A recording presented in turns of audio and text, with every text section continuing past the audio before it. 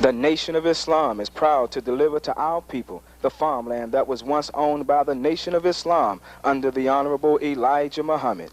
Through the leadership of Minister Louis Farrakhan and the contributions of our many believers, supporters, and sympathizers to the 3-year economic program, we have successfully secured 1,600 acres of the 5,000 acres of farmland previously owned by the Nation of Islam in the state of Georgia. A brand new 4-bedroom pre-manufactured home has recently been placed on the property.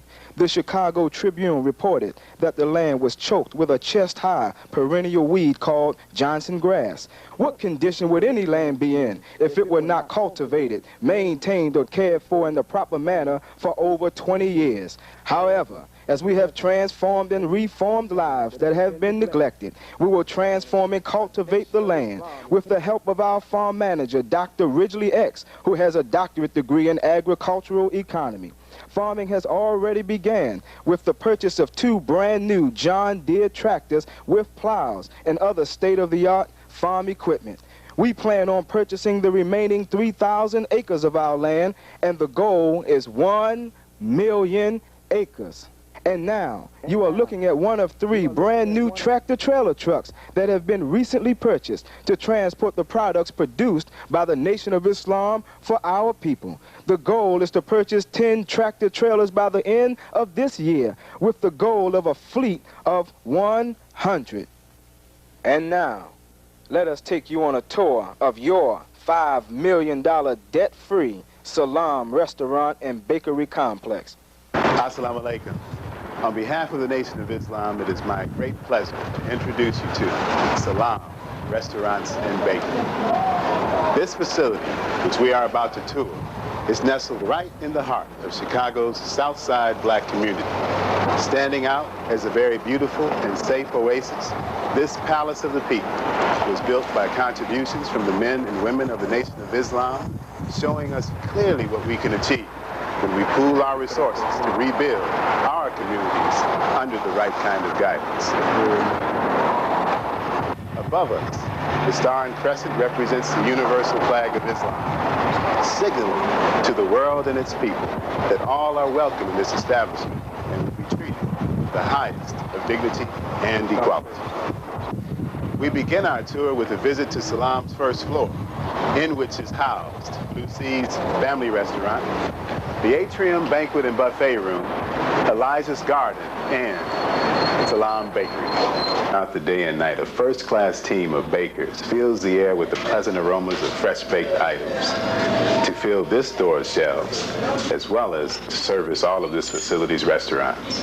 Breads, cakes, rolls, croissants comprise the menu, and of course the Nation of Islam's world-famous bean pie speaks for itself. Our plan is to introduce Salam baked items through stores regionally as well as across the country, and to franchise Salam Bakery across the nation. Right next door is the Blue Seas Quick Service Family Restaurant. Let's take a walk through the adjoining seating area. When you're in the mood for casual, quick family dining that is healthy and full of variety, we have Blue Seas. Exotic live fish aquariums and hand-painted wall tiles with colorful fish motifs decorate this restaurant.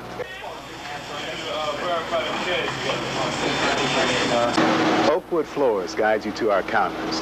For your dining pleasure, we feature a wide selection of delicious meal platters, like barbecued whiting with macaroni and cheese and greens, a fried ocean perch sandwich, rotisserie chicken, a full salad bar, and a whole host of sides, including the ever-popular red beans and rice.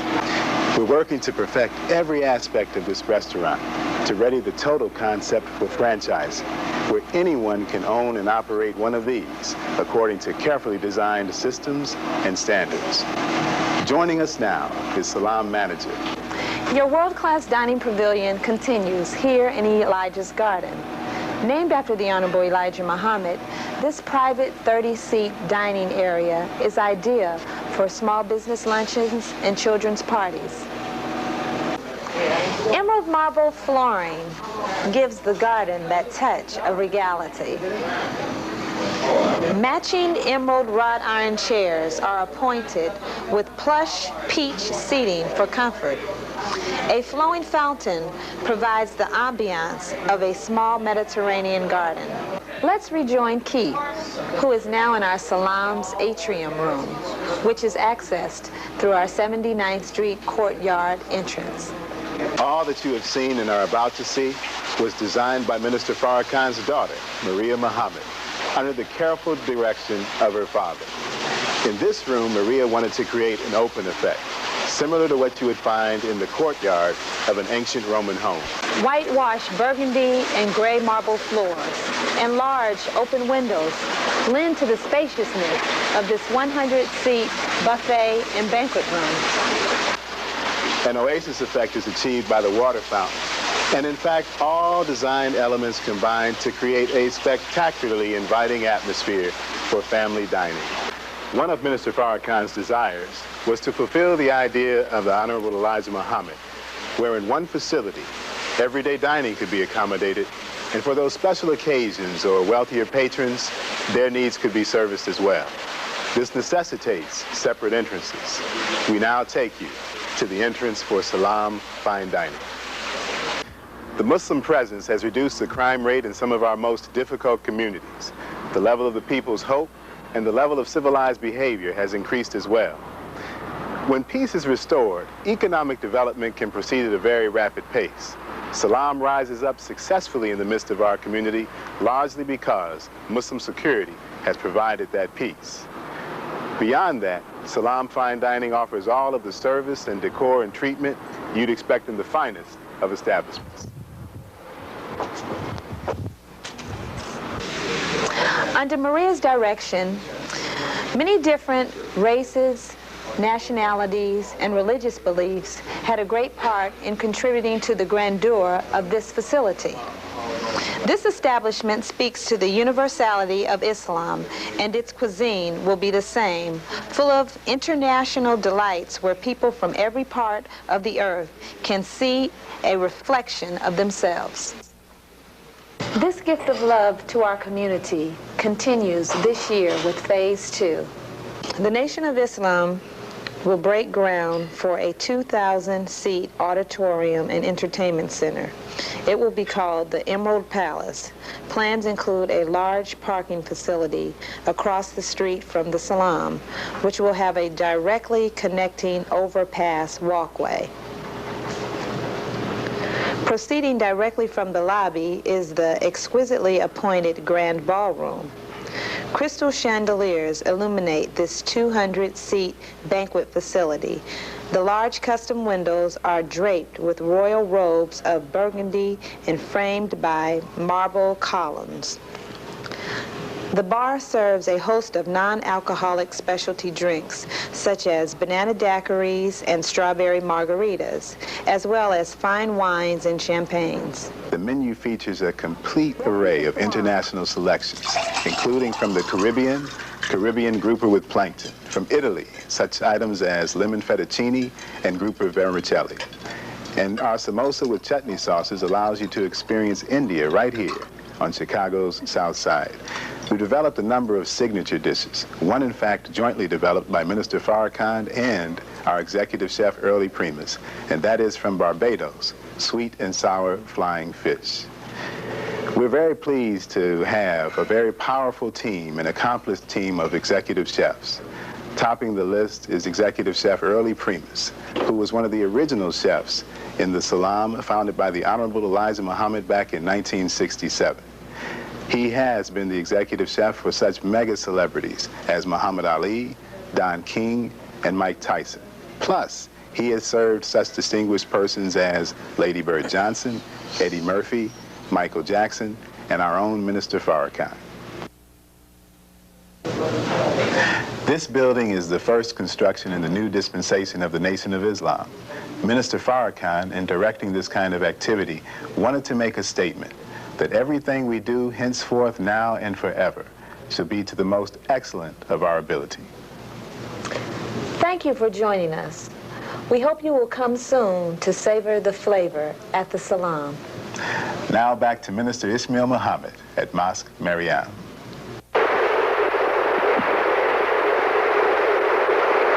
All praise is due to Allah.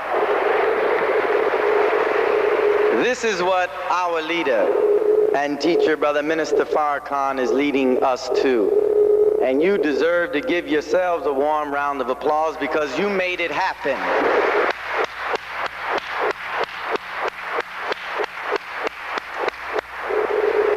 And with your applause going, let us welcome our dear minister, the international representative for the Nation of Islam, Minister Akbar Mohammed.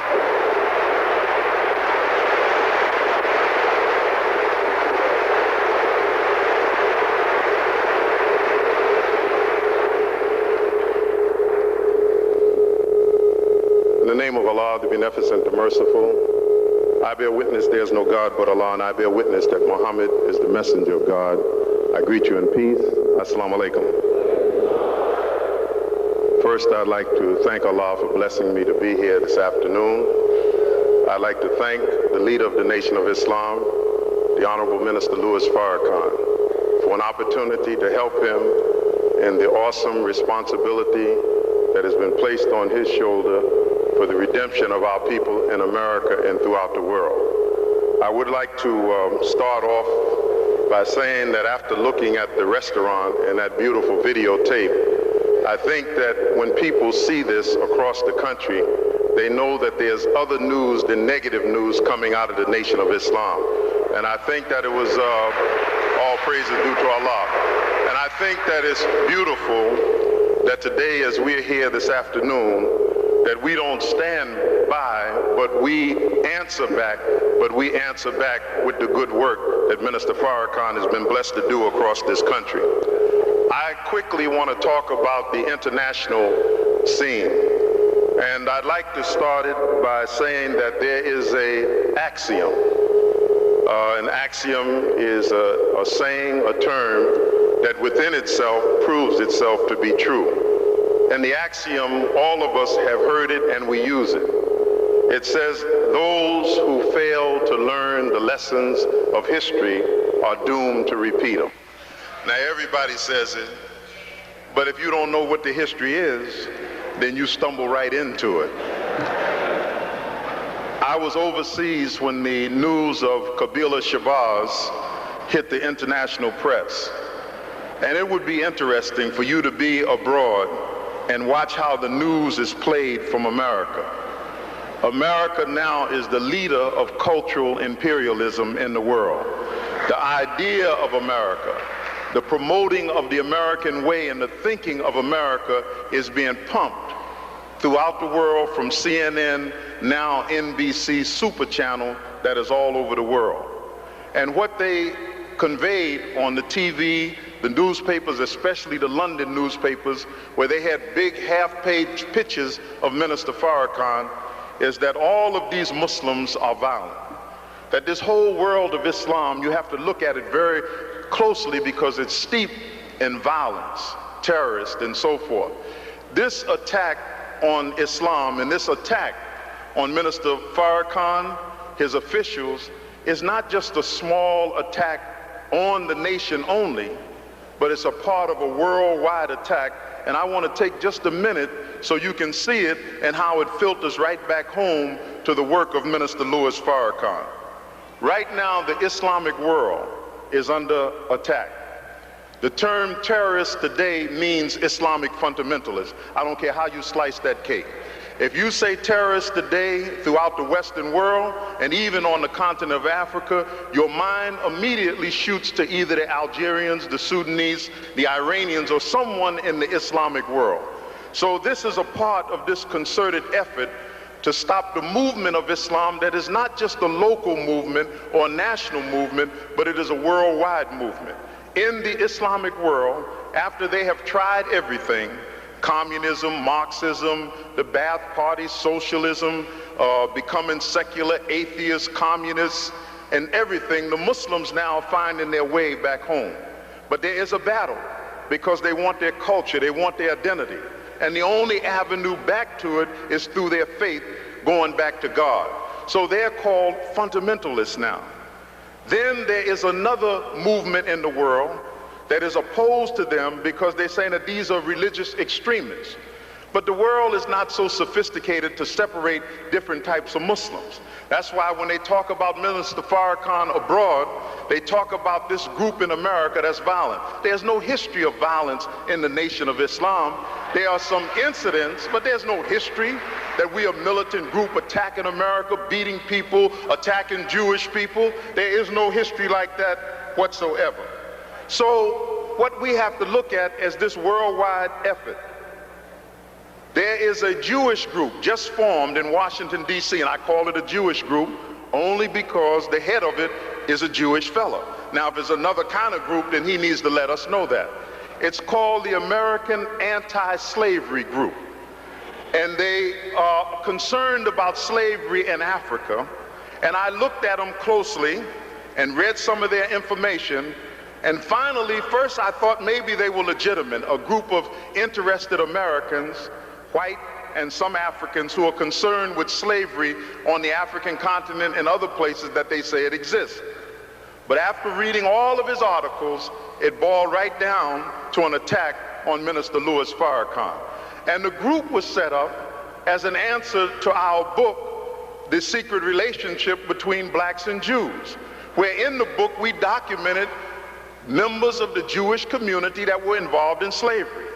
So this man wants to turn it around and say, well, these Muslims are involved in slavery, but it turns out to be an attack on the Muslim world, and it funnels down to Minister Louis Farrakhan. Now, I'm saying this to you because on the international scene, you have to see this. There's a newspaper that picked up this article. It was mailed to every black newspaper in America. Why black newspapers? Because Minister Farrakhan's input into the black community is so strong today that they're trying to shake it and see if they can rattle it. They cannot rattle it at all. So there's a newspaper. It says Arab Masters Black Slaves. I read part 1, 2, and 3, and the punchline was in part 3, that we are concerned about Islamic slavery in Africa, an attack on Islam, and the reason that black people nor the congressional black members say anything about it is because of their fear of alienating themselves from Louis Farrakhan and the Nation of Islam. It said even the black congressmen will not mention it. So therefore his attack was really to try to get around to Minister Farrakhan. But I think that in a book by Michael Eric Dotson, it says it clearly. What they fear is what you call a crossover. Minister Farrakhan has crossed over into another segment of the American population, and they want to stop this. Now, this segment of the population may not be here with bow ties on, may not be in here giving charity, but they're sitting at home or somewhere looking at this video right now. Minister Farrakhan speaks for them. They love him. They want to support him. So this segment of the population, in his book, Making Malcolm, and I'm going to try to do this quickly. In his book, Making Malcolm, this professor, Michael Eric Dotson, who is at Brown University in Rhode Island, has a class called the Malcolm X Seminar. But in his book, there's two key parts. He says that Malcolm appealed to a certain segment of the population, and Martin Luther King appealed to a certain segment of the population. These two segments of the population that they made their appeal to were totally different. Malcolm, the brother and sister in the ghetto, the brother and sister in prison, the one who was coming off drugs, the ones whose lives were in shambles. Martin appealed to those middle black Americans who were going to church, who had good jobs in corporate America, and who were good, wholesome black people. That was his appeal. What happened, they didn't cross over at that time. But what has happened today, even though they want to describe Minister Farrakhan, he's doing good work among the crackheads and the ex-drug addicts and the prisoners. They don't want to say that Minister Farrakhan has crossed over into a segment of the population that other black leaders of his caliber could not touch before. And their fear, I'm sorry, I have to get through this, their fear is that this segment of the population are those who know how to make things happen. Some of them are generals and officers in the army. Some of them work down at NASA on rocket ships and are nuclear scientists. Some of them are petroleum engineers. Some of them are the baddest bankers in the world. Some of them are architects and doctors and lawyers. And in their heart, Minister Louis Farrakhan is the champion of the black struggle in America. So they know all praise is due to Allah. So they have to try to alienate that group. Make that group fear the Nation of Islam. Make that group feel that you shouldn't associate with Farrakhan. Make that group feel that there's something dark and mysterious about this group that you have to be careful of. Make that group think that he was involved in the killing of Malcolm. Make that group think that there's some kind of scam going in the Nation of Islam so that we will not tap into that group to get their wealth. In my final note, the black organizations from the churches, from the Muslim communities should thank Minister Louis Farrakhan. In Brother Jawanza Kunjufu's new book, Adam, Where Are You? Why Black Men Are Not in Church, all you have to do is read the book, and all he's doing is making a comparison of the nation and the black church in America today, showing how if the nation can attract all of these young black men, because sisters, this is where the problem is in America right now, then why can't the church do the same thing? He's making a comparison. So when young men and women come and hear the message of Farrakhan, they may not want to join the Nation of Islam, but it makes them to re-examine their church and go back to church next Sunday and see how they can get involved because of his message. There are young black men and women who come to this mosque and hear Minister Louis Farrakhan. They don't want to join the Nation of Islam, but they want to be Muslim. So they go to another mosque and join and try to be involved in an activity to correct their lives. They have to, those imams and those ministers need to thank Minister Louis Farrakhan. There are others who don't subscribe to religion, have no religious preference, but they like cultural nationalism, they like Pan-Africanism.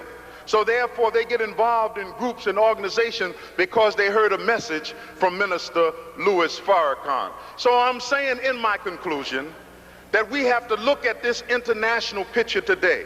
And if you look at the article in the Chicago Tribune, they ended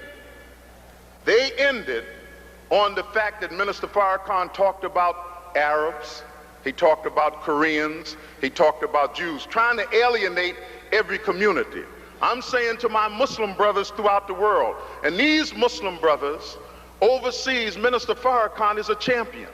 Minister Farrakhan is a hero. I'm here to tell you. They say, well, they don't agree with his Aqidah. They don't agree with his lines of faith. They love Minister Farrakhan because he's the only voice that they hear standing up against America and the oppression of the oppressed people throughout the world. But listen,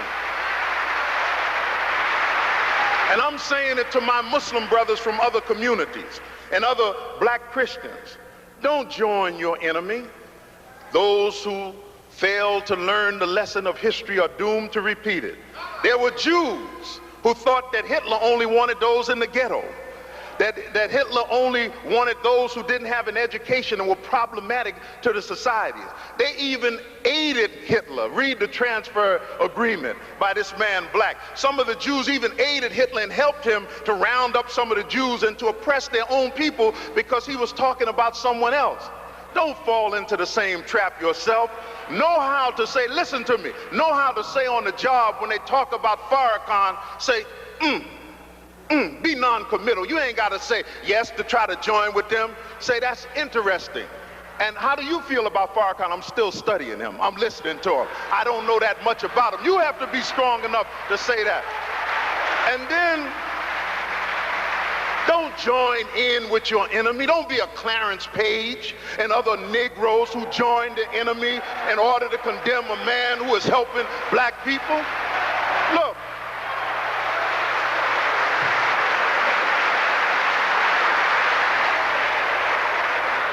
those who fail to learn the lessons of history are doomed to repeat it. Thank you. May Allah bless you. Assalamu alaikum.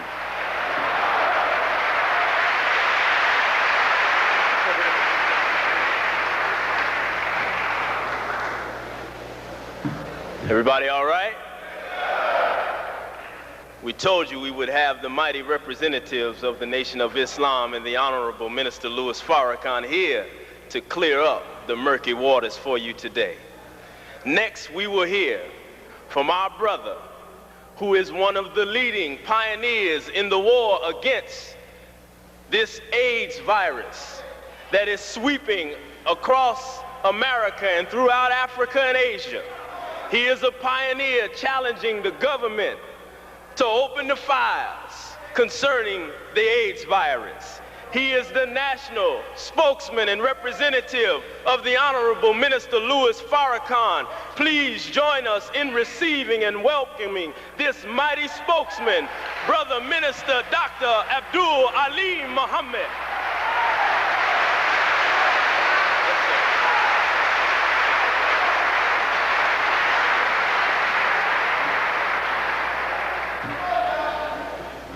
In the name of Allah, the Beneficent, the Merciful, the All-Wise, the True, and the Living God, the God who is self-created and the God who has created all living things, the God who loves humanity so much that he has sent to every nation a messenger and a servant from himself to explain to the people the laws of their creation and the laws of life so that they might have life and have it more abundantly.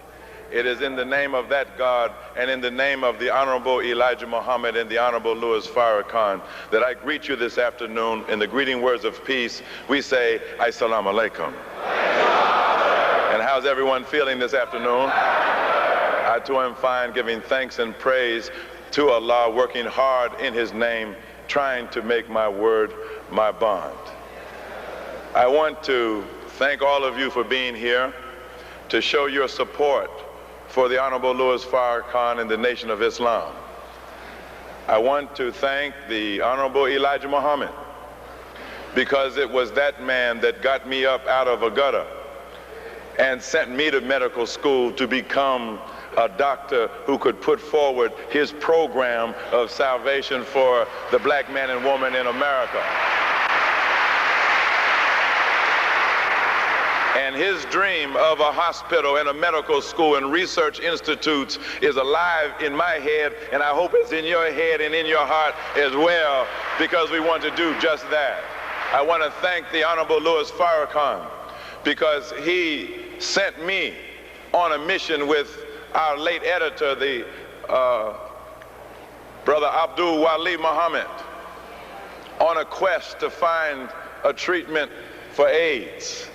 And we came back with that treatment. And then Minister Farrakhan has now placed me in a position as the first Minister of Health of the Nation of Islam. And he told me in very clear words, he said, brother, I want you to take the point for the nation on the issue of AIDS. And by the help of Allah, that is what I am attempting to do. And that brings me to thanks for the Chicago Tribune for putting this beautiful picture of the Nation of Islam's Minister of Health on your front page. Thank you very much.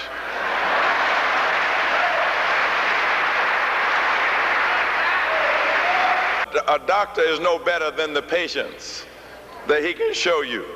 And I have said for a long time, when those critics have stood up to ridicule us in our treatment of AIDS with alpha interferon, I have said for a long time, I'll put my patients up against any of your patients. And so today we have two patients from the Abundant Life Clinic, and would they please come to the rostrum? Sister Francine and Brother Julian. And we'll hear from them in just a few minutes. Yes.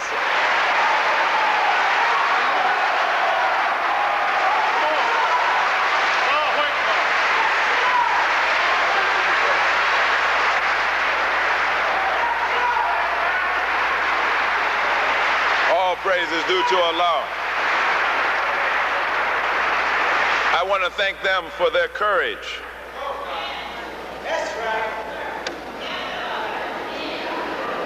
A special announcement, I'm sorry.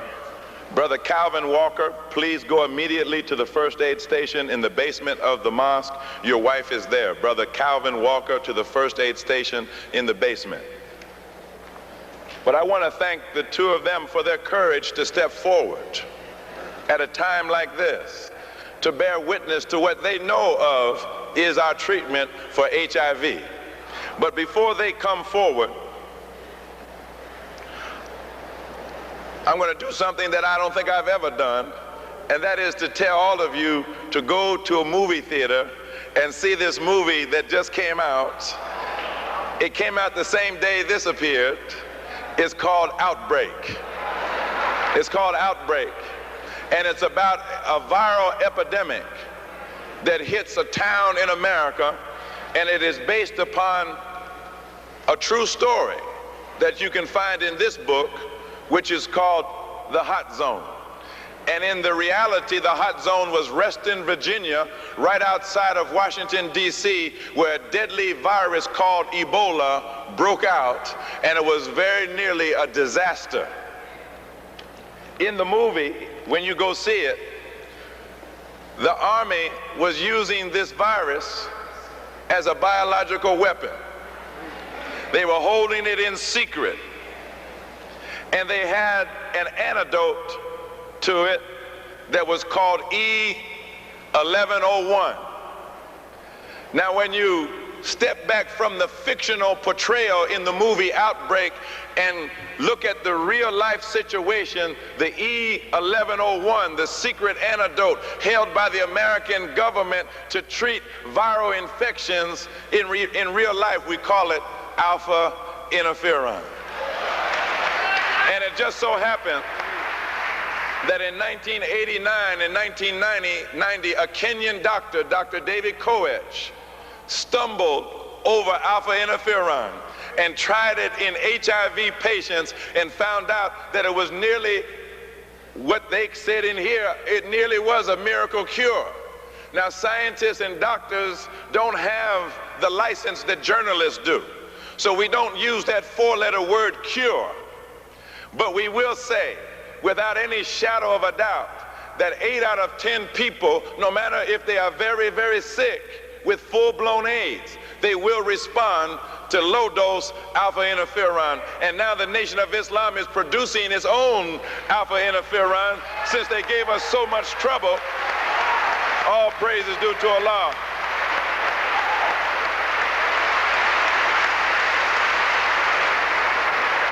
We had to make our own because they gave us so much trouble in getting a steady supply, so now we're forced to do for self.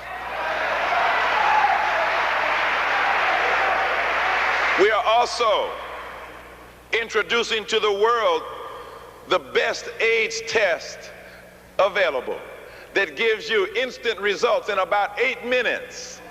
And it does not require any sophisticated equipment or electricity. It can be done anywhere.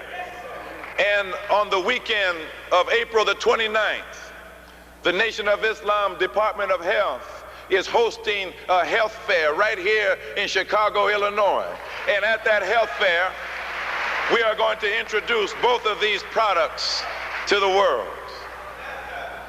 Now, something very brief, and then we'll hear from these two individuals that Allah has blessed us to help. What is at stake? In Africa, where Brother Akbar represents the Nation of Islam, by the year 2000, there will be more than 30 to 40 million people dead or dying of HIV. And that's just to mention one virus, but there are many, many other viruses that are also of epidemic proportion raging through Africa and other parts of the world. By the year 2000, there will be 10 million orphans on the African continent alone unless somebody does something now. Worldwide, there will be 120 million people who are infected with HIV by the year 2000. And by the year 2015, there will be 1 billion human beings on the face of the earth dead or dying of HIV infection.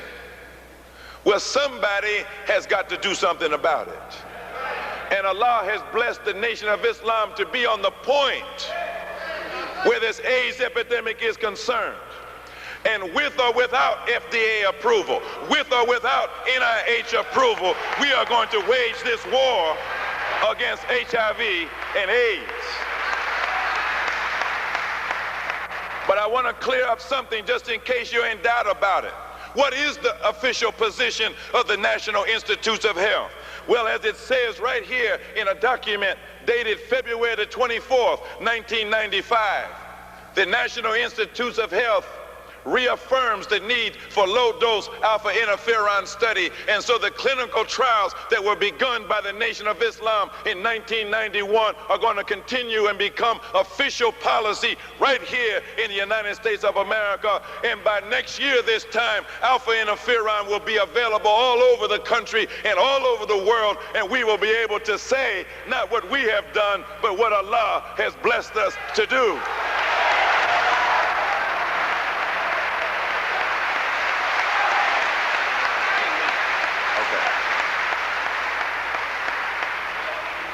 So this is live television and time is of the essence. And so I just want to immediately ask Miss Francine Wingfield from Baltimore, Maryland, a patient of the Abundant Life Clinic, if she would just share a little bit of what she has been through since she found out that she was HIV positive. And then right after her, we want to hear a few words from Brother Julian X. Tolver of Muhammad's Mosque number 4, who is also HIV positive.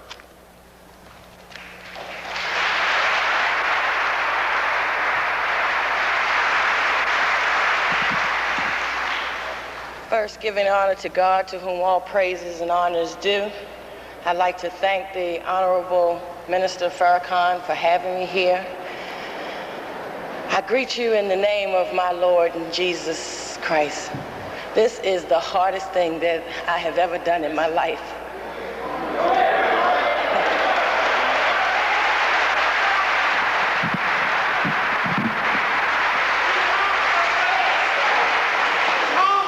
But when God tells you to do something, you have to be obedient and do it. I have something to compare the Abundant Life Clinic to, because Dr. Muhammad was not the first doctor that I saw. A friend of mine made an appointment with the doctor at Johns Hopkins Hospital in Baltimore for me, and he was supposed to have been the best in his field. And of course, when you're sick, you want the best, so I went to the appointment, and I was very disappointed because I had prayed and asked the Lord to guide me, because I didn't know anything about the HIV virus because I was married. And I thought that it wouldn't happen to me, so I had no need in finding out anything about it, but here I am. When I went to Johns Hopkins Hospital, my family went with me and we prayed before we went. And when I got there, I was kind of pumped up and I just wanted to hurry up and see a doctor and to do something. I went into the office and he talked a lot of medical terms to me, and I just sat and listened, because if you don't know anything about something, you don't know what questions to ask. So I just listened to him, and I really didn't understand what he was saying, but he said something to me that stuck with me. He said, you're HIV positive. Eventually, your immune system is going to shut down.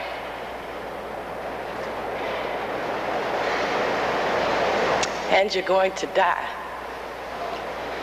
That's all he had to offer me.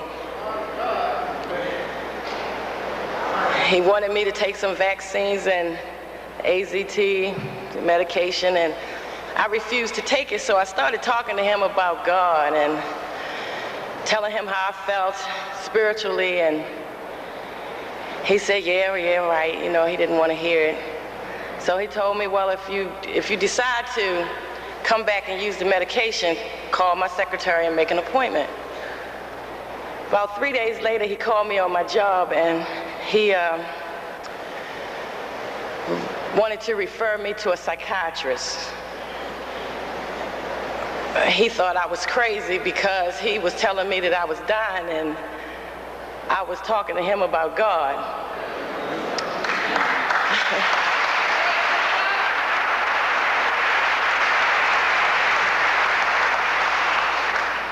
So I told my parents that I couldn't go back there anymore because I believe that the way you feel helps you to heal.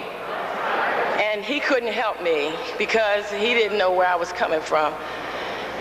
So I started sharing with people because I needed to find out, I needed to find a doctor, I needed to find a medical facility where I was going to be comfortable.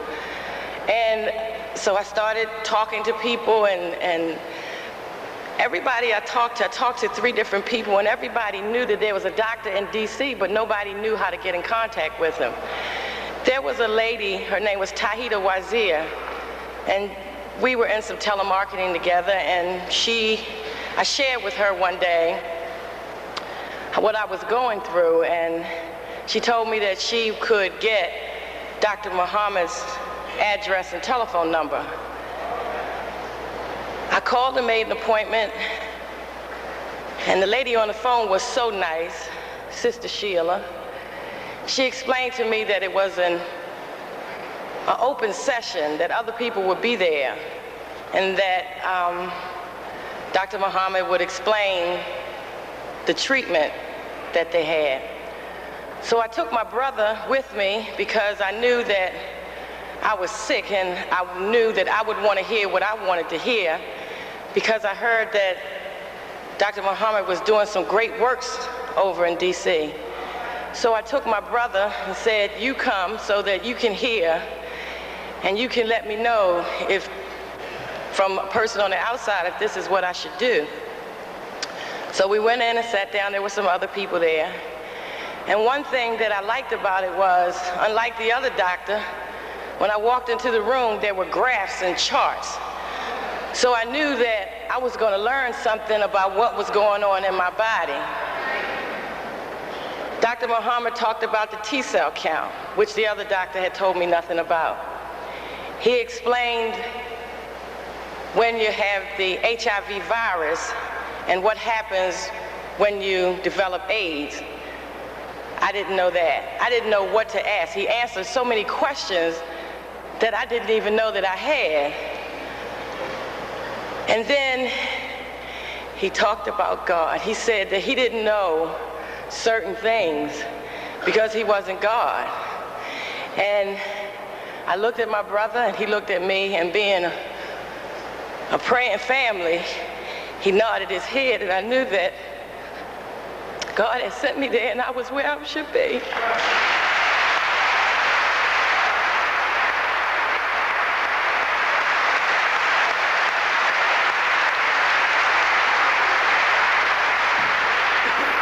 During the session, he also, on several occasions, said, this is not a cure, this is a treatment. He was honest, he answered questions. If he didn't, he said, if I don't have the questions, I'll try to get them for you. I felt comfortable. I've been going to the clinic now for over a year. I'm not sick. I don't look sick.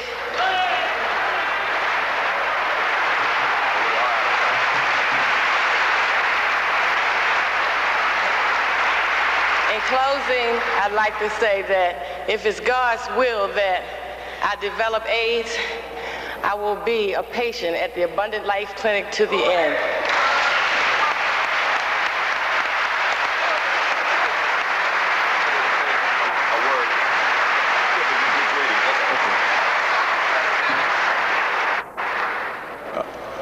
I'm kind of nervous. Peace. Back in 1991, then I wrote a letter to Brother Leonard Farrakhan, and then also the Minister Farrakhan, asking for him to pray for me, because I was in my 3rd year of being what's called like diagnosed with AIDS. And Brother Leonard had wrote me back, and he told me to go see Dr. Aline, because he had just gotten back from Africa with a treatment. And I went to see Dr. Alim, and that was about 5 years ago. And 5 years later, I'm here, and I got to say,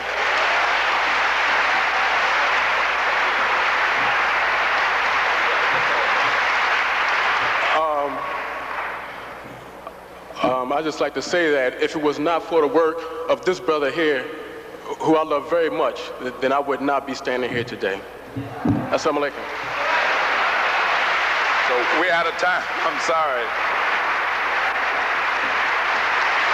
And now, let me bring on our next speaker, Sister Ava Muhammad.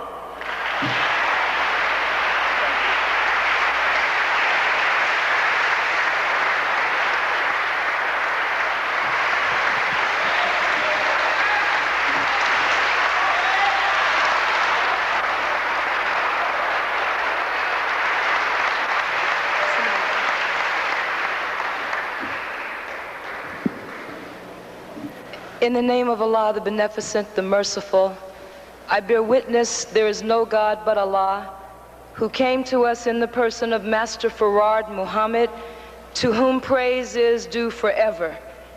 I am thankful that he has raised in our midst the one known to us as the Messiah, the Honorable Elijah Muhammad.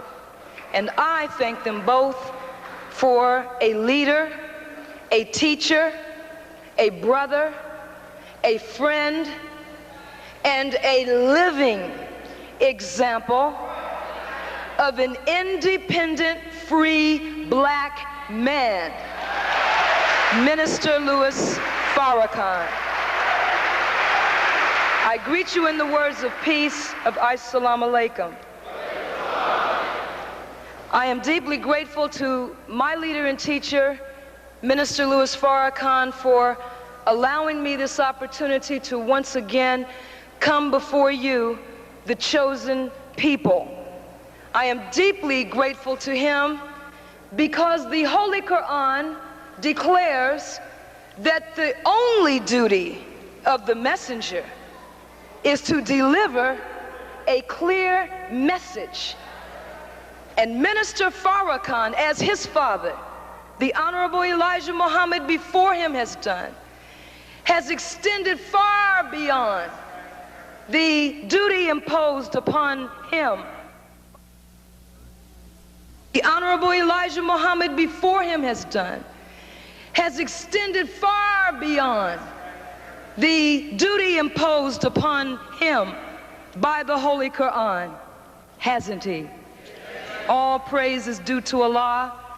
In John 14:18, Jesus says, if I had not come and spoken to them, they would not have sin. But now they have no excuse for their sin. He who hates me hates my Father also.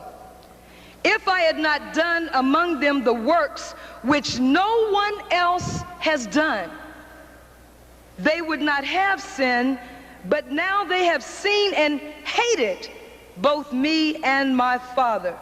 It is to fulfill the word that is written in their law, they hated me without a cause.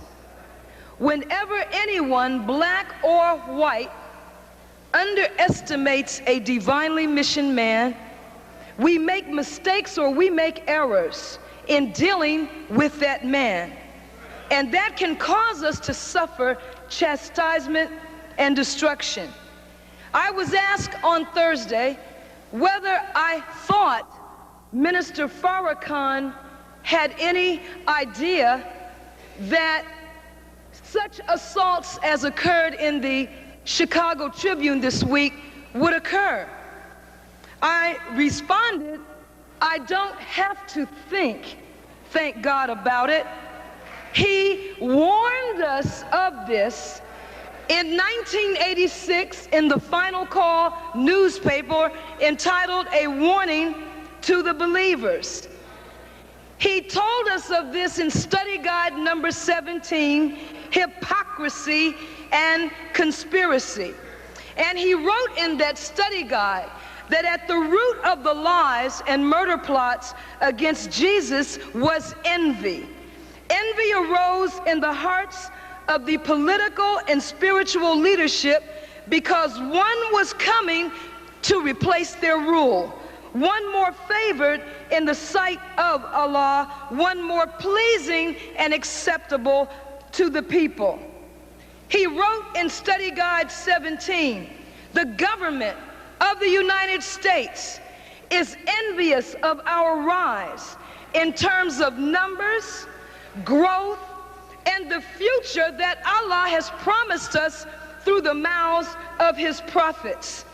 He wrote that the FBI had promised one of its informants, and this is a matter of record, that by 1989, if they did not have Minister Farrakhan in court, they would have, quote, blown him out of the water. Well, as you know, it is now 1995. They have come at him with a movie about Malcolm X. After attempting to resurrect Malcolm X, a man that they hated, a man that they murdered, a man that you did not know until Minister Farrakhan stood back up and lifted up the name of the Honorable Elijah Muhammad and awakened the consciousness of a dead black America. Then through a movie, they attempted to alienate black people toward him. That did not work. After that, they used the scribes, as they did against Jesus. The New York Post, which came out with a wicked series of articles early in 1994, after Minister Farrakhan filled the Jacob Javits Convention Center in New York, after Minister Farrakhan filled the Armory in Harlem with black men and announced that he was going to organize black men to come together to regain control of their own community, then the New York Post launched, at the behest of the government, a series of articles charging Minister Farrakhan with the murder of Malcolm X and attempting to tribute their story to Betty Shabazz as a source.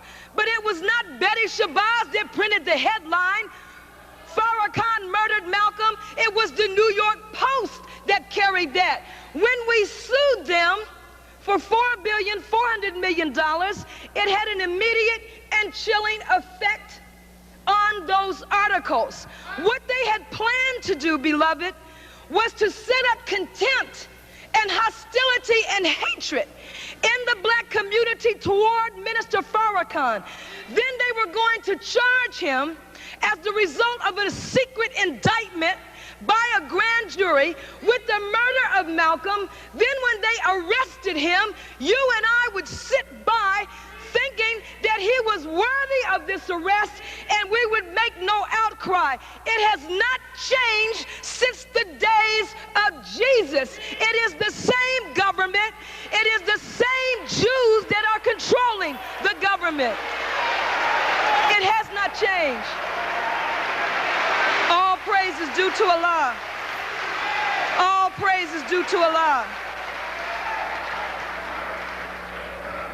What is at the root of the attacks on Minister Farrakhan?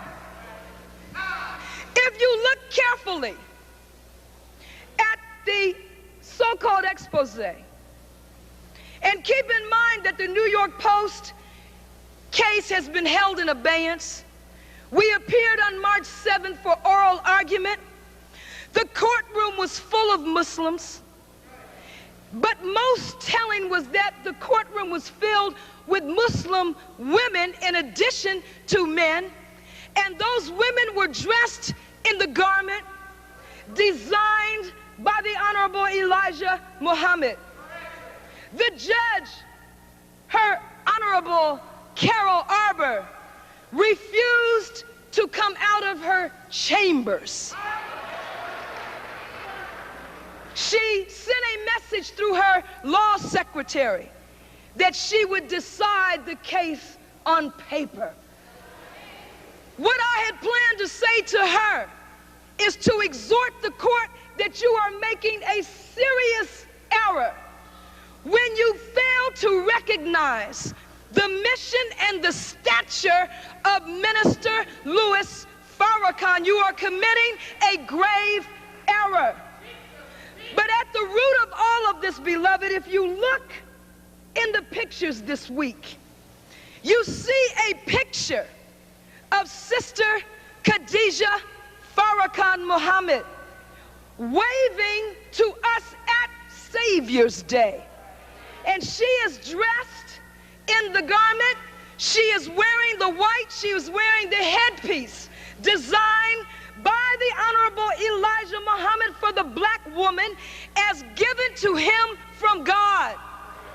They show later in the week a large photo of the Honorable Elijah Muhammad with his wife, Sister Clara Muhammad, dressed in that garment. You see a big picture where they say this is their worship service with a beautiful woman in the white headpiece. When we gathered for Savior's Day on February 26th, the exact date of birth of Master Farrakhan Muhammad, when you looked to the left, when you looked to the right, when you looked behind him, all you saw was a vision of black women in the white garment designed by the Honorable Elijah Muhammad. My point is this. The messenger wrote in Message to the Black Man, our women are being used by the white race and have been used ever since we were brought here as slaves. They cannot go about without being winked at, whistled at, yelled at, slapped, patted, kicked, and driven around in the street by your enemy, black man, right under your nose. Yet you do nothing about it, nor do you protest. You cannot control or protect your women as long as you are in this white, racist, false religion. This religion gives you no desire nor power to resist them. We must resolve issues and questions raised by the Honorable Elijah Muhammad. And his student, the one he put in his seat, has brought the nation all the way back. But it could not be said to have come all the way back until February 26th, when he was surrounded with the sisters in the garment of the Honorable Elijah Muhammad. All praise is due to Allah. All praise is due to Allah. Brothers and sisters, the power of the black man is in the black woman. And the power of the black woman is in her enigma, her mystery, her distance from the flesh, and her nearness to the Spirit of God. Men can come and say, put on a suit and tie.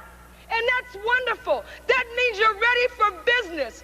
But there's only one man in America today that dared to ask the black woman to please bow down and submit to Almighty God, Allah. Stop being the devil's woman and be God's woman. And he has been successful at doing that. And I'm talking now about the spiritual son of the Honorable Elijah Muhammad, Mr. Louis Farrakhan. And I tell you, when they saw that, they, meaning the Caucasian, the enemy, when they saw this on film, they knew they had to derail this march on Washington.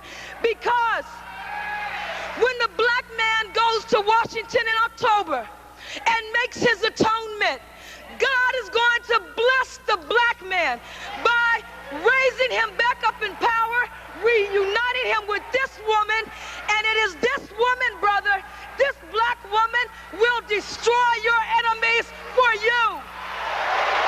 All praise is due to Allah. May Allah bless all of us with the light of understanding. Assalamu alaikum. Let's give it up, brothers and sisters, for Sister Minister Ava Muhammad.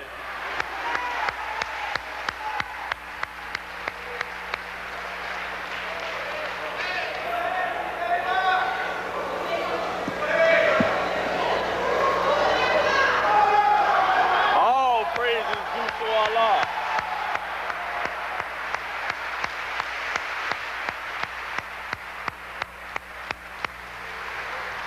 Only a fool would deny that God's Spirit is among us today. Brothers and sisters, if you have been keeping up with the attack on the Honorable Minister Louis Farrakhan and the Nation of Islam. You are aware that the United States government of America has launched an attack against Nation of Islam members who have successfully developed business enterprises in the various sectors of the American economy and society, and in particular the members of the Nation of Islam who have successfully negotiated major security contracts, bringing the sharp-minded, sharp-dressed, disciplined, well-mannered training of the FOI into the various housing projects throughout America to turn back the tide of violence, drugs, and self-destructive behavior that is so preeminent and dominant among us as a people in the various housing projects that the government has so craftfully and wickedly placed us in like chickens in a coop. And so we have a video presentation that will show you the recent congressional hearings with regard to the Nation of Islam affiliated security agencies, firms, and services. So if we could begin the videotape. Refuse to contract with firms because of religious affiliation. In fact, there are many cases where the religious affiliation of a firm is not known, since such inquiries are typically not made. We do, however, know that many local housing providers throughout the country obtain services for their housing programs from religiously affiliated organizations, such as B'nai B'rith, Habitat for Humanity, Catholic Charities, Lutheran Social Services, United Church Homes, the Salvation Army. While these might not be religious organizations themselves, they are associated with religious institutions. Many of these religious-based organizations are also sponsors under our senior citizen housing or our housing for disabled persons. The Establishment Clause does not forbid the federal government from contracting with these organizations, provided that it is for a secular purpose, in this case, housing. However, the Religious Freedom Restoration Act of 1993 would be violated if the department does not continue to permit these organizations to participate in housing programs. In fact, the involvement of the Nation of Islam in public and assisted housing began in a previous administration. In April 1988, members of the Nation of Islam began voluntarily patrolling Mayfair Mansion and Paradise Manor apartments, low-income assisted housing operated by private providers in Washington. Sometime in 1989, Mayfair Mansion and Paradise Manor separately contracted with the volunteers who would form a security firm named the Fruit of Islam, which appears to have been headquartered in Washington. At some point, the Fruit of Islam became Nation of Islam Security Agency. According to various news stories, the work of the volunteers and the Fruit of Islam received praise from Secretary Jack Kemp, and the Nation of Islam Security Agency reported in brochures how it received support from First Lady Barbara Bush for its work in providing security to residents. It's not surprising, therefore, that the vast majority of close to 1,000 residents interviewed during the review of current contracts informed us of broad satisfaction and overwhelming support for the work of these security firms. Many of these residents said that security guards had transformed their troubled, unsafe, drug-ridden housing developments into places where there are now low vacancy rates, safety, and peace. They said the guards were, for the most part, respectful, showed respect toward them as residents. Almost all the residents interviewed lauded the jobs that the reviewed firms have done and asked that the contracts not be terminated. As I indicated at the beginning of my testimony, I am nevertheless concerned about the general allegations of possible discrimination raised by members of Congress and other organizations and connected with these private contracts. In response to these concerns, we initiated the review of security contracts with the Nation of Islam and any organization or firm identified with the Nation of Islam. As a result of this review, and I might say, Mr. Chairman, I cannot call this a thorough, comprehensive review. because it's been of short duration and because HUD is not ordinarily a reviewing body. I asked the Assistant Secretary, Secretary Achtenberg, to use the resources available to her to undertake what is a general review. But as a result of this review of contracting activities, as I say, of these housing authorities and private providers, we initially found 11 current local security contracts with firms that might be connected with members of the Nation of Islam. 2 of those contractors were terminated as recently as last week, which brings the current number of contracts to date to 9. Again, remember, HUD's data systems don't track individual contracts executed by tens of thousands of entities. In addition, most properties don't maintain records for past contracts. So some of the questions that have been asked, how many contracts have ever existed, it's really not possible to determine that. Or how many exist, the best we can do is follow up on those we know. Our complex and time-consuming review consisted of a Herculean effort by our staff to gather this information.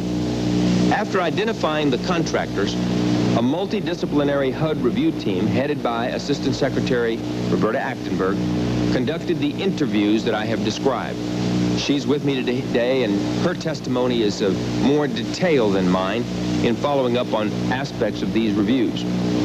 As in any nationwide review, the results were mixed. However, as I previously stated, the overwhelming majority of those interviewed praised the performance of the subject companies. In fact, many of the complaints received by the residents related to the firm's strict security enforcement of their security policies.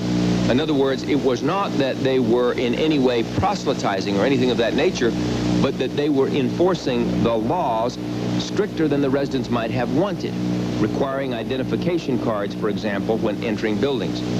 As to proselytizing activities, religious proselytizing on the job, it appears for the most part that there may have been some isolated short-term incidents where guards distributed the Nation of Islam newspaper, The Final Call, on the premises of developments. HUD's review is completed, and we've documented reports as to the firm's performance treatment toward the residents and religious proselytizing. As a general matter, the results do not indicate any widespread or systematic problems in these areas. There are no known complaints of discrimination or harassment towards the residents, and there is no indication that these firms are interfering with the residents' enjoyment of their housing facilities. On the contrary, there is now evidence that in many cases the firms have improved the quality of life in public and privately assisted housing. However, to ensure that public housing authorities and assistant providers, or private providers, are aware of the civil rights requirements that flow from the receipt of federal funds, we have sent a letter to each of the housing providers involved, advising them that the failure to assure compliance with civil rights requirements can result in the initiation of administrative sanctions, including declarations of breach of their contracts or regulatory agreements, findings of non-compliance with Title.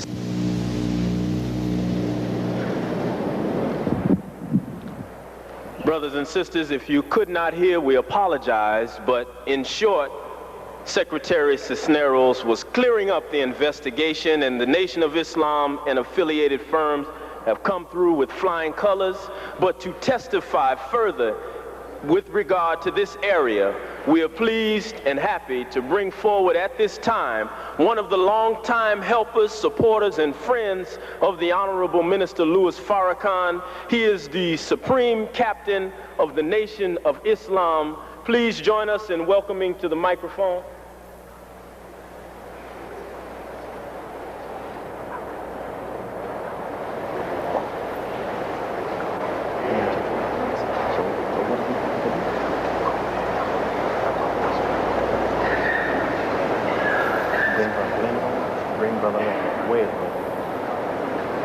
Pardon me, brothers and sisters. At this time, we will bring forward the Chief of Staff of the Nation of Islam, the son-in-law of the Most Honorable Minister Louis Farrakhan, our brother, Brother Leonard Farrakhan Muhammad. Let us receive Brother Leonard.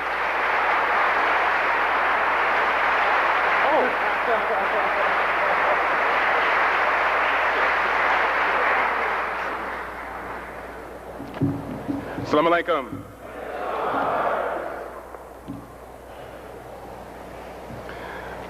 In the name of Allah, the Beneficent, the Merciful, I bear witness that there is no God but Allah, and Muhammad is his messenger.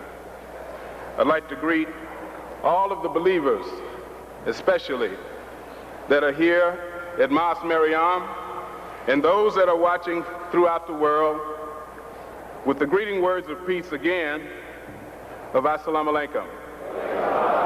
How's everybody feel?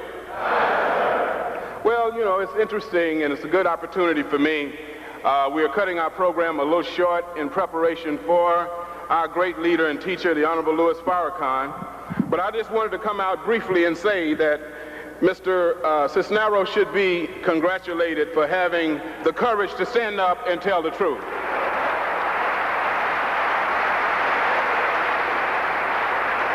But more importantly than that, Mr. Cisneros, you know, as a head of an important agency like HUD, does not do these kinds of reports himself. And I would like to report to you that the report team, at least the investigative team, was led by a Mrs. Actingberg. So for those persons who are dissatisfied with the content of the report, should direct their attention to Mrs. Actingberg. And I'm sure that Mrs. Actingberg would be very happy to explain to you that she has carried out her duties in a very honorable fashion. Let's give Mrs. Actingberg a round of applause.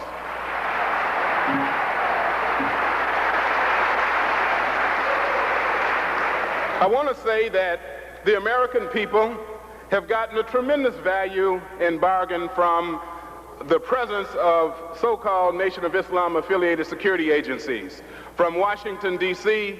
to L.A. to Philadelphia, and of course here in Chicago at Rockwell Gardens. I'm proud to say that when we first went in to secure Rockwell, there were those who said that an unarmed approach will not work. As a matter of fact, I'd like to say that one of my good friends and spiritual person here in Chicago and a member of Operation Push said that, Leonard, if you're able to do it, I'll sing your praises from the mountaintop. Well, I want to report to Reverend Willie Barrow today that I'm finding that mountaintop because our year-to-date stats indicate that Rockwell now, the crime rate year-to-date has decreased by over 55%. And not only that, if you compare us to other housing development agencies in Chicago, you will find at Cabrini Green after Dan Trail that crime decreased, after Dan Trail and some $20 million that was spent, crime increased by 5%. In Horner Homes, crime increased by 4.7%. In Ortgale, crime increased by 1.3%. And in Stateway Garden, they had a decrease by 1%. Robert Taylor Homes, an increase of 8%, and a decrease in Abla of 17.4%, and I repeat, a decrease in Rockwell of 55% year-to-date since we've been patrolling there. Another important note that in Abla, there is a Chicago police station as well as a CHA police station located in the development. The same thing is true at Robert Taylor Homes. I say, blessed are the peacemakers. And that's what America should be saying. And I want to say to the Tribune reporters, if you're here, I'm only going to say this once to Mr. Gaines, I think it is, and Mr. Jackson, that in the time of Muhammad Ali when he was going to fight Joe Frazier, and Joe Frazier kept calling him Clay. And I say to both of you, if you don't know how to say Leonard Farrakhan Muhammad, then I would have to invite you into the ring and spank both of you until you learn to pronounce my name.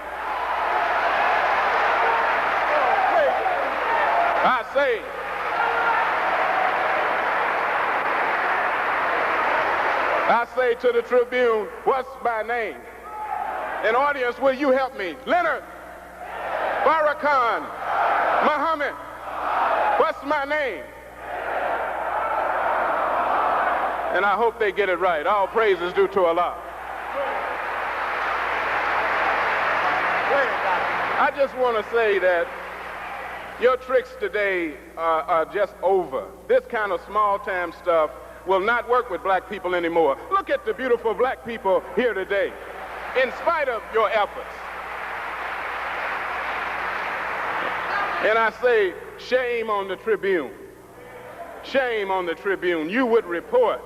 And I would like to thank the Board of Commissioners of CHA and Chairman Vincent Lane, because they had the courage and to offer us an opportunity to work in these developments.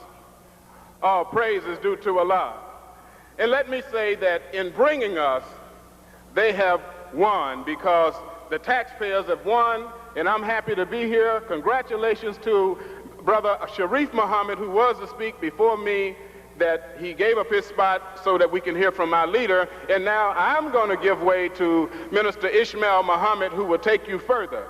But I want to say to all of you, no weapon formed against the righteous will prosper.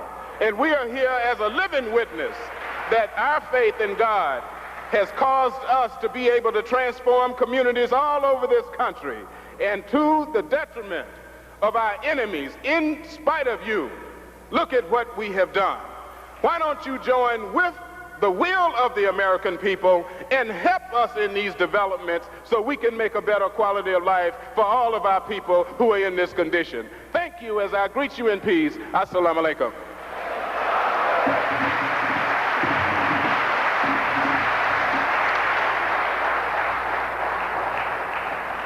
Assalamu alaikum.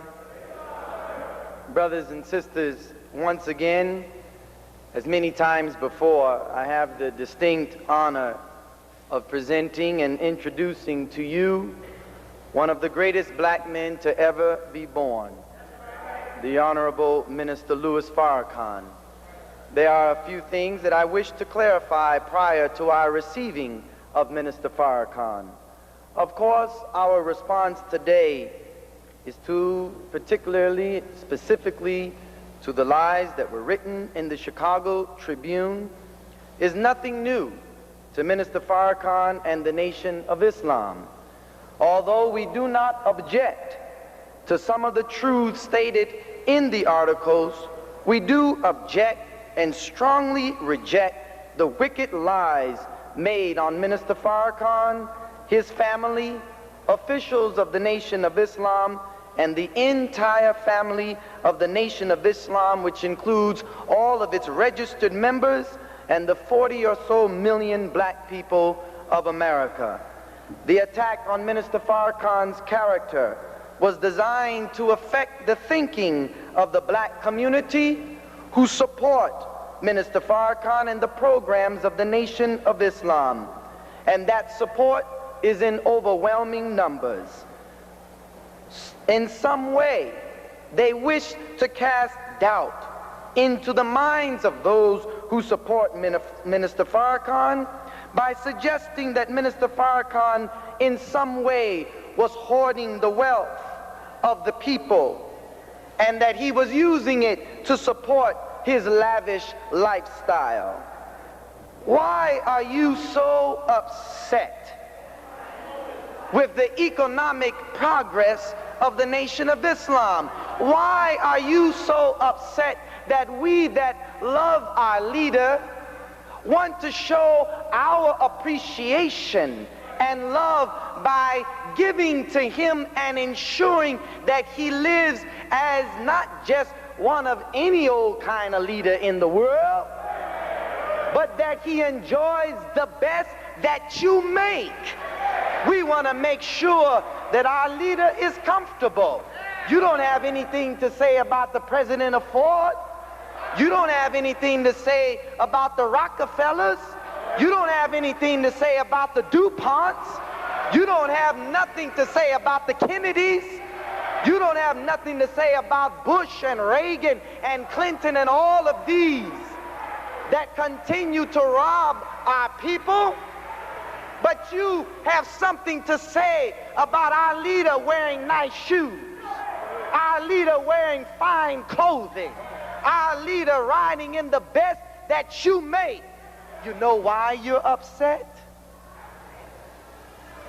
Because Minister Farrakhan told you that you don't have a ladder high enough that can reach up to the heavens to cut off his blessings. This is why you're upset.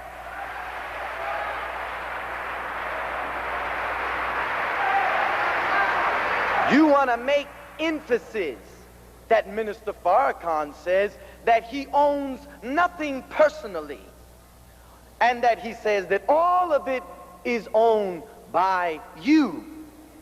He tells his followers, do you have a problem with Minister Farrakhan having a home in Beverly Hills? The home is not even owned by him. It has been given and is in the name of his wife and his family. The home on 4855 in Hyde Park that you say that my father, the Honorable Elijah Muhammad, spent $200,000. You made a great mistake. My father spent $1.3 million to build that home. And I want to say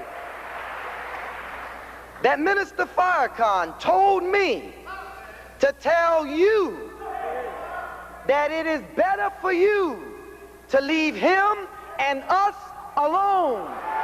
Because in the name of Almighty God, Allah, and His Christ, if you continue to touch His anointed one, the calamities that you see in America will increase, and you'll have more rain, more hail, more snow, more earthquake. The whole country will go down. Leave him alone. Leave the nation of Islam alone.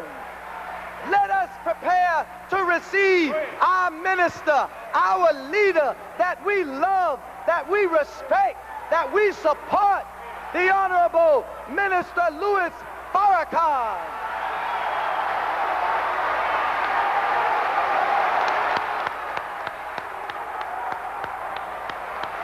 Allahu Akbar.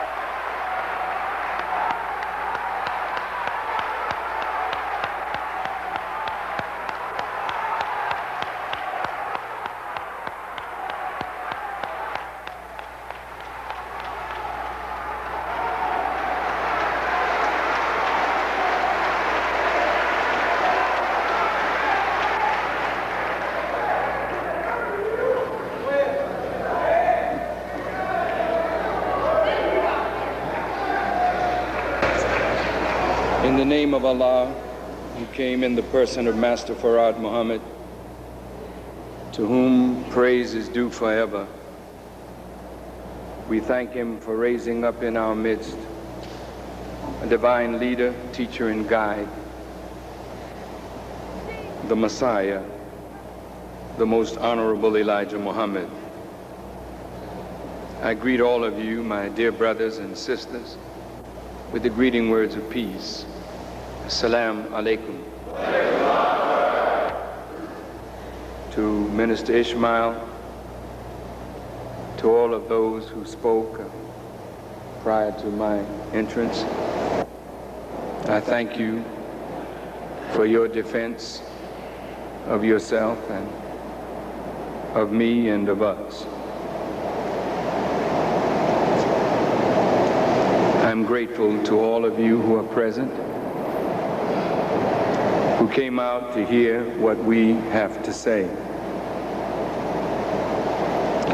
While I am thanking everyone, I would like to give a special thanks to the Chicago Tribune. No, I'm not joking. I thank the Chicago Tribune for giving me and the Nation of Islam 4 days of front page and an awful lot of space in such a well-respected journal. Although I don't think their motive was necessarily to help me or us, the articles, I believe, have indeed been helpful to us.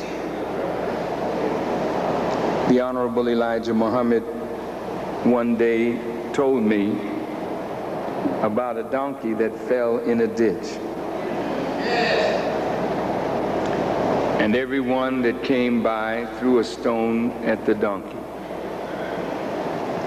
And they threw so many stones that they filled up the ditch, and the donkey walked out. So he told me to remember that every knock is truly a boost. Because of the one-sided nature of the reporting, it is clear to me and to us that the intention of the Tribune was really to hurt Louis Farrakhan and the Nation of Islam. But of course, help as well as hurt are in the hands of God. I do not believe that your articles accomplished what they set out to do. But regardless to the intent, I really, sincerely, personally thank you for what you have written.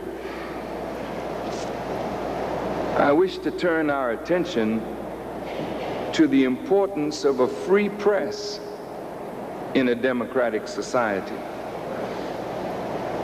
One of the reasons that a free press is important is that it allows the members of the Fourth Estate or the press to search individuals, groups, parties, and persons to see whether they are what their public persona might lead us to believe they are, and to discern the truth of persons, the truth of groups and organizations, and the good and efficacy of ideas.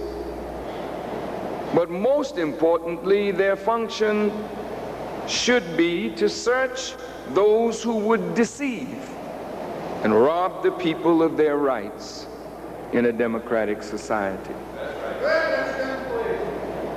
Unfortunately, today, corporate America has taken over much of the print media and much of the media. Therefore, much of what is written is really colored not just by writers and editors, but by those who are owners, stockholders, and the manipulators of the minds of the masses of the people. It is not an accident that Jesus referred to the people as sheep. This is the characteristic of the masses of the people, not just black people, but the masses of the people, black and white, Jew and Gentile, are like sheep, easily led, sometimes in the wrong direction. So when you have control of what is fed into the mass mind, then you can dictate the current, the motion of people. That is a great responsibility. And it is a responsibility that should be carried out by the members of the press with the same kind of sacred aura as being a judge to judge the affairs of men. In the Holy Quran, we are admonished not to mix up truth with falsehood, nor hide the truth while we know. It is very important for newspapers to understand that when you mix truth with falsehood, hide the truth, and then outright lie, you are absolutely destructive of the human mind and spirit. The Honorable Elijah Muhammad taught us that the brain is constructed to think rightly. And the only way we can think rightly is if the brain is fed truth. The universe is created in truth. It feeds the right things to the human mind. But we are not just under the influence of what God has created, we are also being influenced by Satan and his machinations. And so newspapers and television media, and those of us in leadership as well, must not lie to the people. We must not mix up truth with falsehood.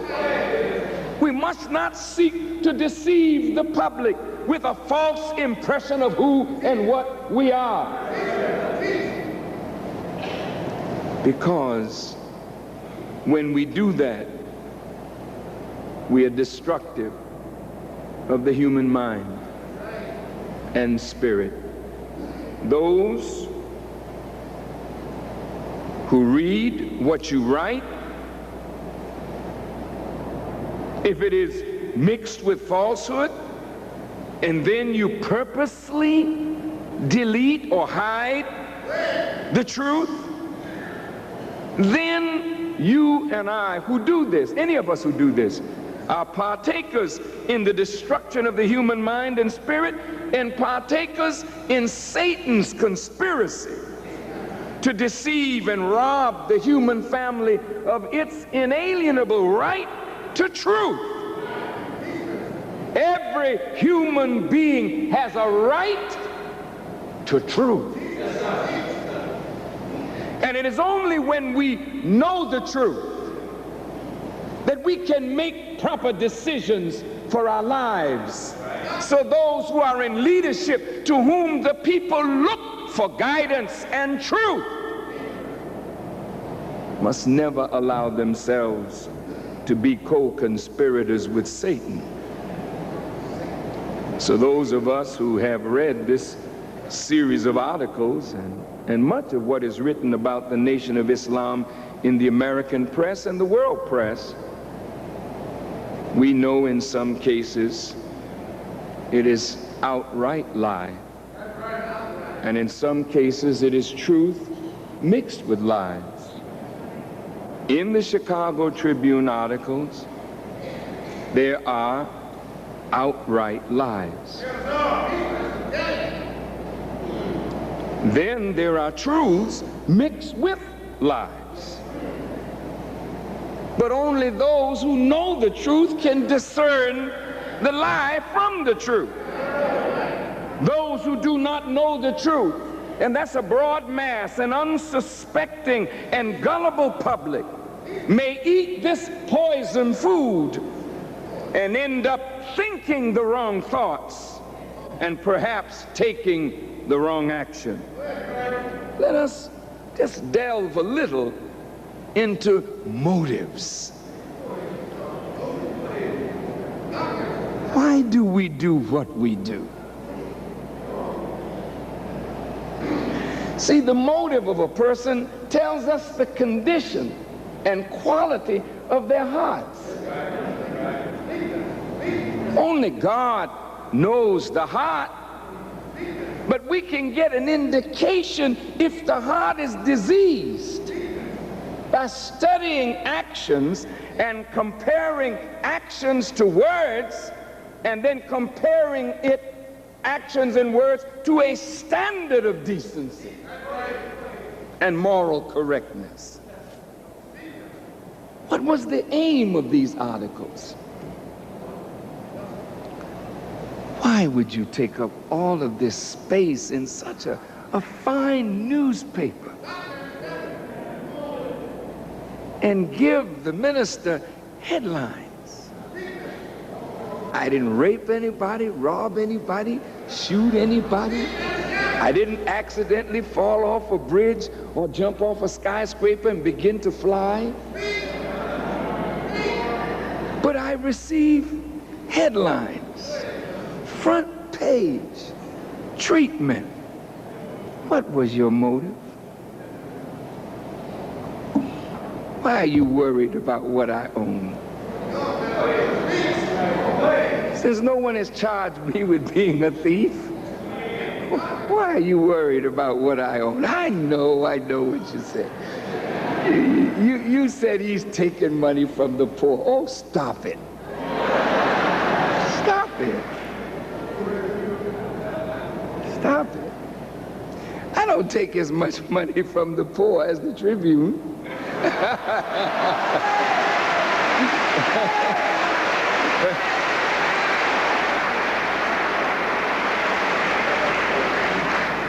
And I'm a lot more faithful to the truth.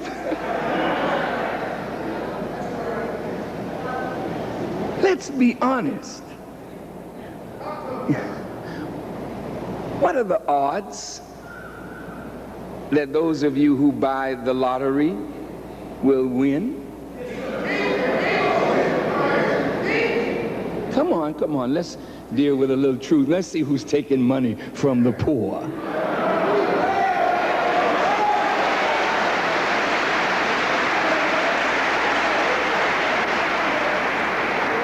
Every one of you who buys a lottery ticket, the odds are staggering that you will never, ever, ever hit the lotto, and you know this. But you continue to play because your hopes are maybe, just maybe. And somebody is gambling that you are going to continue to hope and play that lotto, and poor people are depriving their children of necessary food and clothing because they have a hunch that their number is going to come up right this time. And then should one or two or three of you hit the lotto, look at the way it's arranged. You get it over a 20-year period. You can't even pass it on to your heirs, to your children. Think about this.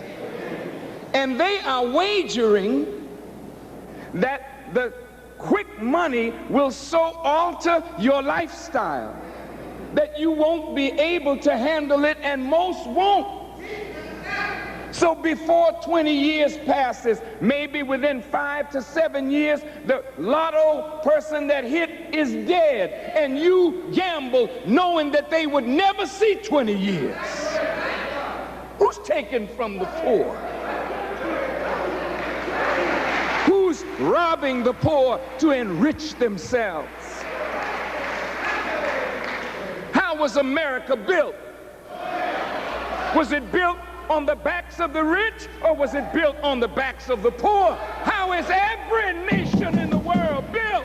It's built on the backs of the poor, but the poor support Farrakhan, not because I'm a thief and a robber.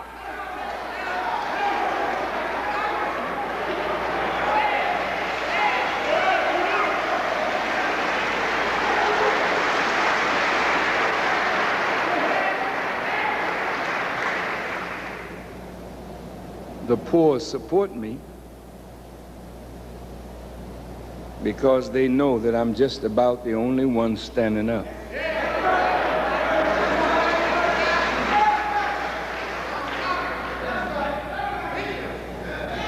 And if I live in Mr. Muhammad's fine home, it's not mine. The next leader of the Nation of Islam will live there.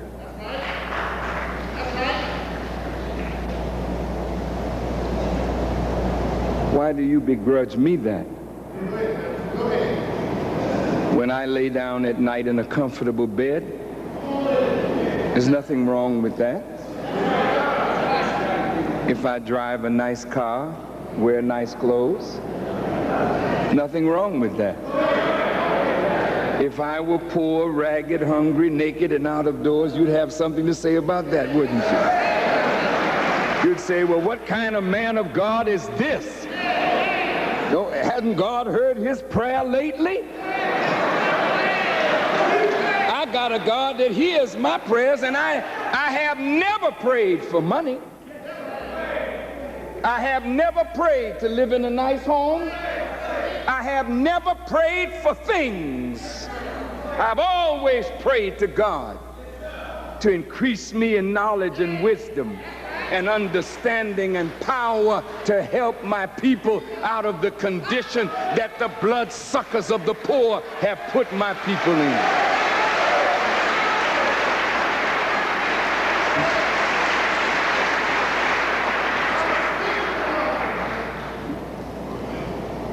What is the motive? The motive is hatred. And at the root of the hatred is envy. For 10 years now, 11 now, you have lambasted me, maligned me, ridiculed, mocked, and slandered me in hopes that my own people would turn aside from me, and that perhaps one from among my people or a group from among my people would assassinate me. You hoped that we would never earn money in your society to do anything of value for ourselves and our people. You are absolutely livid with anger that we have succeeded in spite of all of your opposition. You have not been able thus far to stop funds from coming to the minister, although that's what you are busy doing. The ADL has been busy going to every college president, particularly the black ones, telling them don't let a Nation of Islam speaker speak on the campus, because they don't want any of the ministers or representatives to get an honorarium that perhaps some of it might come into the coffers of the Nation of Islam. College presidents are getting letters like this from the ADL. The ADL had no standing whatsoever in Congress to bring us before the Congress. They didn't have standing, but they used their influence to bring us before Congress. Then when we won, they said they got sandbagged. Well, you should expect sandbagging when you come up against Louis Farrakhan and the Nation of Islam. You should expect it.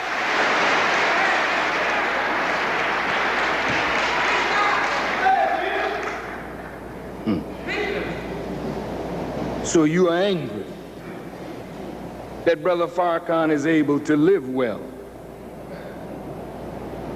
Die in your rage. You are angry that Farrakhan is being successful. You are angry that over $5 million was raised by poor people to establish the Salam restaurants and bakery complex, and we did not have to ask you for anything. You are angry. You are angry. I understand. You want to stop whatever flow of charity there is coming to me in the Nation of Islam, and you want to do it by any means necessary. Your frustration comes out in your writing. The hatred comes out and is manifested, but underneath the hatred and the envy is the sheer terror. Terror. What are you terrified about? What are you afraid of? You're terrified of a black man rising in this country, a black man over whom you have no control, a black man that you can't frighten away from the platform of truth.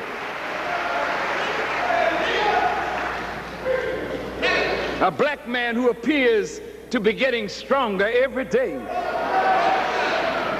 with the help of God. And now the things that this black man is saying and the persons whom he is exposing who are so powerful, you are terrified by the truth that he speaks. Will he lift the cover on me today?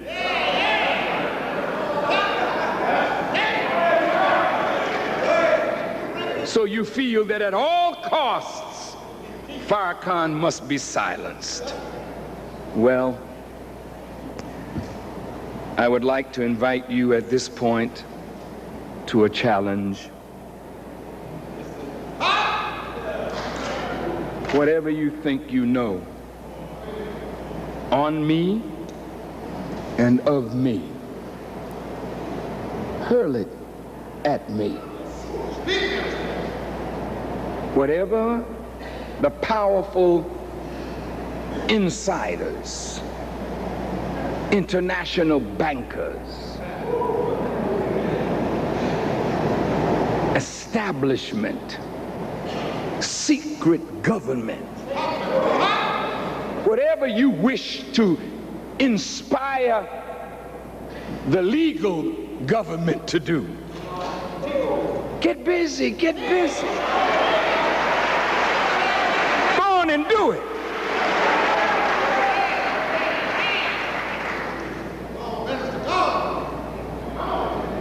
We have you now in our grip. Some of my black brothers and sisters want me to be quiet, be silent. I can't let them go, and they can't let me go. I can't let them go.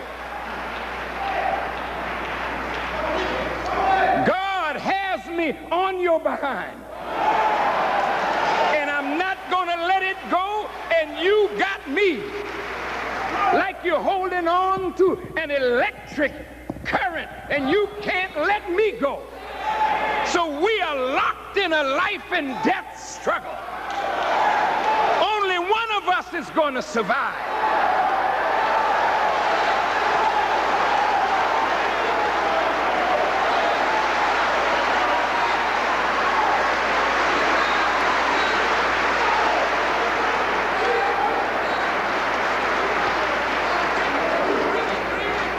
Now I want you to write this down.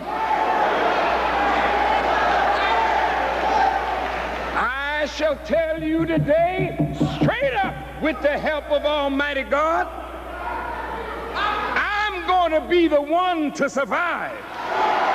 And those who oppose me, black or white, red, yellow, or brown, high or low, you are destined to meet ruin, disgrace, and total destruction. Write that down. I'm gonna be the winner, living or dead.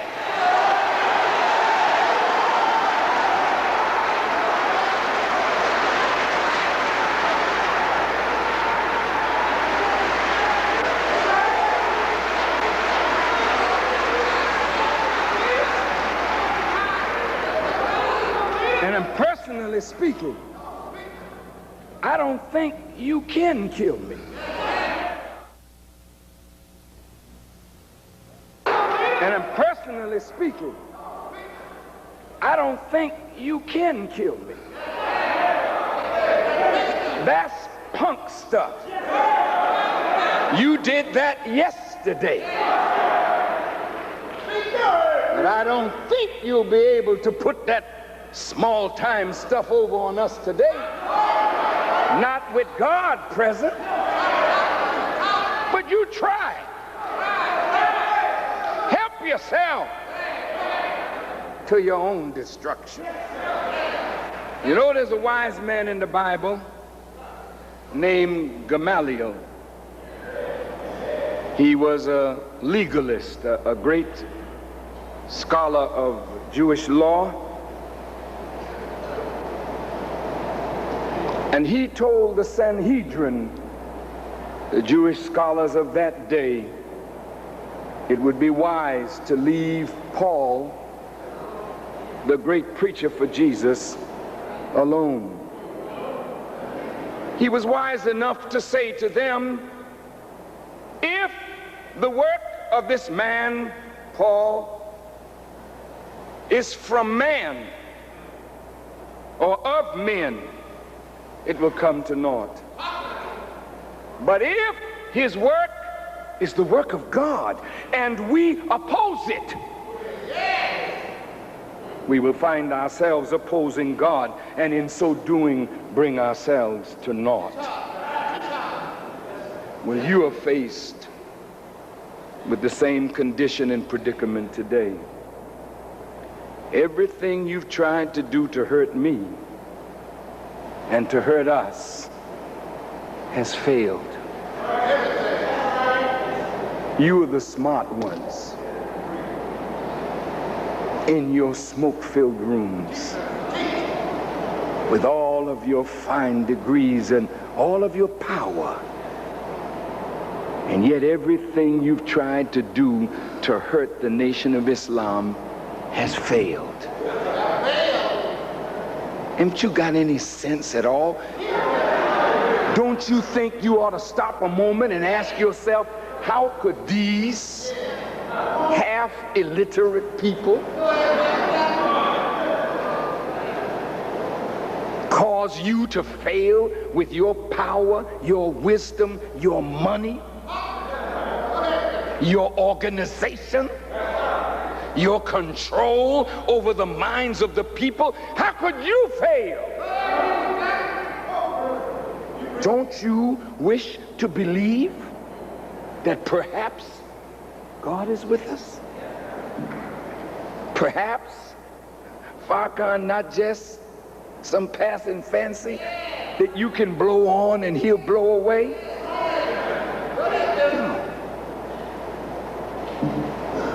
So you keep on trying. And the more you try such evils, the more you get tied up in your own deceit.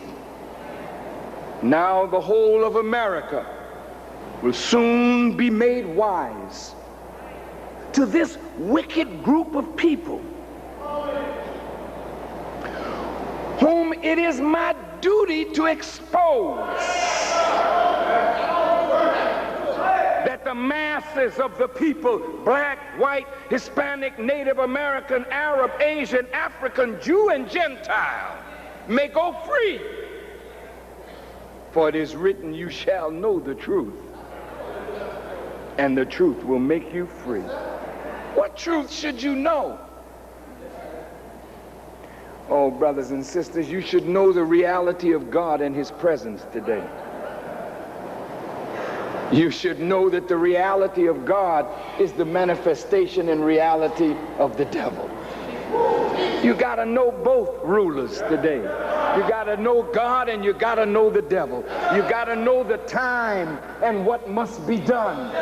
You have to know the true religion of God. And you have to know this handful of wicked families that are hell-bent on ruling the world and hell-bent on the destruction of America.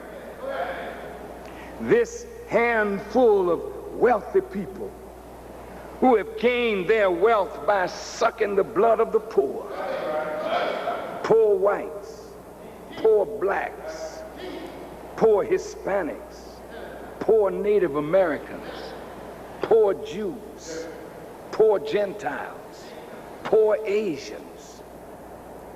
This group of families, they have no commitment to anything except their own desires to rule and to manipulate those whom they rule for their own evil purposes. The Honorable Elijah Muhammad has taught us, and it is now my duty as a free man to point out to you that you may rise up, black and white, poor and not so poor, to either take control of America for yourself, or your country right now is all but lost. Your leaders, many of whom are wise to the conspiracy that has robbed America of her greatness, but they have sold you out. I'm speaking of the white leaders. The black ones, we know where they are.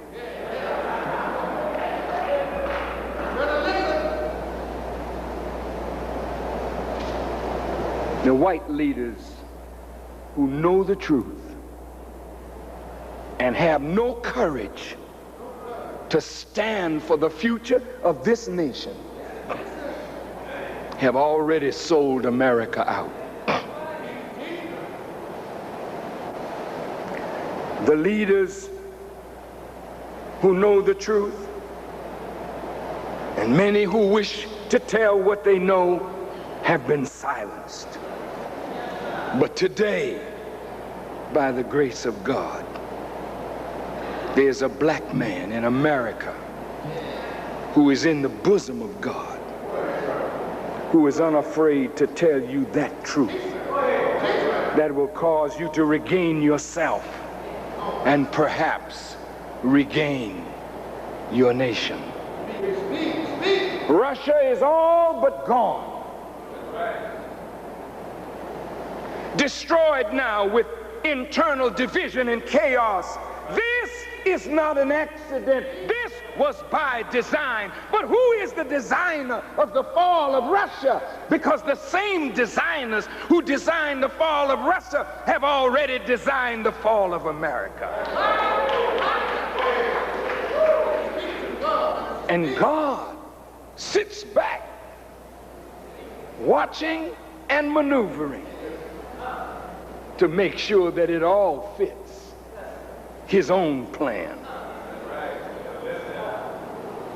Russia was financed by the international bankers of Europe and America. Trotsky and Lenin got their training and their money right here in America.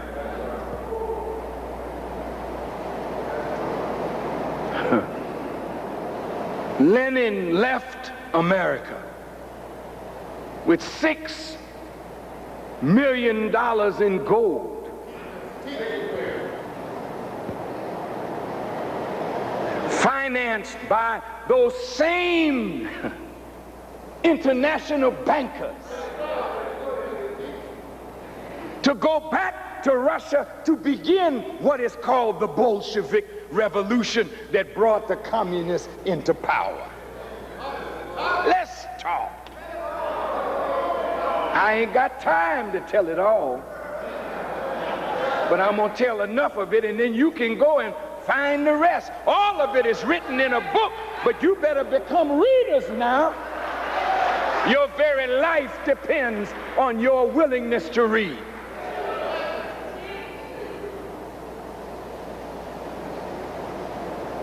The international bankers have always wanted what they call a balance of power in the world.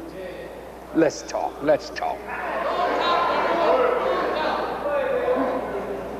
As I told you at our Savior's Day message, which if you don't have it, be sure to get it. It's part 1 of this subject.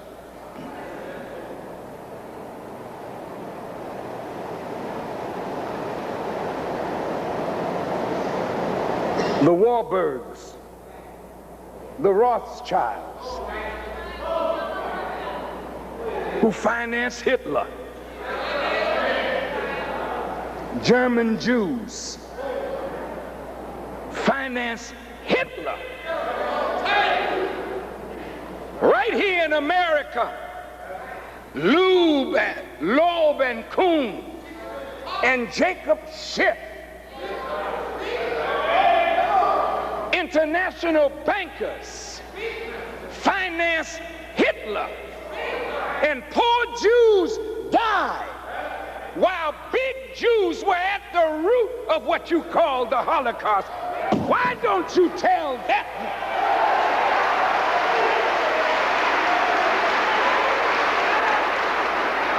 You can write this.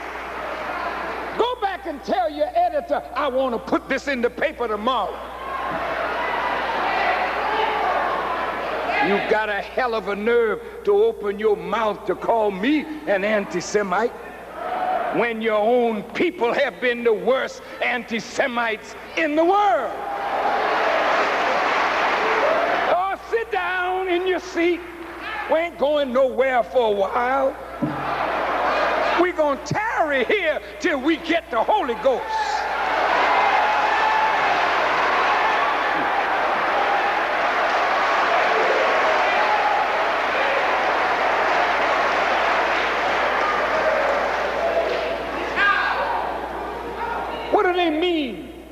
balance of power. This is how the international bankers get their money back from governments whom they have loaned money to. They manipulate your sovereignty and gradually take it away from you. They finance an opposing force. They create the opposing force, then finance it, so that there's a so-called balance of power in the world. As you recall my Savior's Day lecture,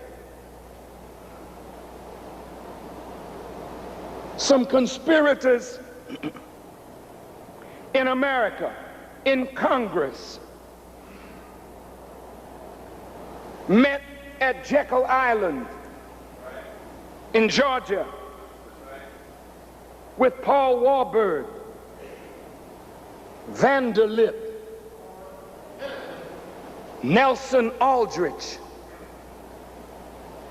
the maternal grandfather of Nelson Aldrich Rockefeller, a member of the U.S. Treasury. And they designed what later became the Federal Reserve Act. It didn't pass at first because America never wanted a central bank to be controlled by individuals. That was in the Constitution, and it's there now, that only Congress should have the right to print currency and the instruments of credit. But the international bankers from the House of Rothschild, who sent his sons into 5 countries. One son went to England, one to France, one to Austria, one to Italy, and one stayed home in Germany with the father. And through manipulation and money from that one son, they gained control of the Bank of England, the Bank of France, the Bank of Italy, the Bank of Austria. And private concerns began to print money in Europe. The Rothschild would finance both sides of all the European wars. They always wanted to get their hands on the Central Bank of America.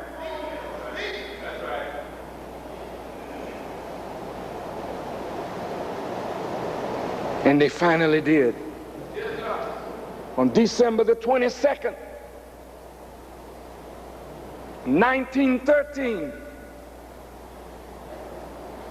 Congress passed into law the Federal Reserve Act. 2 months earlier, Congress and the same manipulators who crafted the bill that would later take control of the Central Bank of America, they also crafted from the second plank of Karl Marx's Communist Manifesto what they call a graduated income tax.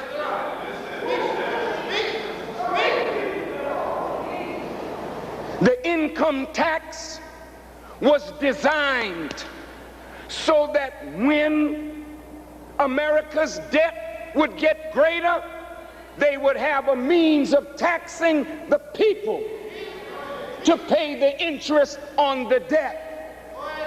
Now let's talk. Woodrow Wilson sold America out. Your president.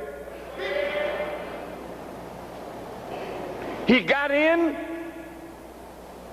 1912, financed by international bankers. In 1913, the Federal Reserve Act was passed, and in the same year, the IRS became law.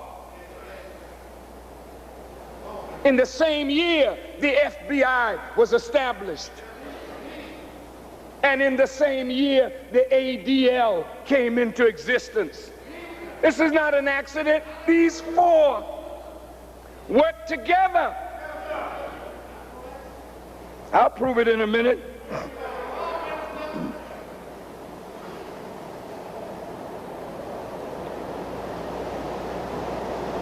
When Woodrow Wilson became president in 1913, just before the Federal Reserve Act became law, America's national debt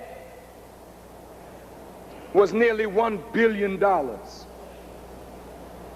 When Woodrow Wilson left office in 1920,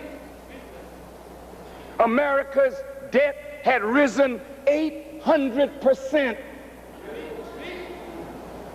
from 1 billion to 8 billion. How did the rich make America's debt grow? The easiest way to get money is to start a war. Woodrow Wilson campaigned on the platform that he kept us out of war, because the war had started in Europe. And if you remember, George Washington and the founding fathers did not want America to be involved in Europe's wars, because it looked like Europe was fighting every few weeks and the bankers were getting big money. But the moment the international bankers took control of the money by taking control of the Central Bank of America, the Federal Reserve, a war broke out in Europe. And the British sent Lord Wiseman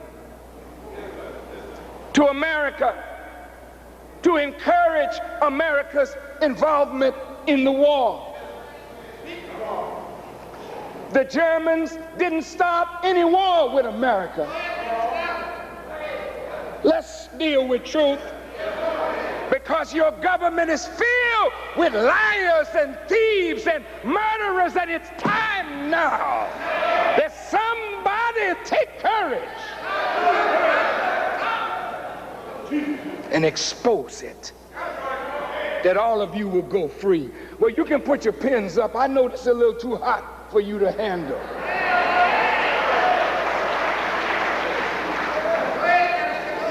I'm just warming up.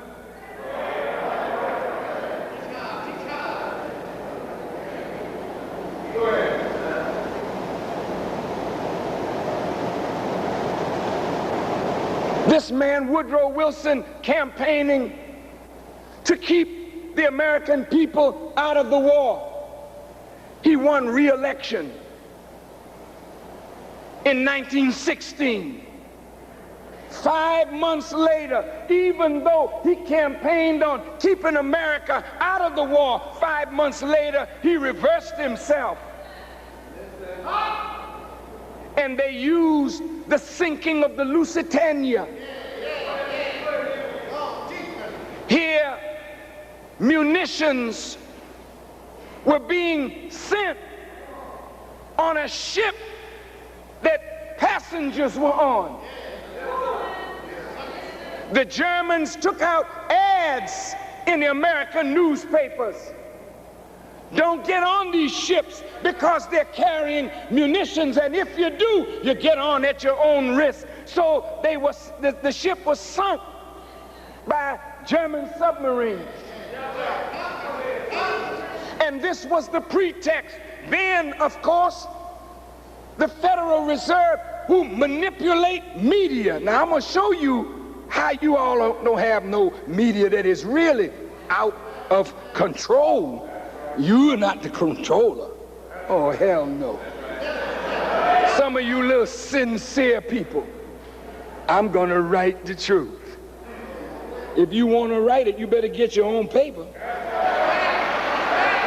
Or you won't be able to write truth in a Negro paper because the editors and publishers are frightened to death that they will lose their advertisers. You know I'm telling the truth. And most white newspapers, I'm talking about the big ones now. Somebody calling shots. We'll get to that in a minute. You're going to wish you had left me alone. I'm not going to ease up. I'm not going to ease up. From now on, every time I open my mouth, I'm going to tell more and more and more and more and more of the truth that exposes the rottenness of all of these Confederate forces that are the destruction of my people in particular, but the masses of human beings in general. Now, let's go back. 1917, America gets into the war. At that time, $1 billion in debt. Now, America got to borrow money to finance the war effort. Who's she borrowing from? Who is America in debt to?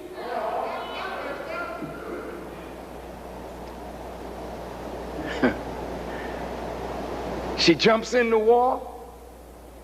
The war is won. And the politicians said it was a war to end all wars. Were they telling the truth? How could they be telling the truth when Jesus said there would be wars and rumors of wars, and nation would rise against nation and kingdom against kingdom? But this is just the beginning of sorrows. How could a so-called Christian campaign on a slogan that is against the prophecies of Jesus Christ? And how could Christians who say they believe the word vote for an outright liar? If you believe in Jesus. Boy, y'all are something. And it really, in truth, you're good people. But ignorance is our worst enemy. And because we are ignorant, we are easily manipulated by the wise, smart, crooked deceivers of the world. I'm going to move fast. After World War I was over, now listen to this. Max, Felix, and Paul Warburg, all three of them brothers, Max, Felix, Paul, and Lord Milner, another financier of Hitler. They met representing their countries at the Paris Peace Conference. See, after the war was over, these same bankers, they're going to carve up Europe now. Now listen. Let me just slow down a second. I don't want to take too much. But you see all these border wars going on in Africa, in the Middle East, in Europe. What do you think that's all about? You see, when a war is won, they establish the balance of power. Then they start cutting up, giving this to that one, this to that one. And the British are the slickest of all the demons. I mean, that British devil is a chief devil. Hey, yeah, they're devils. Hell yeah, they're devils. He's smart enough to make you think you British.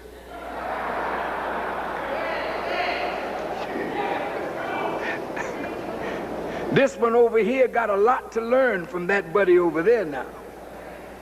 That's the master of tricknology. Look, man, when they go to war, they take a border from this one, give it to that one.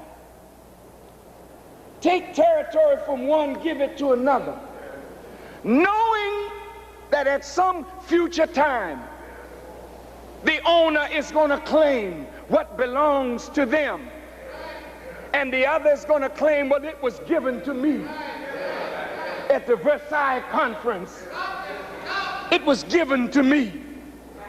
So then here come the international bankers again, financing both sides in the conflict.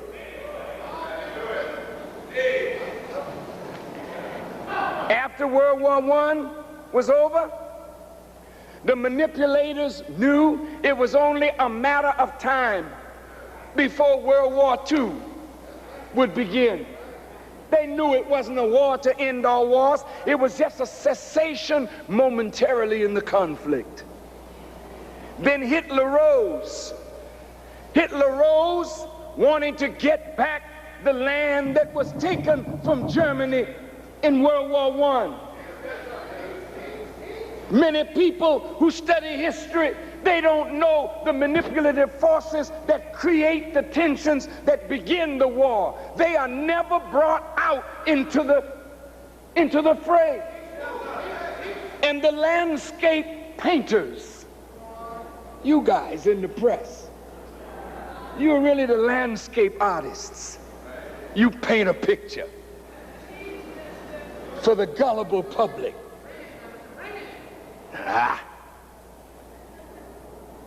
The crash in 1929 was engineered, well orchestrated. They can set inflation, deflation, recession, boom. They can do it all scientifically. It's interesting that the stock market before the crash had reached dizzying heights, almost like it is right now. And then all of a sudden the Fed put on the brakes after letting a lot of money out. It put on the brakes and tightened the money. Tightened the discount rate on money. People had to sell. They called loans. People had to sell stock in order to pay their debts. Stock market crashed. But the wise insiders had already prepared and made a boom while the majority of the stockholders went bust. I wonder, will history repeat itself? In a few days, we'll see. After World War II, America gets involved again, late. See, after World War I, the international bankers and these birds, they wanted a one world government.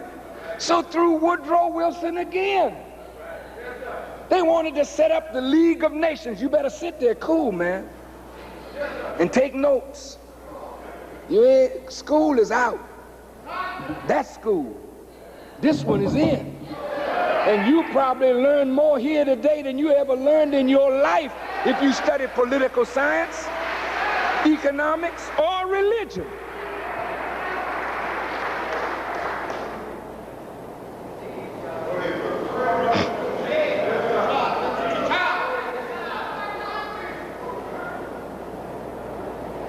Where was I? Yeah, the League of Nations. And just as the table was set for America to come in, America backed out. The League of Nations died. But the international bankers really wanted to get America involved in this thing. World War II set up. Got America in the war. Borrowed a lot more money. International bankers happy. Gonna charge a lot of interest.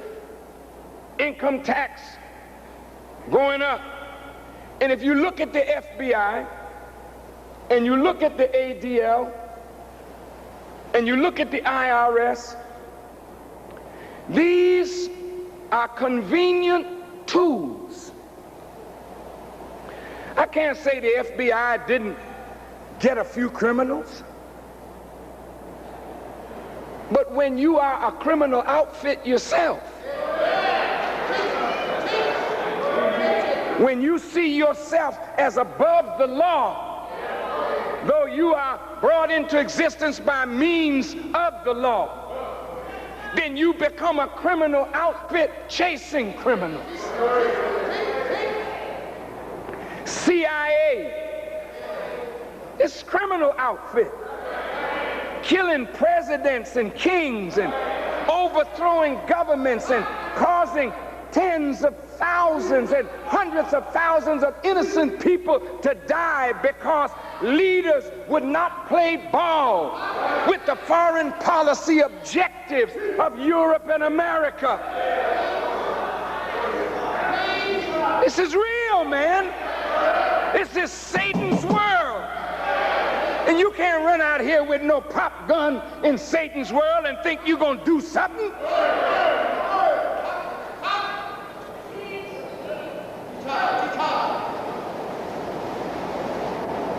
The thing that Satan is most afraid of is truth. Now let's see what happened. After World War II was over, Russia and America that had fought side by side to defeat the Germans, the Italians, and the Japanese. But when the war was over a few days later, there was a Cold War between the Russians, the Americans, the communists, the capitalists, the East and the West. And the root of communism and the root of capitalism is the same group of people.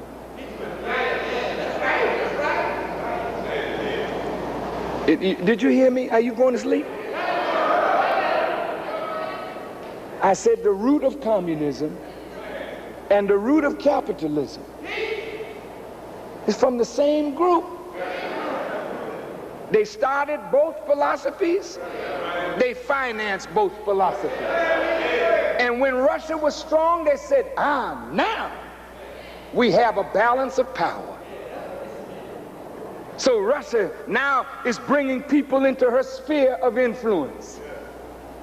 China, many others, under Karl Marx, Lenin, Trotsky, financed by wicked bankers, many of whom were Jews.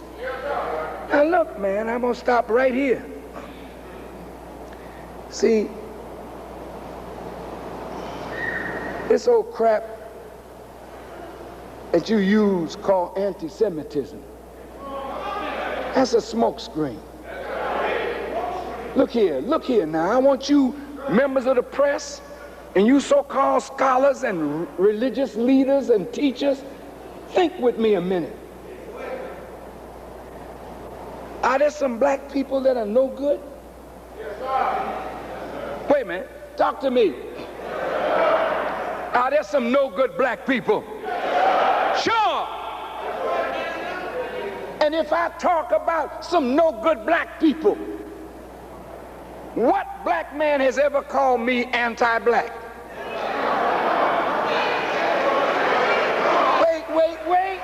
Wait. If you listen to my lectures, I take on the evil of our own self, beat it down, and try to encourage righteousness where evil exists. Nobody calls me anti-black. Are white people sacred? Hey, wait now, wait, I gotta ask the question because some of you are a little slow in answering. I ask, are white people sacred? You're damn right they're not.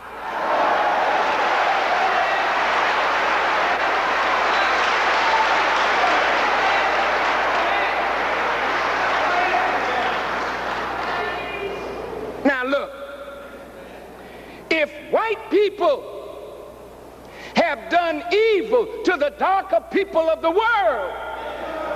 And somebody points it out. Does that mean I'm anti-white?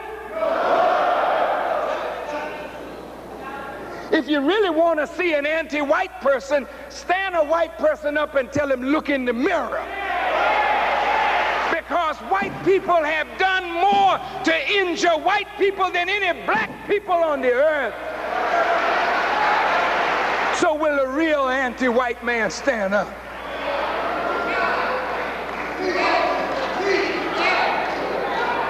You all had a 30-year war in Europe against yourself. Well, we weren't killing you. You're killing your dumb self.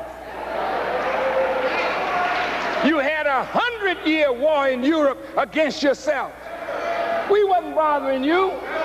We were busy killing ourselves.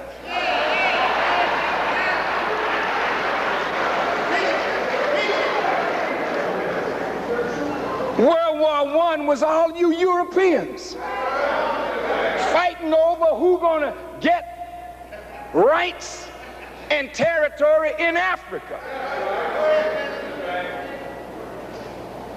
So don't tell me nothing about anti-white and that if I point out your evil, all of a sudden I'm a racist. You just frightened of truth. Let's tell the truth. You don't mind writing it in your books, but don't let one of your ex-slaves read your book and then read you. Now he's uppity.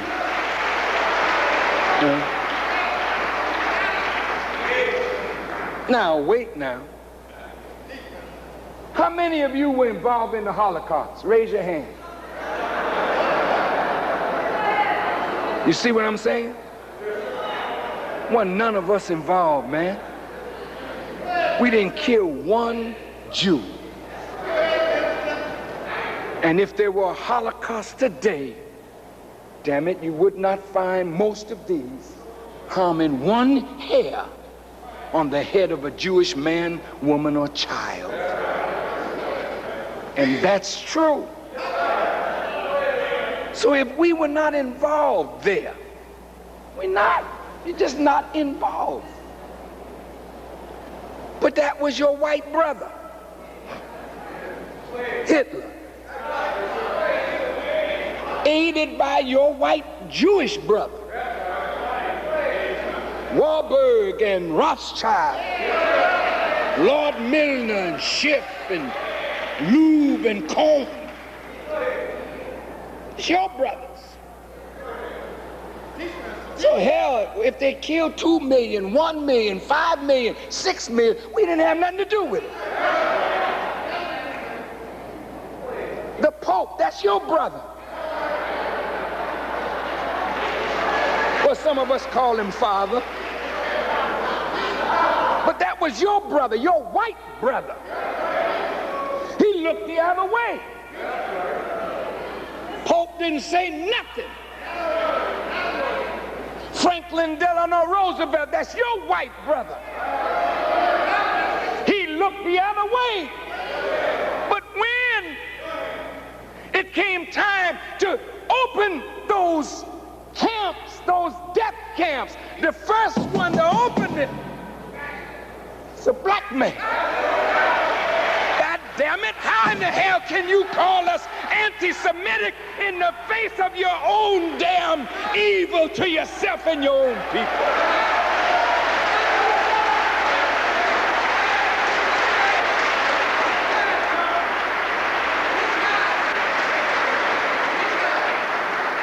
I know you don't like my language. I don't like it either. But I'm angry as hell. You know that? And sometime if I didn't cuss, I'd kill.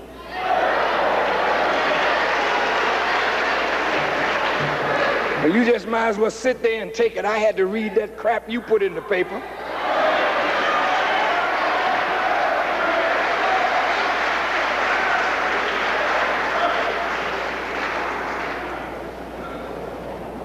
You killed each other.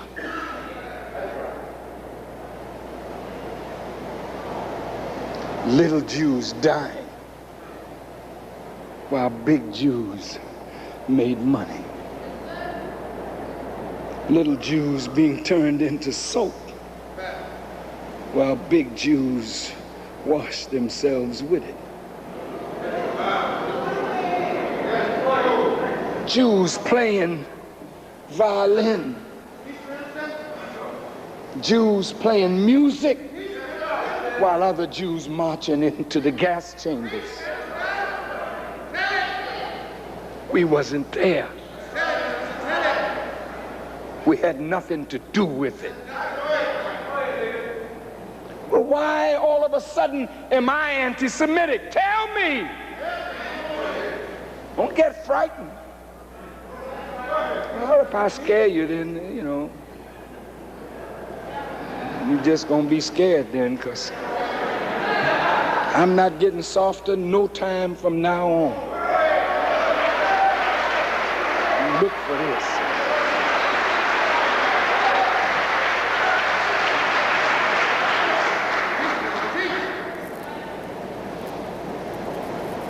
How did I get to be an anti-Semite?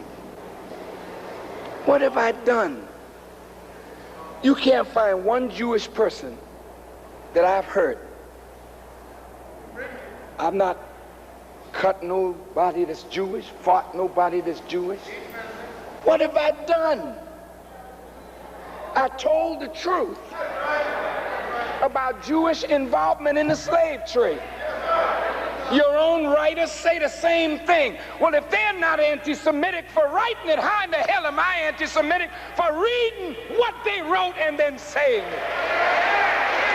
Come on, reason with me.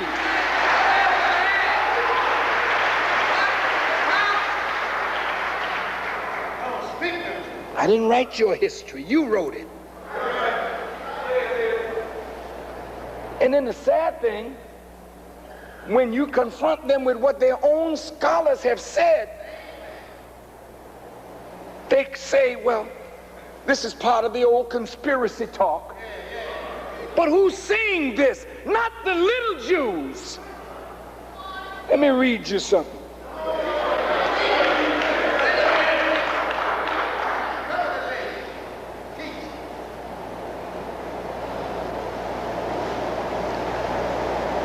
Listen. This is on page 46 of this little book, None Dare Call It Conspiracy, by Allen, which I'd like to get 10,000 copies of it, have everybody read it. If it's a lie, I didn't tell it, I'm just reading now.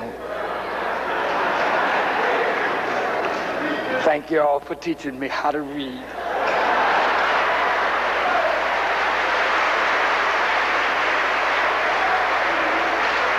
It says, one major reason for the historical blackout on the role of the international bankers in political history is that the Rothschilds were Jewish. Listen, anti-Semites have played into the hands of the conspiracy by trying to portray the entire conspiracy as Jewish. Nothing could be further from the truth. The traditionally Anglo-Saxon J.P. Morgan and Rockefeller international banking institutions have played a key role in the conspiracy. But there is no denying the importance of the Rothschilds and their satellites. However, it is just as unreasonable and immoral to blame all Jews for the crimes of the Rothschilds as it is to hold all Baptists accountable for the crimes of the Rockefellers. Listen, the Jewish members of the conspiracy have used an organization called the Anti-Defamation League. Oh, I'm going to read that one again. I'm going to say, I got to slow down because I want you to get this. The Jewish members of the conspiracy. What conspiracy? The international banking conspiracy.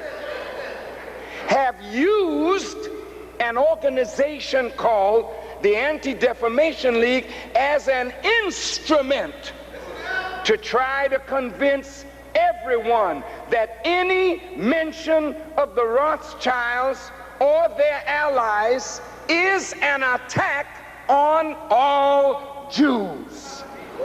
In this way, they have stifled almost all honest scholarship on international bankers and made the subject taboo within the universities. Now let's go on. I'm still quoting.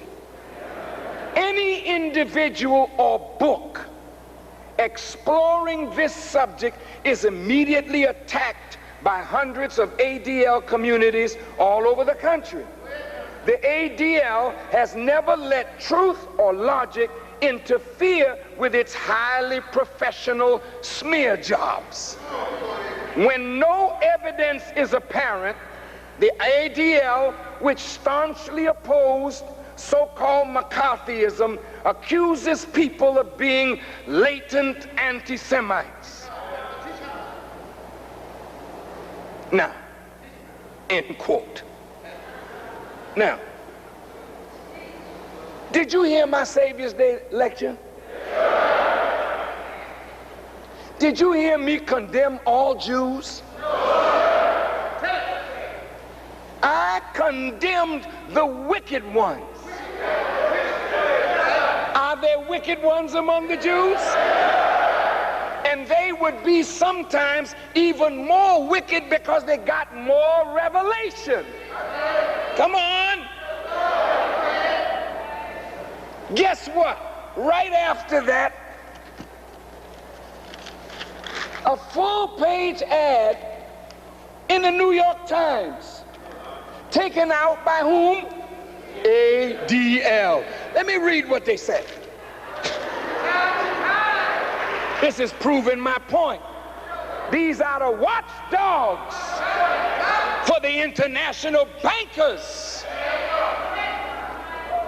They are the watchdogs for the secret government that manipulates presidents and Congress. I gotta tell it, man. Most all your black congressmen are honorary citizens, members of the Knesset. Did you know that? Most senators, black and white, honorary members of the Knesset. You all do your homework and tell me how many there are. The hell, are you an honorary member of Ghana's parliament? Any African government's parliament? Watchdogs. Attack dogs. Farrakhan attacks Jews, Catholics, and others. Listen to this. The Nation of Islam has a well-documented public record of racism and bigotry.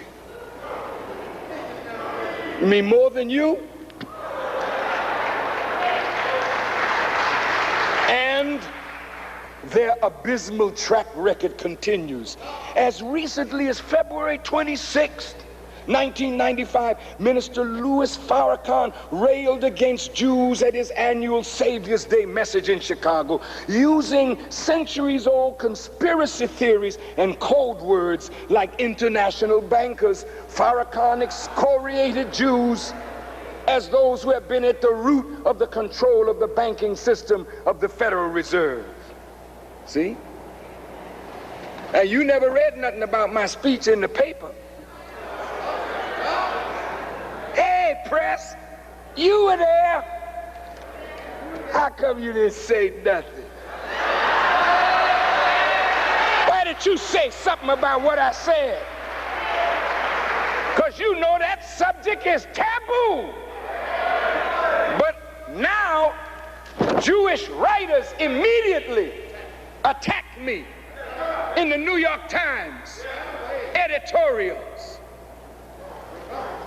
What are you afraid of? You're afraid that people will know the truth and go free. Well, I think I can begin to close this. The international bankers are waxing rich, have waxed rich in this East-West struggle. The Russians put the first cosmonaut in space. Kennedy had to get his man up. The space program was put into existence. Where they get the money from to finance it? The debt kept growing. The debt kept growing. Russia developed this kind of jet plane, this kind of tank. They come before Congress and the Appropriations Committee for more and more money to develop more technology, more weapons. We need more nuclear weapons, more this, more that. So the arms race, who did it enrich? The international bankers. And when Russia collapsed, what was the first thing they agreed to do? Scrap some of their nuclear weapons. Who paid for it? Taxpayers. Who's paying the interest on the debt of weapon systems that you better not use? It's the taxpayers. It's the kind of government you live in. Oh, I ain't finished. Russia has collapsed, leaving only America as a superpower. But America, the greatest nation in the last 6,000 years, is all but taken from the people who claim to be citizens and who believe in her promise. This country has just about been taken. Oh, there's a scripture in the Bible. It reads like this. It is in Ezekiel, the 21st chapter. It is wrapped up and made bright and ready for the slaughter. America's already wrapped up. Who wrapped up this country? What is she wrapped up in? How did she get made ready for the slaughter? Well, let me just point it out. You got a couple more minutes. I got a few.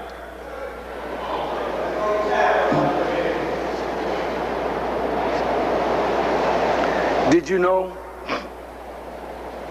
that there's been a carefully orchestrated scheme going on in this country to set the whole country up, to break it down so that it would become a part of a world government, not the world order that Bush is talking about. Bush was just promoting something that is in the interests of people of big, big money. Russia's already broken. Now, how are they going to break this country? Well, she's really already broken. She's nearly $5 trillion in debt. You can't even imagine that kind of money. The interest on the debt alone is over $300 billion a year. You didn't hear me, did you? Somebody getting fat off America. Somebody got control of the country. And you can't even see that your elections are a sham. Who you voting for? Well, we're voting for it's either Clinton or Bush or the other fella. Whoever can make a wave in their hair and put their hand in the pocket and sound like Kennedy. This is all show business BS, man. And the masses of the people are being manipulated to think that you voted for somebody to have supreme power. That man ain't in no supreme power position. Your government has been taken over already. Now let's see what part you play in this.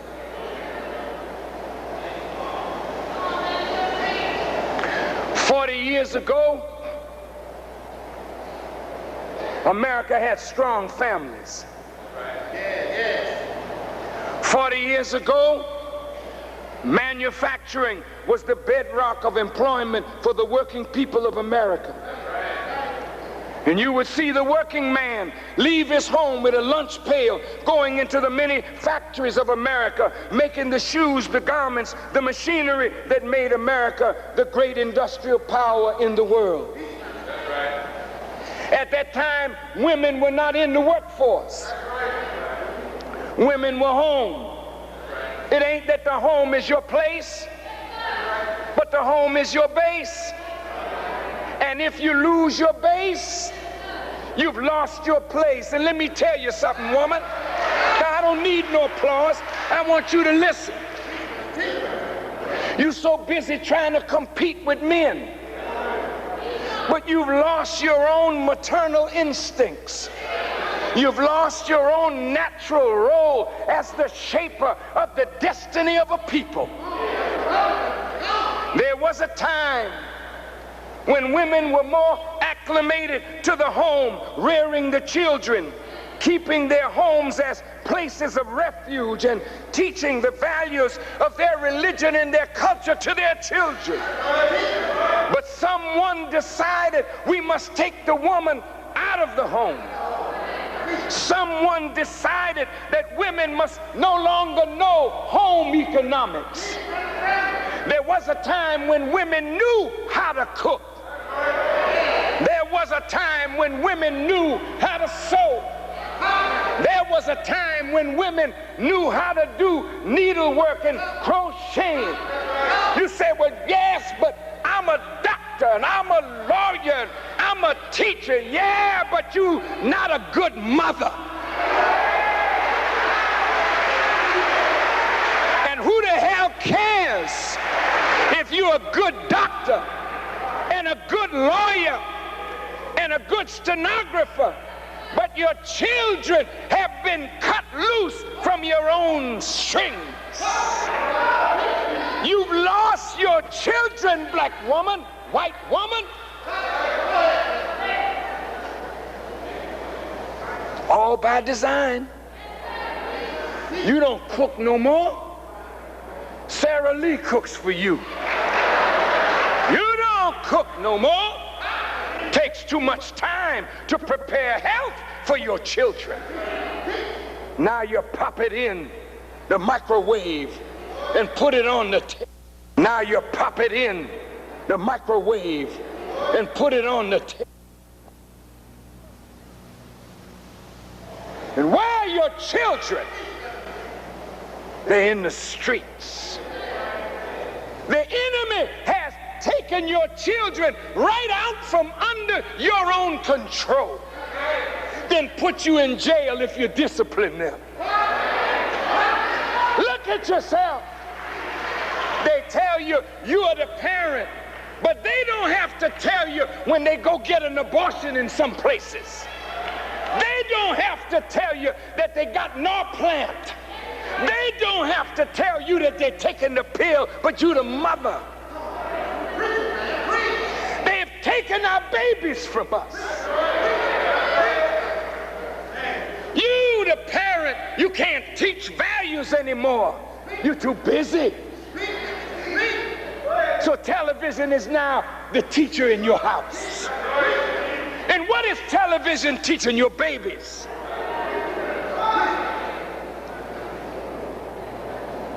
You come in any time of day or night, MTV is on. Children rocking and rolling, shucking and jiving, stepping and dancing, behinds twisting and shaking.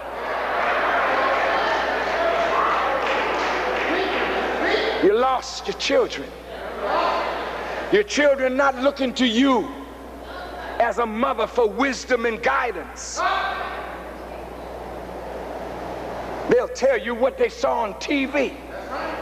I saw Oprah's show, and Oprah said. And I saw so-and-so, and they said. You ain't got no more say-so. They've taken over.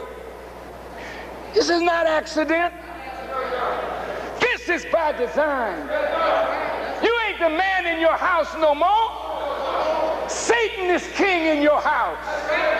He rules your wife and your children. Try and tell your wife, take that damn lipstick off. Try and tell her, hey baby, cover yourself. Try and make your daughters righteous. See what they'll tell you. But,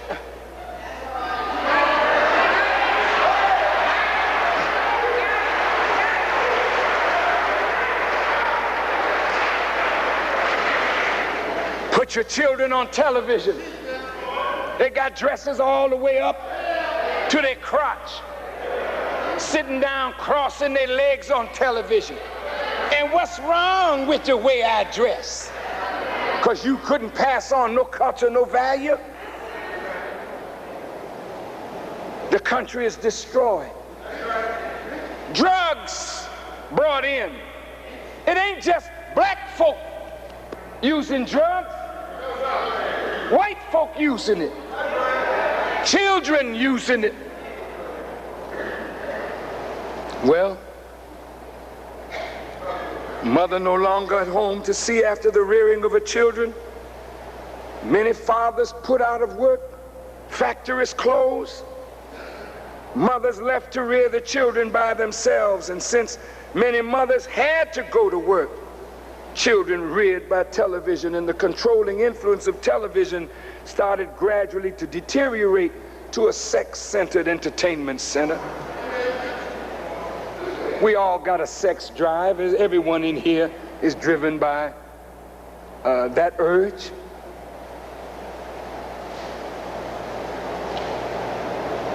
But my God, if everything you hear is I want to freak you, your own black woman on television with a string in her behind, showing yourself in a most disgraceful way? How are you going to have your children look at this and then you tell them that's indecent when it's on TV?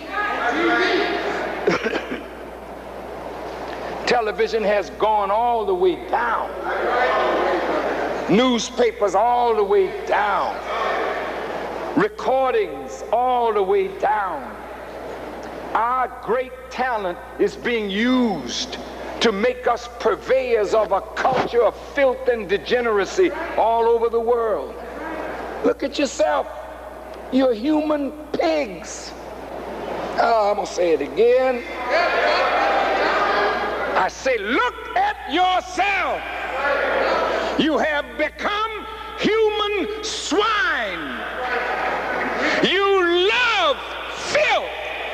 And the more low down and dirty the thing is, the more you like it.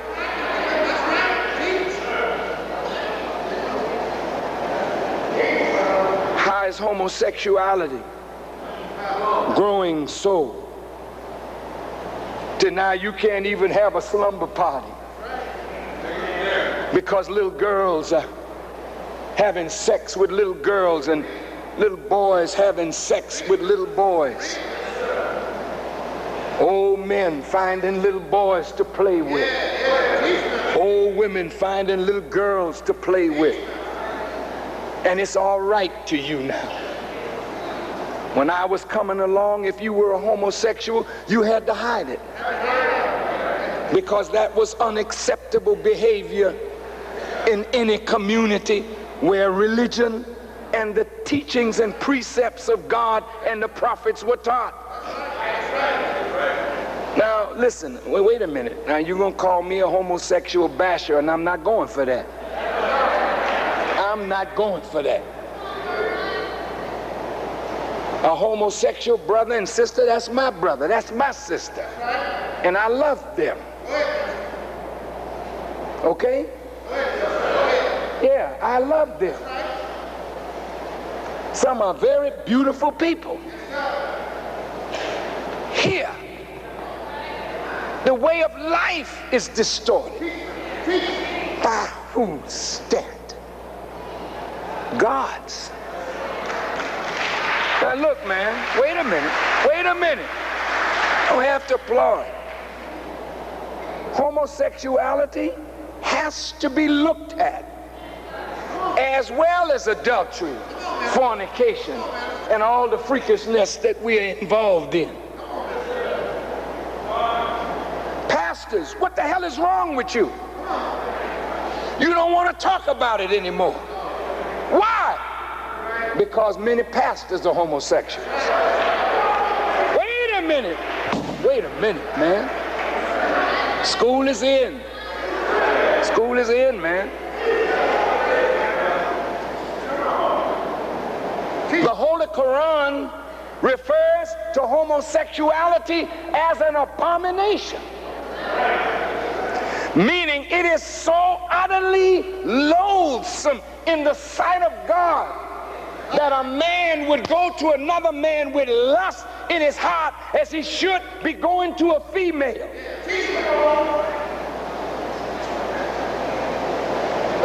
I hope I ain't hurting your feelings,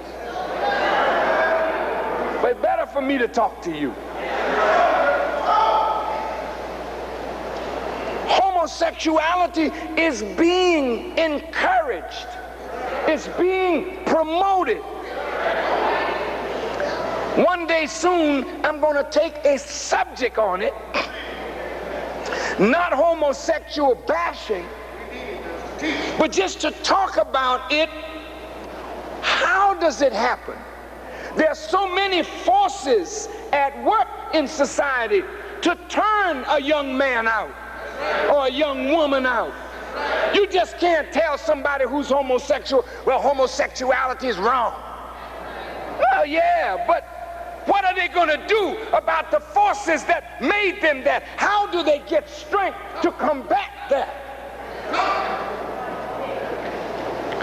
All sin has to be engaged in struggle.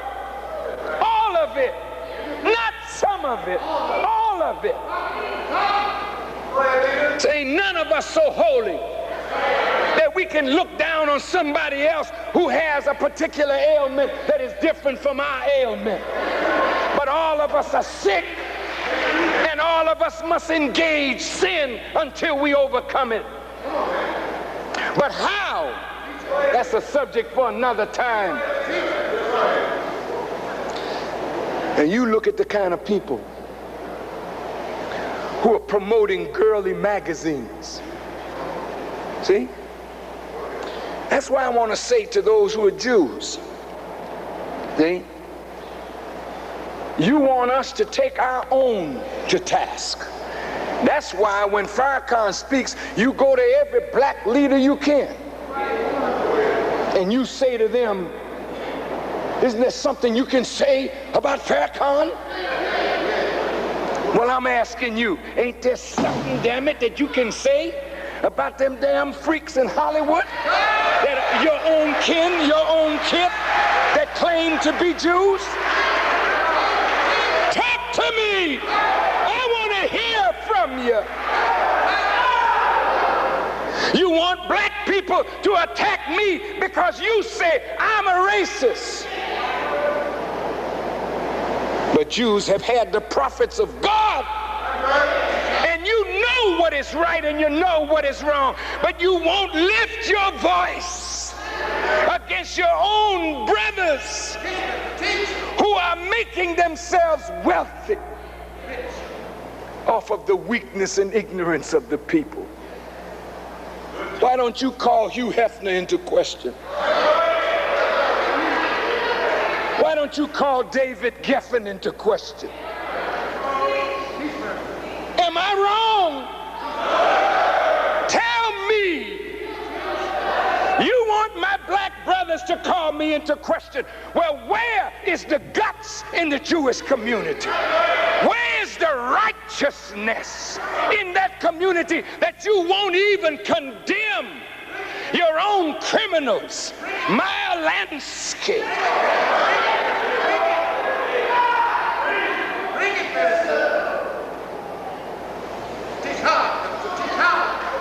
Many of the criminals, the Italian criminals, put money in the Catholic Church. Tell me I'm a liar. Damn it, but if I know you got dope money, I won't take your money. I don't need a whore's money. And if I know you're whoring, you can't give me a damn dime. You don't come to me saying, I made a killing off the numbers and I'll take your money. Keep your damn money. I'll get mine, but I'll get it by following righteousness.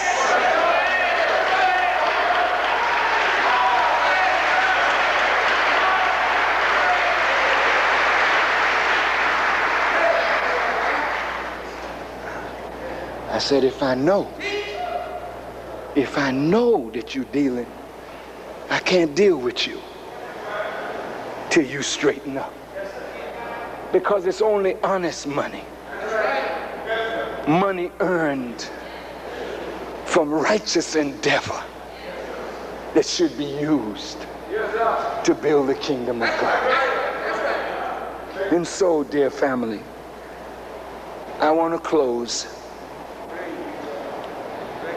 I hope you don't think so hard of me. But if you do, it's all right. America is going down. They have destroyed the educational system. It's gone. It's gone, man. When I went to school, by the time I was 15 and 16 years old, I had at least 4 years of Latin, 2 years of German, 2 years of Spanish, 1 year of French. I had medieval history, ancient history, American history, and modern history. I had algebra, geometry, solid and plane.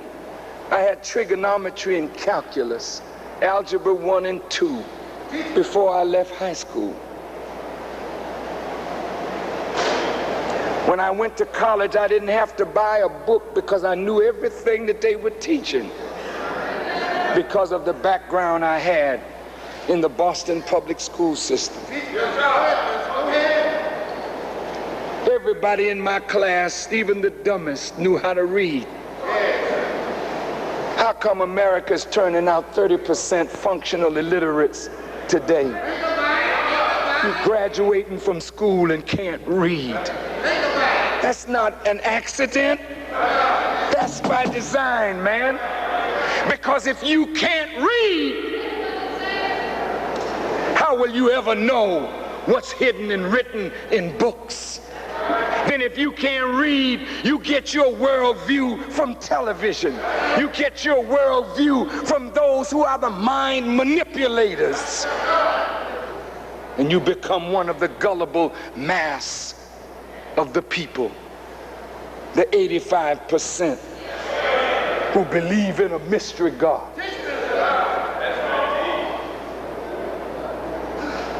And so, beloved, in my conclusion, the dollar is all but gone. This dollar used to be called a silver certificate. Everything over $5 at a certain point was backed by gold. And silver backed it all the way up.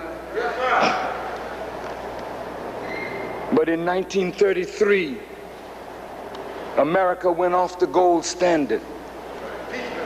and the dollar wasn't backed by gold anymore. And sometime thereafter, it went off the silver standard, and all silver certificates were pulled in, and a Federal Reserve note was handed out. When I was a little boy, you could get $1 and it would say, "Pay to the bearer on demand."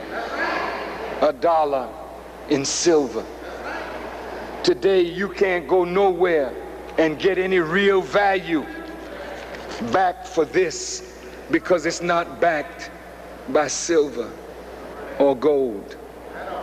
Now the Honorable Elijah Muhammad, in his book Message to the Black Man in America, said America's great wealth, her dollar, is now fallen to pieces. He said that whoever took America off of the gold and silver standard, when that was done, America's financial doom was sealed. At the time of the writing, the English pound sterling had lost 50% of its value, and America's dollar has lost everything now as power backing for her currency. Today, the currency of America is not backed by any sound value, silver or gold. The note today is something that the government declares it will give you the value in return, but does not name that value. But they're not backing this currency anymore with silver or with gold. Well, what should we expect in the very near future under the fall of America's dollar? This could mean that we would have 100% inflation. Well, what could happen under 100% inflation?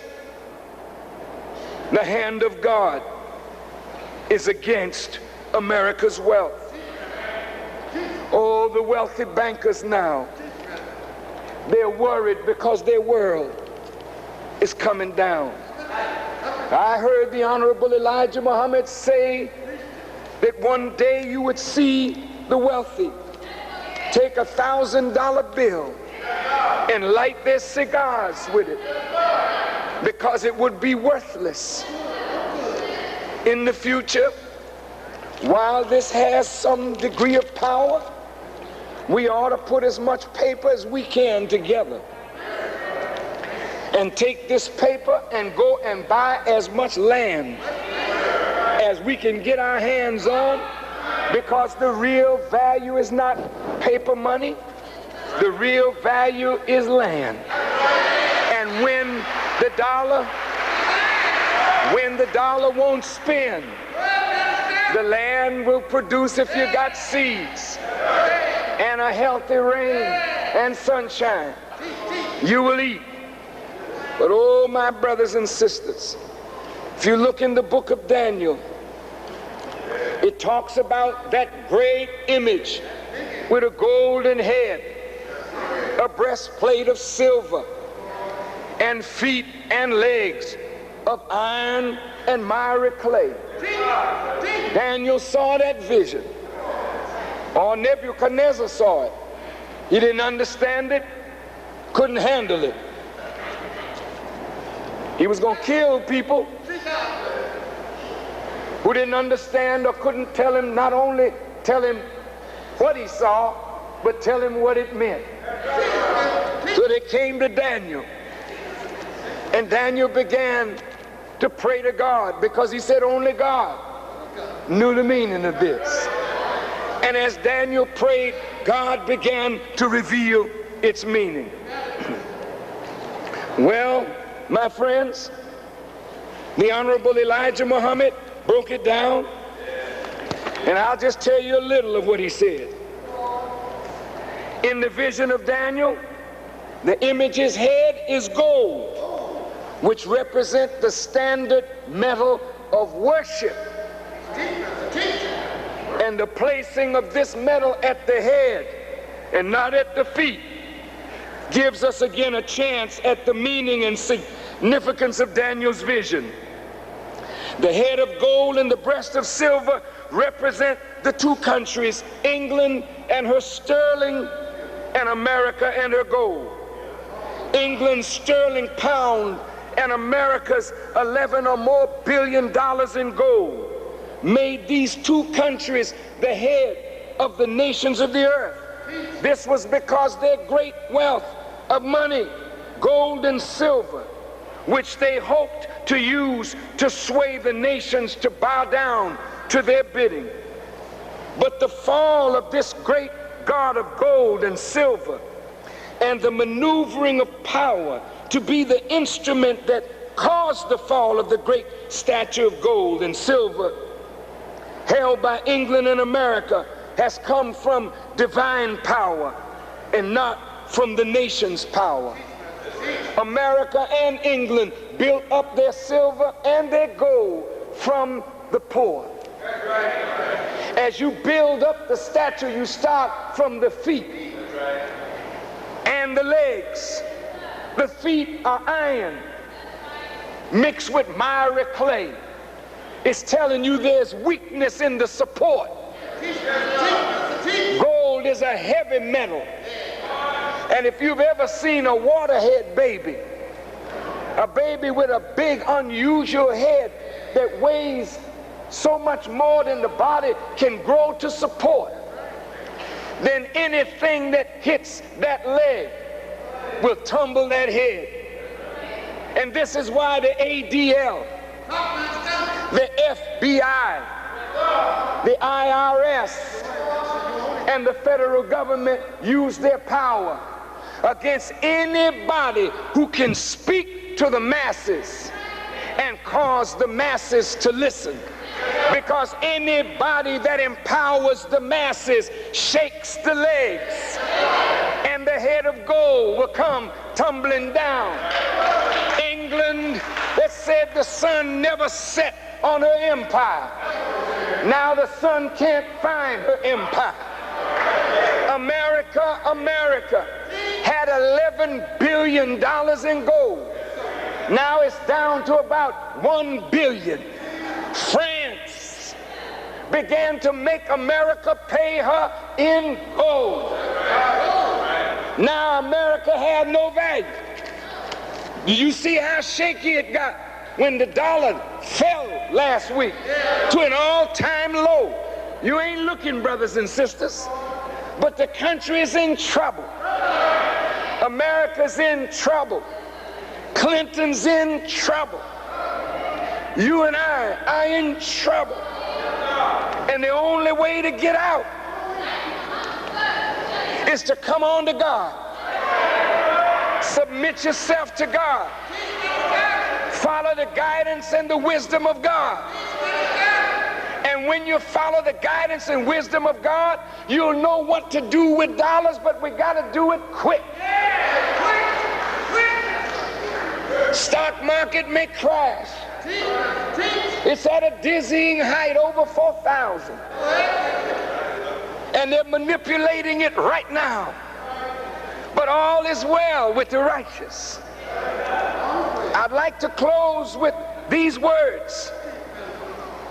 To all of you who are looking by satellite, all of you who are listening,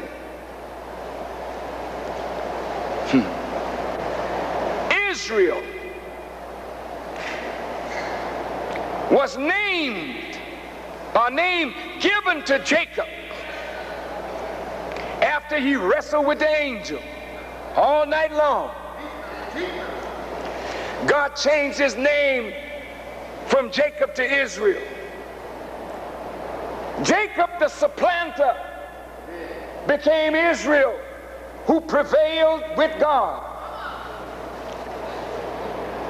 Old Israel prevailed, but prevailed because God allowed it. God allowed America to wax strong. God allowed America to become the greatest nation in the last 6,000 years. God allowed communism to come up. God allowed it all to happen. But now there's a new Israel. You may not want to believe it, but the God that I represent is the same God you read about in the Old Testament. That was the God of a nation, and that he threatened to kill all the enemies of Israel. Not that Israel in the Middle East, but the Israel that it's talking about is called the Nation of Islam in the West. Listen, listen, listen. I know you're plotting against us, but I want to tell you what my God is poised to do for you. Within the next 30 days, I want you to look at the natural calamities that our God will bring because of your evil plans against his nation. I don't care who don't like the Nation of Islam. The God of the nation, a living man, a human being, Master Farrakhan Muhammad, take it or let it alone. He is the Lord God of Israel. Just leave it alone if you can't handle it. But I'm telling you, our God can't wait for you to make your move. I'm in America as a dare. He dares you to touch me. Come on if you want to die. Come on, government of America. Do what you gotta do so that the God of the nation of Islam that you have thought was the Jews of yesterday. Remember your Bible, Christian. The Jew is not the Jew outwardly, but the Jew is the Jew inwardly by the circumcision of the heart. All of these wicked ones who have given Judaism a bad name, they are members of the synagogue of Satan. And unless the righteous Jews condemn and cast out the wicked Jews, then all will partake of the wrath of God. I warn you in the name of Allah, leave us alone. Your time is just about up. The last 6 in the number of the beast, which is the number of a man, 666. The last 6 represents 60 years of grace. I'm at the end. If the scholars say the world of Satan ended in 1914, 60 years from 1914 brings you to 1974. A lot happened in 1974. The whole nature of the climate changed. But you marked your calendar wrong, because grace hadn't come in 1914. God had to extend you his grace. He came in 1930. And it took him 3.5 years to prepare grace. And he put grace in the midst of you, America. Not a white man, but a black man from Georgia. He's your grace. He showed you your evil, but he gave you a way out, that if you repented and did right by the children of God, the new nation of Israel, one who will prevail with God, who is here to supplant your world. If you would do right by us, God will give you an extension of time. Elijah Muhammad started his mission free of Master Farrakhan in 1934. Now you mark 60 years from there. He said 60, you're to get no more than 70 years of grace. So here we are, 1994, mark the end of grace, and you're in the last 10 years of your power. Now you're looking at Europe, a boiling cauldron. Oh, America is going to break out into war over there. But this time the international bankers are not going to prosper. Because when Master Farrakhan Muhammad was 6 years old, he came into the knowledge of what his mission was. As Yaqub at the age of 6 came into the knowledge of his mission, Master Farrakhan saw himself pushing the Rockefellers, the DuPonts, the J.P. Morgans, the Warburgs, the Schiffs, the Vanderlips. He saw himself pushing them into a lake of fire. This is the end of your world, Satan. We locked in this struggle. I know you think you're gonna win, but Satan, your stuff is finished. Your game is over. Now, between here and 2004, this is the end of your time. America can survive, or America will die like Egypt, Babylon, Rome, Sodom and Gomorrah, and all the other wicked kingdoms of the past. You can take it or let it alone. You don't have no redemption power left. You wicked and adulterous generation that seeketh after a sign. There's no sign for you but the sign of Jonah. As Jonah was in the belly of the whale 3 days and 3 nights, so shall the Son of Man be in the heart of the earth. And now we have come to you like Jonah went to Nineveh. And unless you put on sackcloth and ashes and repent of your evil, America, you are finished. Finished as a power in the world. Finished as a great nation. And it will be your own leaders who led you down the path of hell and destruction. And this is why I'm calling for a march on Washington. A march on Washington.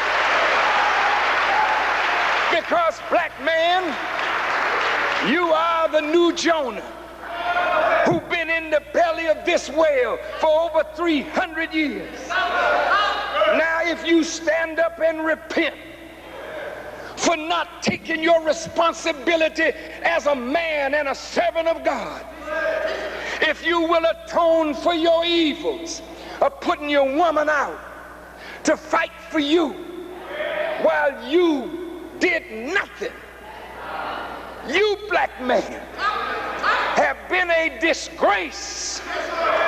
But God is calling on you to turn around and take your responsibility. But you gotta repent, and you gotta clean up. And going to Washington is like Jonah going to Nineveh. We're gonna call on America in a day of atonement, a real day of atonement, to atone for your evils to the Native Americans. Atone for your evils to our fathers and mothers.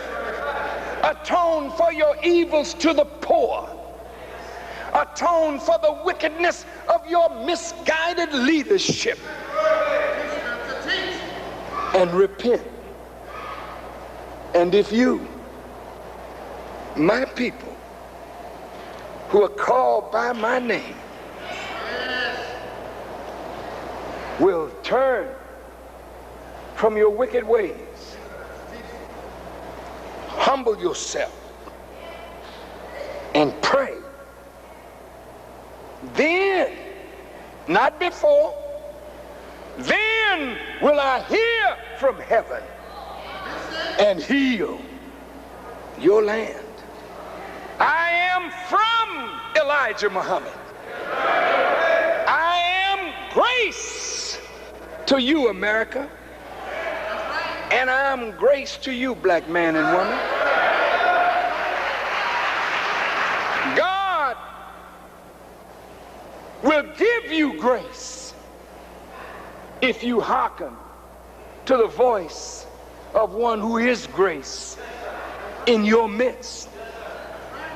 God will give you grace, America, if you recognize that I'm telling the truth, which you already know. And if you recognize that you can't solve your problems, but God can solve your problems if you let him. But if you try to kill grace, I ain't talking about Daddy Grace. I've never claimed nothing for myself, and I don't have to.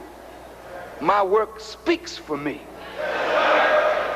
But I am grace to you. But if you try to harm me, if you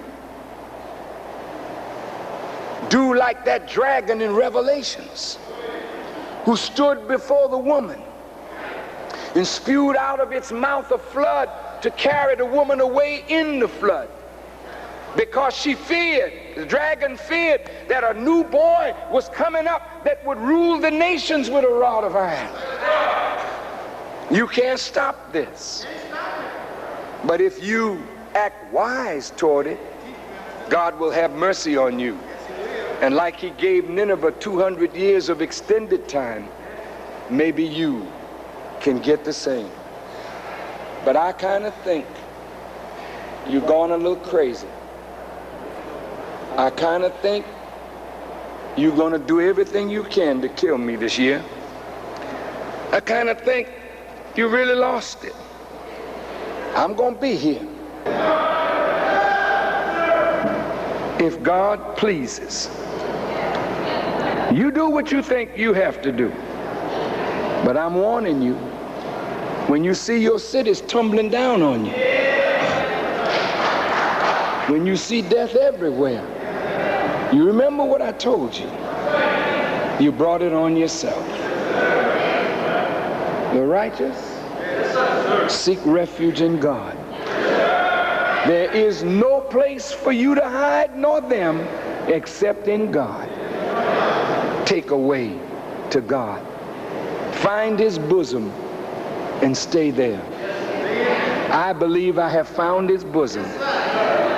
And so, yea, though I walk through the valley of the shadow of death, I don't fear any evil, because I know that God is with me. And so as I leave you, on behalf of Kubila Shabazz, and on behalf of the Shabazz family, I'm asking all of us to stand up for Kubila. Not stand up on. I'm asking all of us to recognize what the FBI has done. They manipulated the daughter of Malcolm X. They manipulated the murder of the father. Yes, sir. And now they want to manipulate the daughter to go to prison for supposedly paying somebody $250 as a down payment to kill me. The government has agreed, from what I understand, to drop the charges if Kubila will permit herself to be sent to a mental institution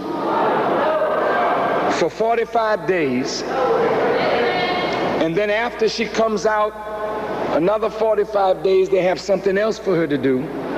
She must sign a paper saying that she will not ever use the word entrapment, that she was entrapped, and she must apologize to the government of the United States. Now, brothers and sisters, that's as low down as you can get. The U.S. attorney who's handling that is U.S. Attorney David Lillehaug, Lillehaug.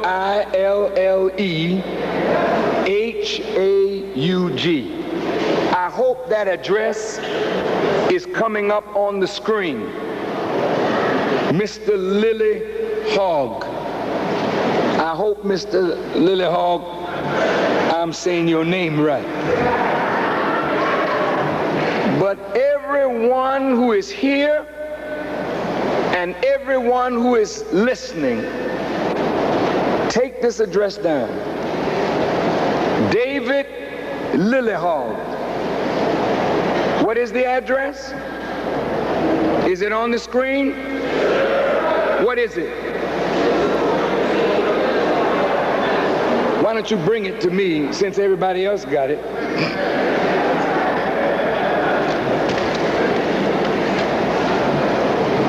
Mr. David Lillehaug, U.S. Attorney, District of Minnesota, 243 U.S. Courthouse, 110 South 4th Street, Minneapolis, Minnesota, 55401. Now don't get discouraged, that's a lot of writing. But if you don't want to write a letter, just get a postcard. And all you gotta say is, set Kubila Shabazz free with no strings attached. Or anything else you might want to write. I mean, no, nothing like that. Then you ought to write a letter to the Attorney General, Janet Reno. Janet Reno, Attorney General, U.S. Department of Justice, 10th and Constitution Ave Northwest, Washington, D.C., 20530. Every one of you should have been given this when you came in.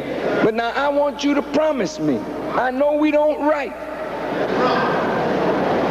but I want you to write this time. We want to amass public opinion to make the world see that something is wrong with the justice system. You know this man, Fitzpatrick or Summers, was a member of the JDL, which is akin to the ADL. And he is on the payroll of the FBI. See how they all hang out together? I think that all black organizations should make up their minds that we will not talk to the ADL. We will have nothing to do with that gangster group that has spied on Martin Luther King Jr., spied on his father, spied on black people, turn over our files to the governments in South Africa, work with the FBI to destroy black leadership, while at the same time they put on a face that they're fighting against anti-Semitism. Well, let's leave them alone, in the sense that none of us as black leaders, none of us as black organizations should take a dime from them. And if you really are representing your people, your own people will support you.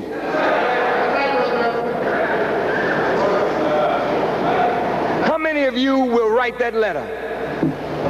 Is that a promise? Is your word bond?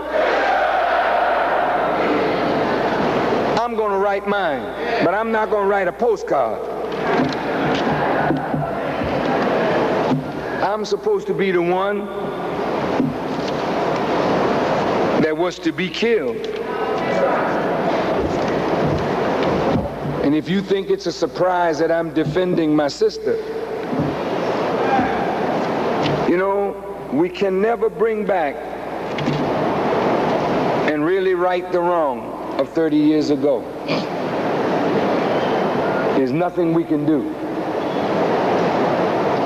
30 years ago is 30 years ago. But we don't have to allow the evil of yesterday to corrupt today. Kubila, Shabazz, and the whole Shabazz family, my sons and daughters, the Honorable Elijah Muhammad's sons and daughters, Martin Luther King's sons and daughters, Jesse Jackson's sons and daughters, they should be the vanguard of a new era for black people, free of the scars of 30 years ago, free of the pain that each of us have suffered, free of the mistakes and the errors that we have made in struggling for the justice of our people. Let the children go free.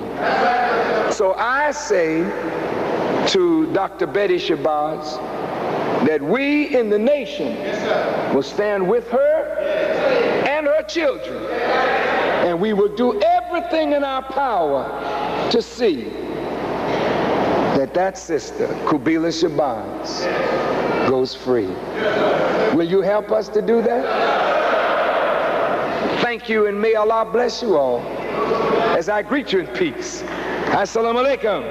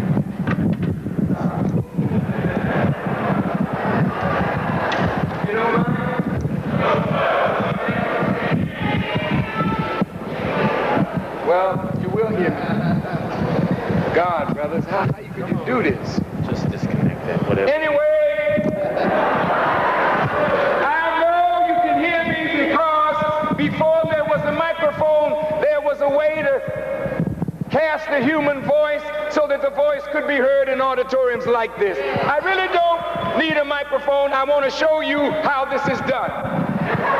See, this is done by the use of the diaphragm, pitching the voice against these natural, we say, resonators of the human voice. And there is no strain, no pain, just knowing how it should be done. And now, as I'm about to leave you, my friends, no, I just thought I should take this mic.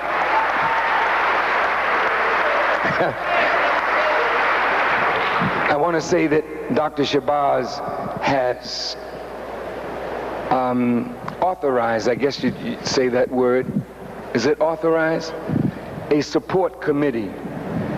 And we in the Nation of Islam will be a part of that support committee that will do whatever we can to help bring Kubila Shabazz safely through this ordeal. And perhaps, just perhaps, this may start the process of healing the wounds. Not only the wounds between Dr. Shabazz and her family and myself and the nation. But the wounds go deep into the black community, and perhaps we can begin healing some old wounds and coming together in a stronger unity so we can get through the dark days that are just in front of us. How many of you are here today for your first time, have never been before? May I see your hands? Oh, thank you. Thank you for coming. Thank you. Now, those of you that are here for your first time, how many of you, after listening to what we said, believe that what you heard taught today is the truth and is good for us as a people? May I see your hands? Raise them up high. Thank you. Now, if you believe this is true, listen carefully now. Sometime I'm talking to you and you're talking to me, but I don't hear you. You hear me, but there's a voice that's also talking to you. And when I'm speaking, some of you already know, that man is telling the truth. I want to stand with him. I just know that this is where I need to be. Now, I'm not like a preacher that will down you if you don't accept. Because that's not what this is about. It's not a vanity trip. That's right. But if God spoke to you, if you feel within yourself that what you heard you admit is true, if you would like to unite on the side of that truth and come and stand with Brother Farrakhan, and let's get busy and build for our people. Yes, sir. If you would like to do that, would you raise your hands? How many of you are willing to unite right now? You are? Very good. Then every brother, every sister that's willing to unite. Are there some downstairs? Yes, sir. There's some in the gymnasium. Well, I want you to organize the brothers and sisters in the gymnasium. Organize the brothers and sisters downstairs as we organize the brothers and sisters up here. And what I want you to do is to step into this aisle and come down this aisle.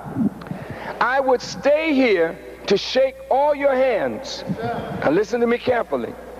But this is not, I want to shake his hand stuff. My hand just as good as yours, and yours just as good as mine. So handshaking is not important. But the symbol is I'm uniting your hand to the handle of truth. And you must hold on to truth and never, never give it up. All the sisters, would you step out in this aisle, please? That want to unite, come on, don't be bashful, come on. All the brothers, come on over into this aisle. All the sisters and brothers downstairs, come on and let's unite. Now, will you do this for me? Please don't, those that are not uniting, please don't get up just yet. I want you to see something. Have you seen altar calls where nobody gets up? Now you watch. If you, my brothers and sisters who preach, will preach the truth unafraid, preach the gospel unafraid, people will stand up and follow you. You can't preach no watered down gospel. Now, all the brothers and sisters, I'm asking you, if you would please, accept this form and fill it out. And when you fill this out, you will be a part of not only a national movement, but a worldwide movement of our people toward freedom, justice, and equality. And you know what this says? It says, I pledge to strive to love my brother and sister as I love myself. Do you agree with that? It says, I pledge to strive to study to improve myself spiritually, mentally, morally, physically, and economically for the benefit of myself, my family, and my people. You agree with that?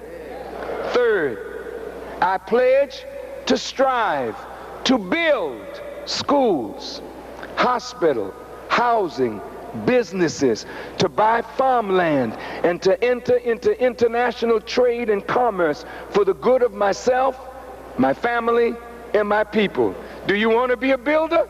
Yeah. Last, I pledge to give of myself, my time, my energy, my talent, whatever I can spare of my finance to accomplish the above said. If you agree with that, when you sign this, then you and I, all of us, are in the brotherhood of the Nation of Islam. And I'm going to ask you, I'm going to leave now, because I have to rush over, because this is going to be interactive TV now. I'm going to sit down, and people from all over the country and all over the world, hopefully, will ask questions. And I'm going to try for the next hour to answer their questions as best I can. So I'm going to ask, if you don't mind, if my assistant minister, the son of the Honorable Elijah Muhammad, if you will allow him to shake your hand in my place as a symbol of our uniting, you and me and the nation, with Elijah Muhammad and God. Okay? Thank you. Brother Ishmael, thank you. May I please be excused? Yes, sir. Please, God bless you all as I greet you in peace. Wa alaikum salam, sir. Let's hear it for the Honorable Minister Louis Farrakhan. Let's give him a warm round of applause. Minister Louis Farrakhan. Let's hear it for the Honorable Minister Louis Farrakhan.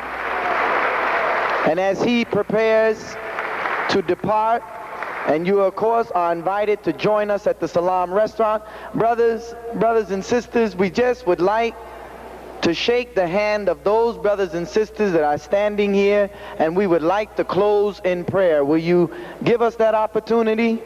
The brothers that are leaving, brothers, sisters, can we just close in prayer? Please, let's show your support of the brothers and sisters that are standing up this afternoon. And if you would just allow me to shake their hand, we can quickly close in prayer. Thank you. Brothers and sisters, please be patient. We've been here this long, and we'd like to close in an orderly fashion. So please allow Minister Farrakhan to exit the lot safely and securely, and just give us a few more minutes that we might leave together after closing with prayer. And as you sit in your seats, please put your hands together and give a mighty round of encouragement and applause to the beautiful host of black people who have heard the voice, the call, the teachings of the Honorable Minister Louis Farrakhan this mighty day, and have accepted his call and made the decision to stand up, to come forward, to change their lives. They have made a decision and a stand today that will change their lives forever, brothers and sisters. So let's encourage one another in this mighty day when God is opening the storehouses of his blessings for us today behind this bold and beautiful black man, the Honorable Minister Louis Farrakhan. Brothers and sisters, as you can see, everyone is in a festive mood, enjoying themselves. Everyone has been thoroughly fed, waiting to see Minister Louis Farrakhan, who we are expecting in just a few moments, brothers and sisters. Let us go back to Mosque Mariam. Let us hear one more time from Sister Deborah as Minister Ishmael Muhammad continues his acceptance of all of those who accepted the powerful teachings of the Honorable Elijah Muhammad as taught by the Honorable Minister Louis Farrakhan. Let us go back at this time to Mosque Mariam.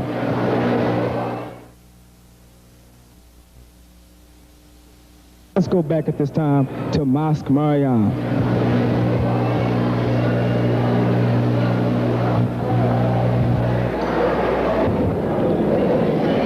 As you see, the beautiful Mosque Mariam now is ending its program, and the Honorable Louis Farrakhan again has given a brilliant rebuttal to the slanderers and to the stories that existed over the last several days in the Chicago Tribune. Hundreds have accepted to accept their own and to do for self. And again, we'd like to go back to Brother Fontaine at the Salam Restaurant, where everyone is anxiously awaiting the arrival of the Honorable Louis Farrakhan. Brother Fontaine? Back to you.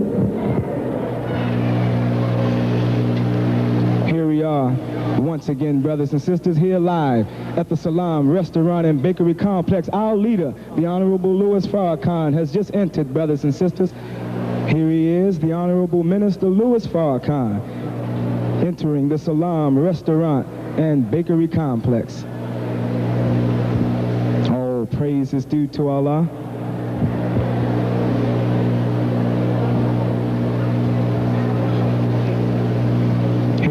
Brothers and sisters, the Honorable Minister Louis Farrakhan.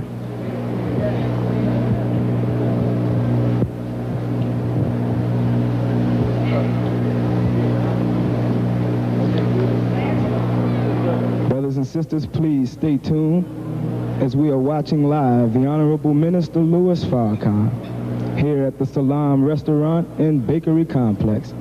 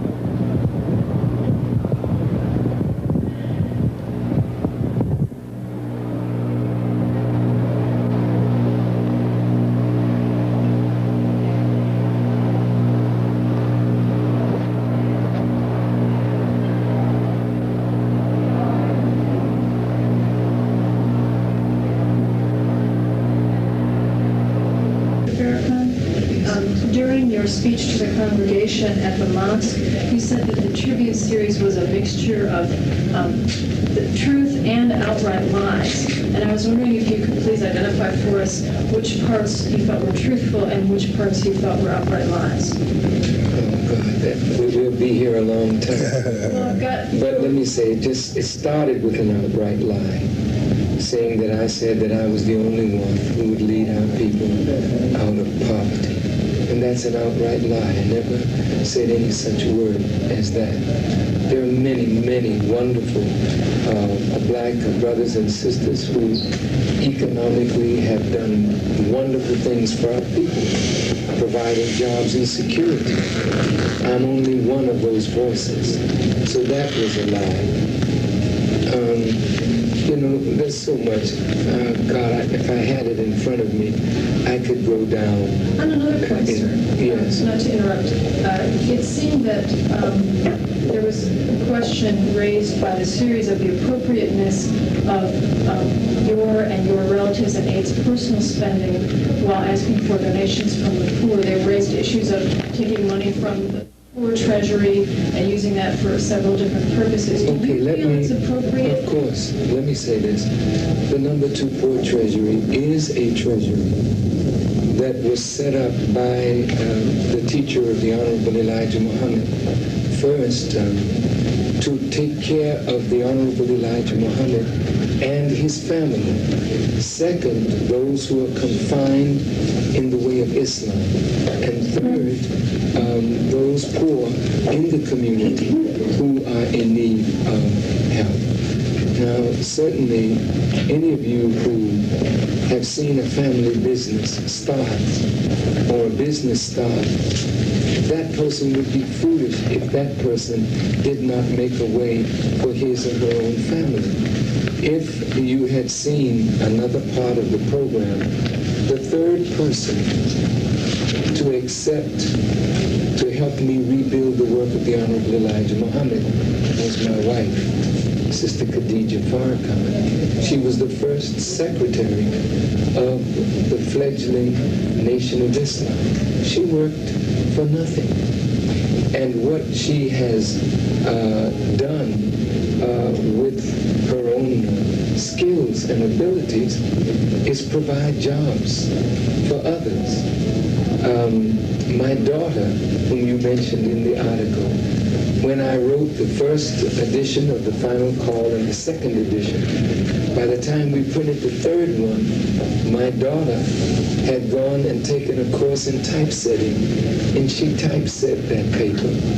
And she did most of the typesetting for our periodicals without pay.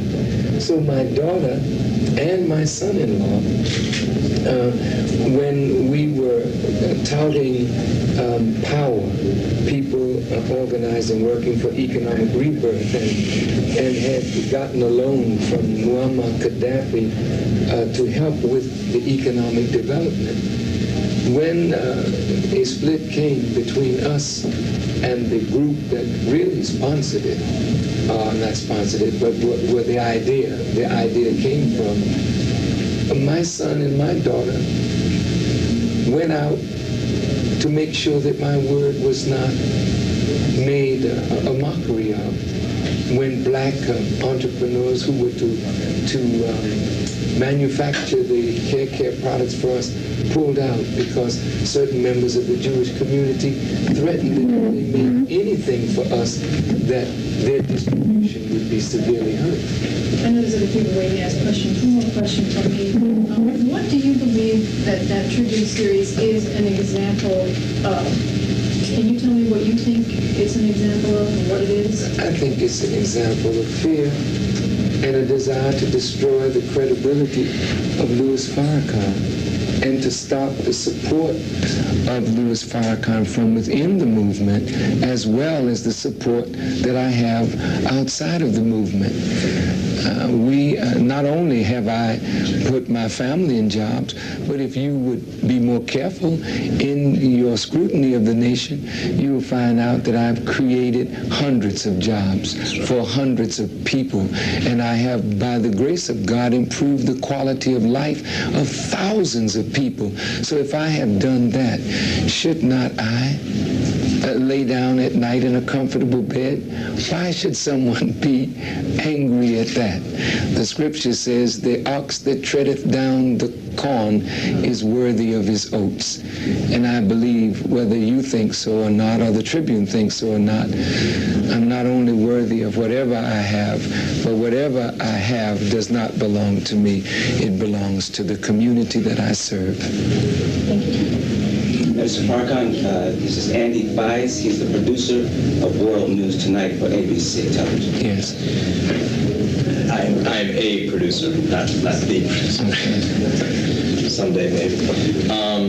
Mr. Farrakhan, is there any inconsistency between your rather persistent attacks on the United States government or agencies of it, the FBI, etc., any inconsistency between those views and accepting government contracts by nation-affiliated businesses such as your security company? First, let me say that I think any reader of history would say that the government of the United States, in particular the Justice Department, the counterintelligence program of J. Edgar Hoover, was a very wicked, wicked thing against black leaders, black organizations. The government has not been good generally to the masses of black people. I don't find it inconsistent at all if we point out what we feel are injustices in the government, while at the same time, if we qualify to work in public housing, doing that which no one else wants to do, which is to go into the most violent areas of the black community to try to restore peace. And if we do that and are offered a contract, not directly from the government, but through those that the government backs, through like the CHA, what is wrong with that? That's not inconsistent. And if we were to put on the bottom line what we think the government of the United States owes us and what we get from the government, why, I would think that the government is way, way, way ahead and we are far, far, far behind. And lastly, I would say that this is personal business.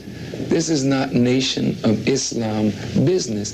These are persons who have an entrepreneurial spirit, who see the need for security and provide that need, and are amply paid, I hope, for providing that need. It has nothing to do with the nation. What they receive is not coming to the Nation of Islam. That's their business, and whatever they choose, if they choose to give anything to the nation, that's entirely up to them. But that has nothing to do with me at all.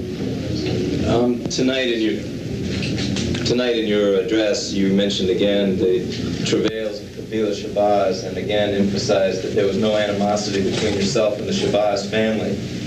Is there an inconsistency, if you will, between that point, that there is no such animosity, and your quotes from the past when, for instance, you have said that we as a nation dealt with Malcolm X as a traitor deals with, as a nation deals with a traitor? I don't think you really heard that. No, he did.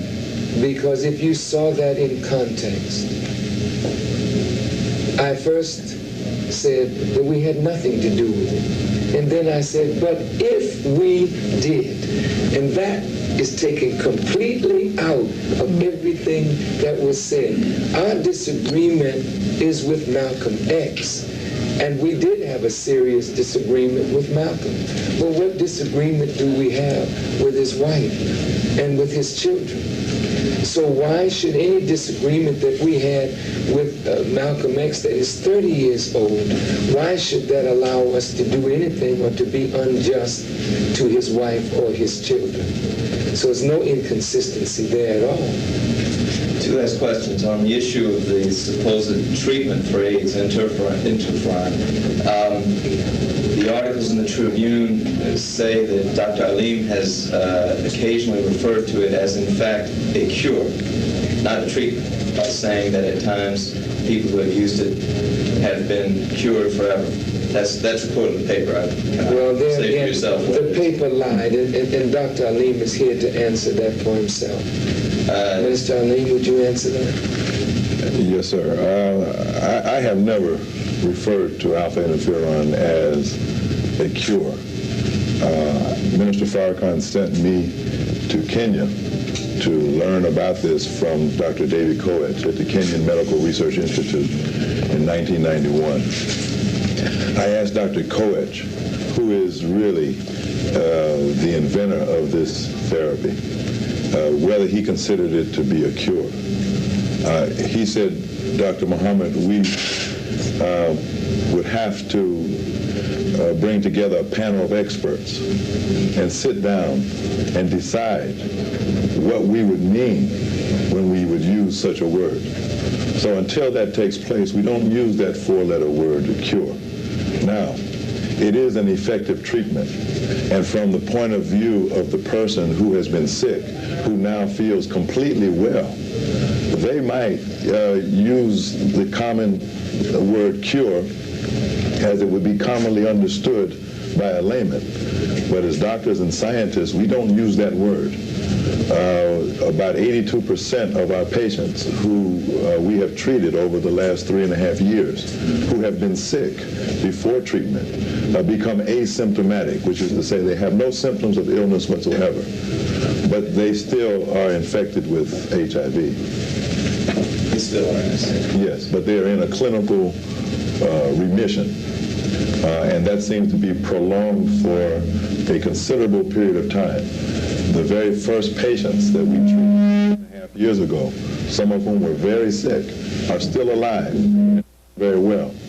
I can't say how long this clinical recovery will persist, but 3.5 years is not an insignificant amount of time, and they are showing every indication that they will continue to do very well as long as they receive the medication. Dr. Alim, is it true that the government has okayed clinical trials of alpha interferon? Yes, sir. And again, this highlights an outright lie in this paper, where it says that the government considers this to be an illegal. Yes, from his Abundant Life Clinic in nearby mosque, nation minister Dr. Abdul Ali Muhammad, and that's the last time they refer to me as a doctor in the whole piece, dispenses a heady brew of racial diatribes, grandiose promises, and illegal medications. What I have and what I show today from the National Institutes of Allergy and Infectious Diseases that handles this HIV issue, dated February the 24th, 1995, it says that they have reaffirmed the need for the Institute to conduct a multi-center study to examine the effects of low-dose oral alpha interferon. And one of the centers that is approved by NIH to be involved in this kind of clinical research is the Abundant Life Clinic. Now, I'm sure the writers of the Tribune had access to this information. It was sent out as a press release all over the world to let scientists all over the world know that low-dose alpha interferon is a very promising method of treatment.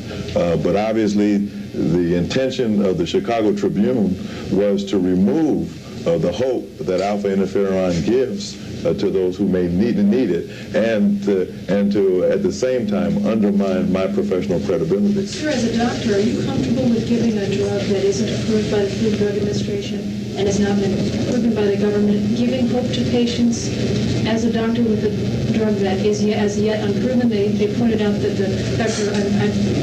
Excuse me, ma'am, but I would, with all due respect, say to you, I am one of the doctors working with the National Institutes of Health with clinical trials that are being funded by the National Institutes of Health.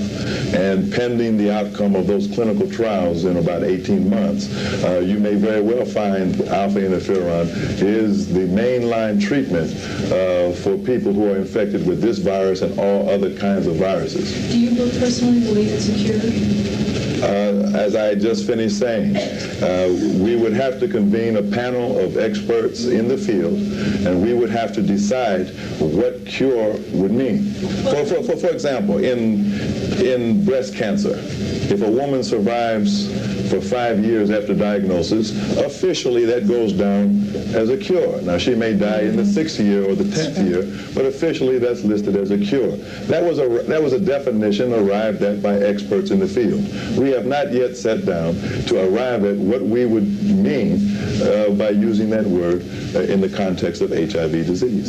Perhaps I should ask a more appropriate question then. As a doctor who has worked with this drug and treatment for over 3.5 years, with the percentage ratio you say of people who now are feeling healthy and don't feel AIDS symptoms, do you believe that it is a treatment that can put AIDS into remission from what you've seen? Yes, I would say it this way, that we no longer are justified in considering HIV infection as uniformly fatal.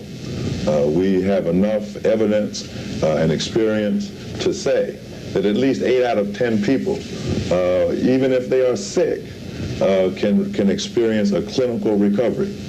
If we treat early in the course of infection, before there are severe complications, full-blown AIDS, it seems closer to 100% effective. And that is what our work shows. Ms. Farrakhan, you have in here Juanita Pohl of the Chicago Tribune. You have Devlin Brown of Citywide News. Mr. Brown has one. Yes, I wanted to just touch on it. The media continues to report everything you say as slanderous story. Why do you continue to talk to the media? Why do you find it necessary to... I probably am one of the most sought-after person, and I think that you'll find that I talk to the media less than most persons in public life. I dismiss many, many, many requests literally hundreds. And when I speak to the media like I do today, I'm only speaking because, not for you so much, but for the people to hear that we are not the least bit disturbed by what the Tribune alleges. And should you choose to write well, or should you choose to write whatever you wish to write, you can't hurt us. Everything you've done has helped us, and that's why I thank you for the article and thank the Tribune for the article, because in reality, no matter what their intention was, we have been helped. And so no matter what you, if you don't write, we're still going to be successful. If you do write, we're going to be successful. If you write the truth, we're going to be successful. If you knock us, we're going to be successful, because our success never has depended on what you write. And that's true. And that's true. Minister Farrakhan, you said tonight that there were some things in the articles which were true. And did you see anything in those articles which you might not have known, which you found disturbing? Were you disturbed by anything you saw about things within your organization? And what would they be? Well, I would certainly thank the Tribune if they made known to us some tax liabilities that we had. And if we know that they are, then we are grateful to know that, and we will clear that up. You know, there was some talk about a $50,000 tax lien or $93,000 tax. Well, you know, every organization has some debt. Every household has some debt. The public debt in America is over $1 trillion. There's no corporation in Chicago or any city in America that doesn't have some debt. But it's not debt, it's whether the debt is manageable. The Nation of Islam is not rife with debt, and we're troubled by debt. We know we can handle whatever debt we have, and certainly if we could raise $5 million to put this building up debt-free, what is $50,000 or $93,000? If such we owe, that's an oversight, and we'll be glad to pay it. Sir, are you saying you didn't know about the $93,000 debt? No, I'm not saying that at all. I'm saying that if it were so, if it were so. Are you aware of the $93,000 debt? No, I'm not. No, I'm not. Ms. Farrakhan, I have Charles and I grew from the British Broadcasting Corporation. Yes. Mr. Farrakhan, thanks very much for agreeing to these questions. They pertain to Britain. And I just wanted to know what your response is. So far, you've been your persona non grata in England. What are your thoughts? Is there any message you want to convey to people there as to how you feel about that situation? Well, of course, when in 1984 and 5, members of the Jewish community saw me as an anti-Semite. And as you know, members of the Jewish community are very strong in England, and they are a community that if they feel bad about you in one place, they'll feel bad about you in many, many places. And so the Home Secretary in England denied me admission to England, and that ban still exists. There are those who are working to remove that ban, and perhaps they will be successful.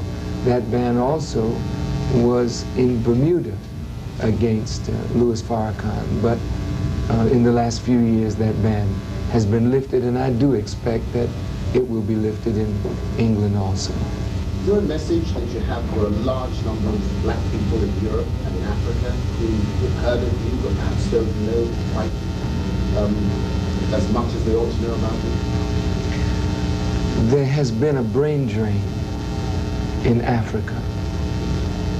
Some very powerful minds, due to economic and political instability in many African countries, have found a haven in Europe and in America.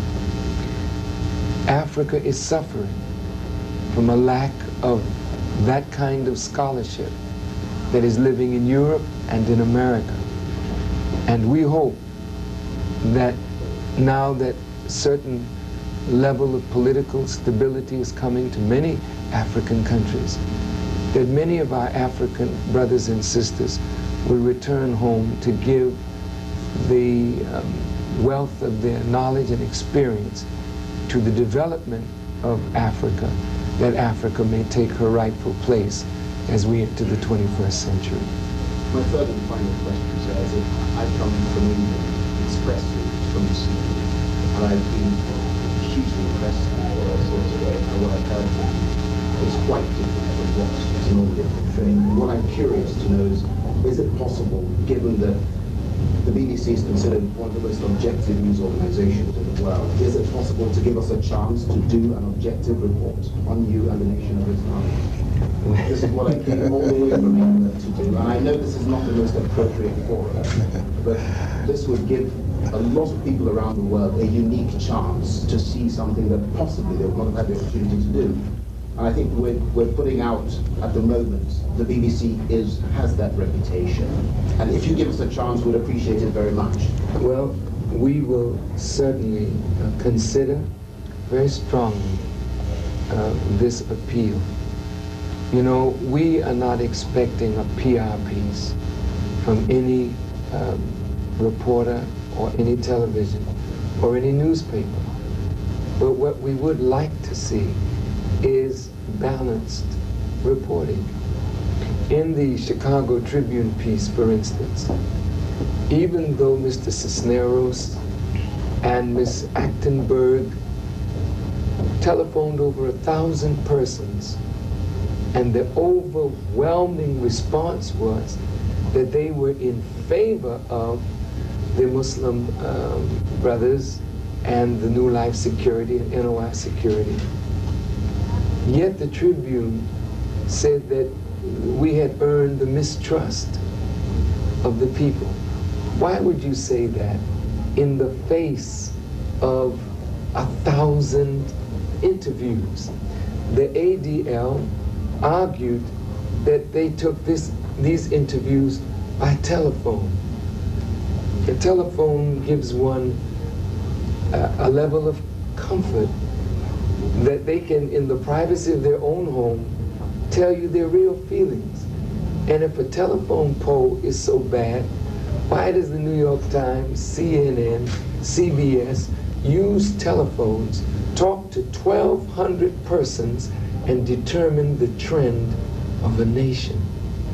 So, you know, if you're going to be objective, if you're going to be fair, just put it fair, we don't mind you looking at us. We don't mind you looking into us, because sometimes your critic can be your best friend. If the critique is real, is true, then we can be benefited by the criticism. But just to try to tear us down to serve another purpose, it would not benefit us to partake of anything like that. And if you can assure us that you will be fair and just in your reporting, then we certainly will consider giving BBC that chance. Sir, I give you my word of honor that we will be fair and objective. That is our reputation. All I need to know from you is, can we come back here? I've seen a glimpse of what we're likely to film when we're here. Can we come back sometime in April and sit down perhaps with your people and work out a way of getting this Yes, done? you can. Because an enormous amount Yes, of you can. Come back and sit down with our people and work something out. Thank you very much indeed. Thank Very you. honored. Thank you. Getting back to the public housing complexes? We have a call over the phone. Yes. I would like to ask a question, not to know. Just briefly on the public housing complexes, do you believe that those public housing complexes are now safe? Or safe is a relative term. Do you believe They are more safe, they're more safe than they were. But that you could never call them safe, like doctor could not use the term cure until there is no violence, no threat of violence anywhere in any of these housing projects. And I don't think that that is the case right now. Would you support the give, in response to the criticisms in the Tribune, an opportunity to respond for him? Tell us where the inaccuracies are. Well, first of all, there were many, but it starts with a personal attack on me by the Tribune reporters, who apparently were upset that I chose not to give them an interview. And I think that in terms of fair journalism and professionalism, that is absolutely shameful for any reporter to take on a personal attack because of a feeling of rejection. I've had feelings of rejections before, and I'm trying to learn to live with mine. And I would suggest that the Tribune reporters should do the same thing. There's nobody in Chicago, as you know, who thought that we would be able to do the job that we've done with an unarmed patrol in Rockwell Gardens. However, the crime stats that we have mentioned today are Chicago Police Department crime stats, not our own. The Tribune said that we were suppressing crime stats by underreporting. That's a lie. The fact is that all of the crime stats that we refer to are from the Chicago Police Department. Secondly, they made reference in the Viss Lane article that I was introduced to William Moorhead by Vincent Lane. That's another lie, a very unfortunate lie, because as a matter of fact, I was introduced to William Moorhead by a young Muslim sister who is his employee. And we started doing security in a contract with William Moorhead prior to going into Rockwell Gardens. Thirdly, the Tribune said that a gentleman whose name is A.T. Hopkins, who has a food store, was introduced to me by Vincent Lane, when in fact I went to high school with A.T. Hopkins. These are the kinds of absurdities that this article is shameful, as a matter of fact. Some residents are curious to know whether, in fact, convicted felons were in fact hired. Some residents are going to be curious to know that since we've been there, that year to date, crime is down 55%, and in the last 3 months, down 60%. And in the best effort in all of the other CHA housing developments is 17%, and it goes down from there as little as 1% in Cabrini Green after spending $20 million after Dantrell Davis. That's really what this is about. Were convicted felons hired? Yes, sir. Of course not. We don't decide who's eligible to work, and I know the Tribune knows that. Everyone that we hire has to go through the same screening procedure as anyone else in the country or in the state of Illinois that would apply for a job. They have to be fingerprinted, and those prints are sent through the state of Illinois, and we cannot disallow anyone to work until such time as we get a report from the state that says these people are ineligible to work as a security officer because of some background check that they found. What agency, state agency is that that does This agency, and again, it's unfortunate that as media people, in my judgment, you all should know this. The Department of Registration and Education, all security officers must be sent through their agency for clearance. It is not our determination to make in terms of who's eligible to work and who is not. If I may say something with respect to that, you know, so many of our young people are going through the criminal justice system. And after they've paid their debt to society, should they keep on paying? And if our work as Muslims is the reform of our people, if they show signs of reformation, will you then call them a convicted felon and deny them the right to work, to feed their families?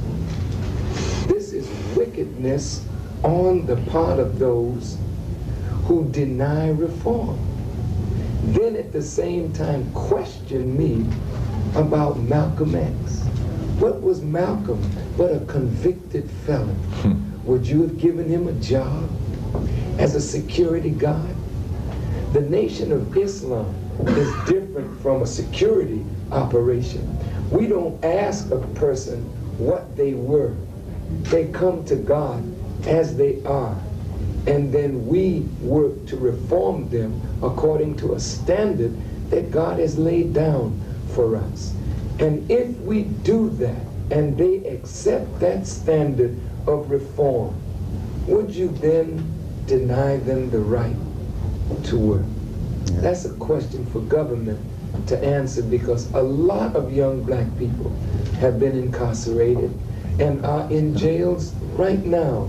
And when they've done their time and paid their debt to society and are willing to reform, what are you going to offer them as a job opportunity? We have 3 phone calls waiting, and we can go to the phones now. Well, in the meantime, to follow up, forgetting who the new lifeguards might be, were you concerned by the allegations in the paper that several have not been paid for a few weeks, and that the training was in some cases questionable? I suppose that was the allegation made in the paper, as well as the allegation that they had not been paid, and many were not at their posts when they were supposed to be. Does that concern Mr. Martin? Let me answer that again. That is another lie. That is an absolute lie. There's absolutely no question that we meet payrolls for all of our employees on a regular basis, and everybody is paid. That's a fact. That's nonsense. It's mischief making. It's really devilishment, frankly. One of the other points that the articles make is the notion of the connection between the new lifeguards and the nation. And because of the government contract, that becomes an issue. Well, I think that if whatever benefit that we've gotten from adopting the program and principles of the Nation of Islam taught by Minister Farrakhan, it has resulted in a 60% reduction in crime. And I would suggest then that perhaps most security companies around the country should consider adopting the same methodology. Yes, and going to your speech tonight, Minister Farrakhan, you spent much of it describing what you view as the role of the Jewish people in current history and how they have come to control segments of society and international economies. In your effort to do that, you are making the point that it is not anti-Semitism driving you, it's explaining the forces of history driving you. Do you think that your audience is capable of distinguishing what you're doing from anti-Semitism? Well, particularly when I think I spoke for approximately 2 hours. And I think I gave maybe 40 minutes or more to that aspect of it. I tried to make it very, very clear that I was not speaking of the Jewish people. And when you say the Jewish people, then you are lumping all Jewish people with those wicked manipulators who hurt Jews as well as Gentiles. I think that is a disservice to the righteous Jews who are all over this world. And what I did, sir, was to challenge the righteous Jews to do with the unrighteous Jews what Jews challenge black people to do to me. Yeah. Call many Jewish persons, challenge black leaders to call me into question for my quote-unquote alleged anti-Semitism. I'm asking the righteous Jews to call the unrighteous Jews that cause hatred for the total Jewish people into question and separate themselves from the wicked among themselves, so that the mass Jews who are innocent will not suffer from the wicked ones who make it difficult, not only for poor Jews, but for the world as a whole. And if you listened to my lecture on Savior's Day, I mentioned that the Jewish people have been the recipients of the prophets of God, which is a great blessing to that people. But when you receive a prophet, you receive revelation. And what revelation does is it opens up to you knowledge that heretofore you did not know, which gives you advantage in every field of human endeavor. And so it is not unexpected that members of the Jewish community would lead in practically every field of human endeavor. That is to the credit of the Jewish people. But at the same time, when revelation opens up the upward movement toward God, it also opens up the downward movement toward hell and the opening of the baser instincts of any of us who receive revelation. And if we receive revelation and are not submitting to moral correctness, then we can become a devil. And what I'm suggesting is that whenever revelation comes, we can either go up toward God or we can use our knowledge in a satanic way to be deceivers and wicked people. And I use Muslims for an example and Christians as an example of those who move up toward God, and some of the same community in the name of Jesus, in the name of Muhammad, and in the name of the prophets use their knowledge of revelation to work deceitful and wicked things on the masses of the people. And so I don't think that is anti-Semitic. And I would say that our hearers are very intelligent. And you know how I can tell that? Because, sir, no matter how much I've been charged with anti-Semitism, not one Muslim or black person has been arrested for a hate crime against a Jew. Think about that, sir.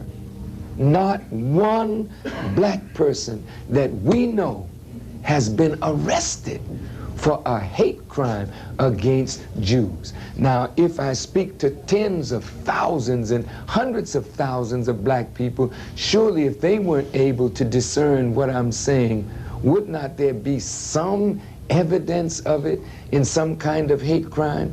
That's the difference.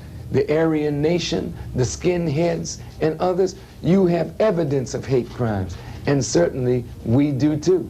So somebody's teaching somebody, and they're not able to make any distinction at all.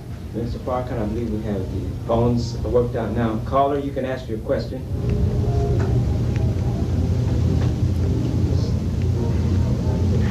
I'll tell you, if we can't hear the caller, why don't we take their question down and you bring them to me? I have a question for Dr. Amin. Today we saw a prime example of Alpha and Farrakhan with Sister Francis and Brother Julian X. Where in Chicago, locally, could someone, if they wanted to, go to try Alpha Interferon, where could they do that? Well, what I would do is I'll give you my office number in Washington, which is area code 202-397-4000. We have 3 or 4 doctors in the Chicago area who are a part of our treatment network, and we would be able to refer you to someone here locally who has experience in low-dose alpha interferon therapy.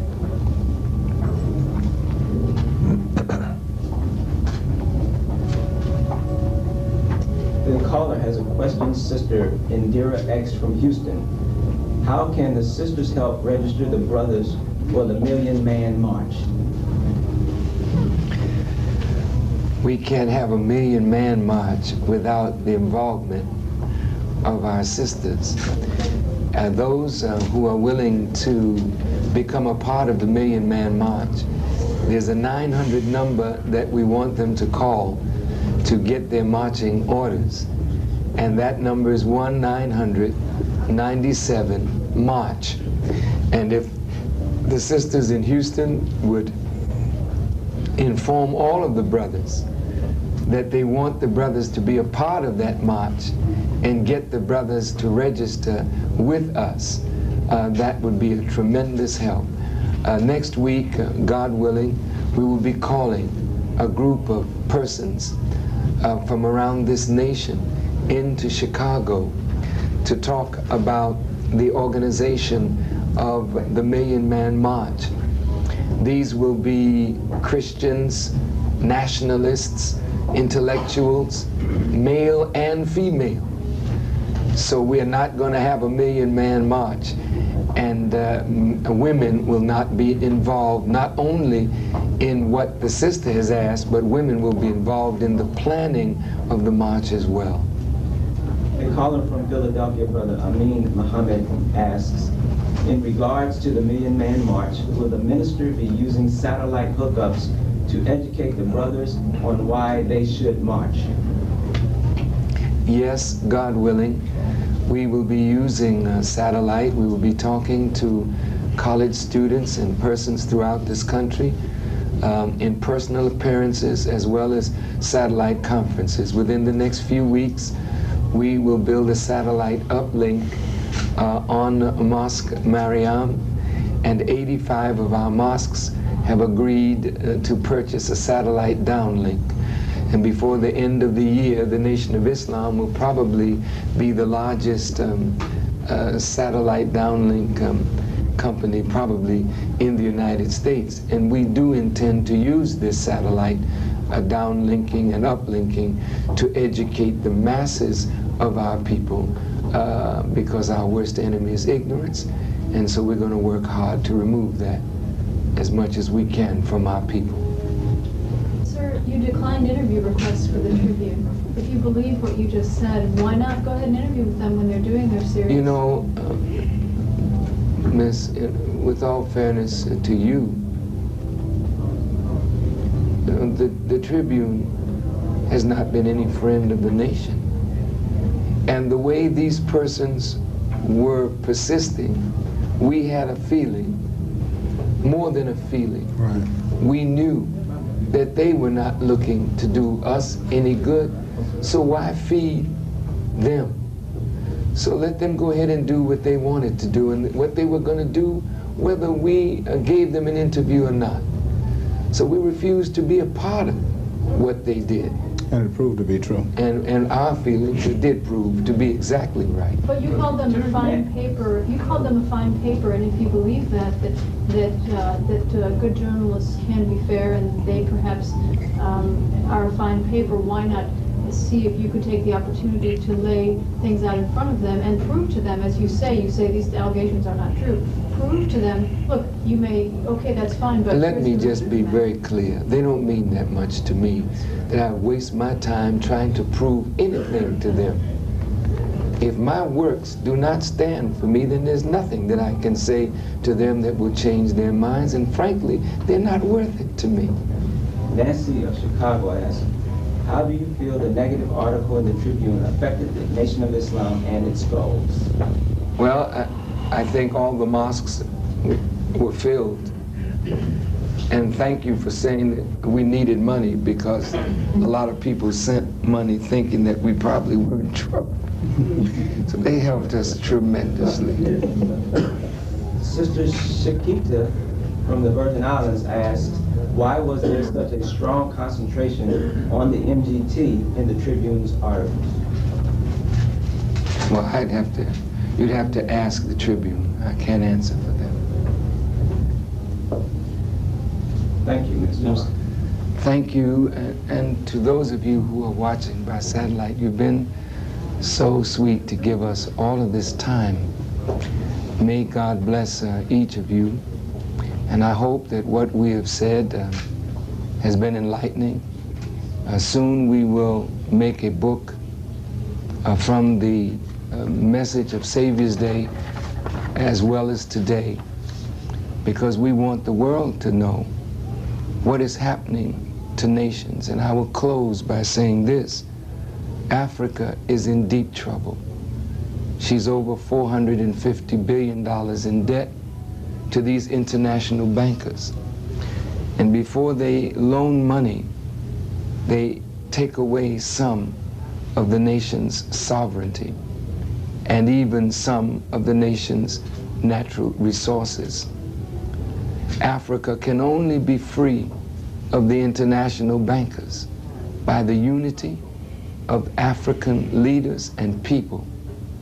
And we should say to the IMF and the World Bank that what you have siphoned and sucked from the bloodstream of Africa and from the vein of our rich natural resources that helped you to build every capital in Europe, that's enough.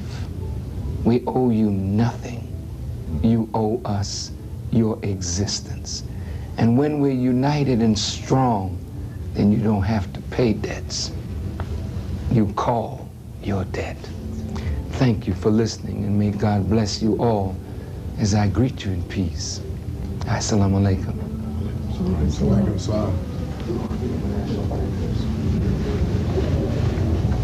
Who are the international bankers? I named a lot of them today.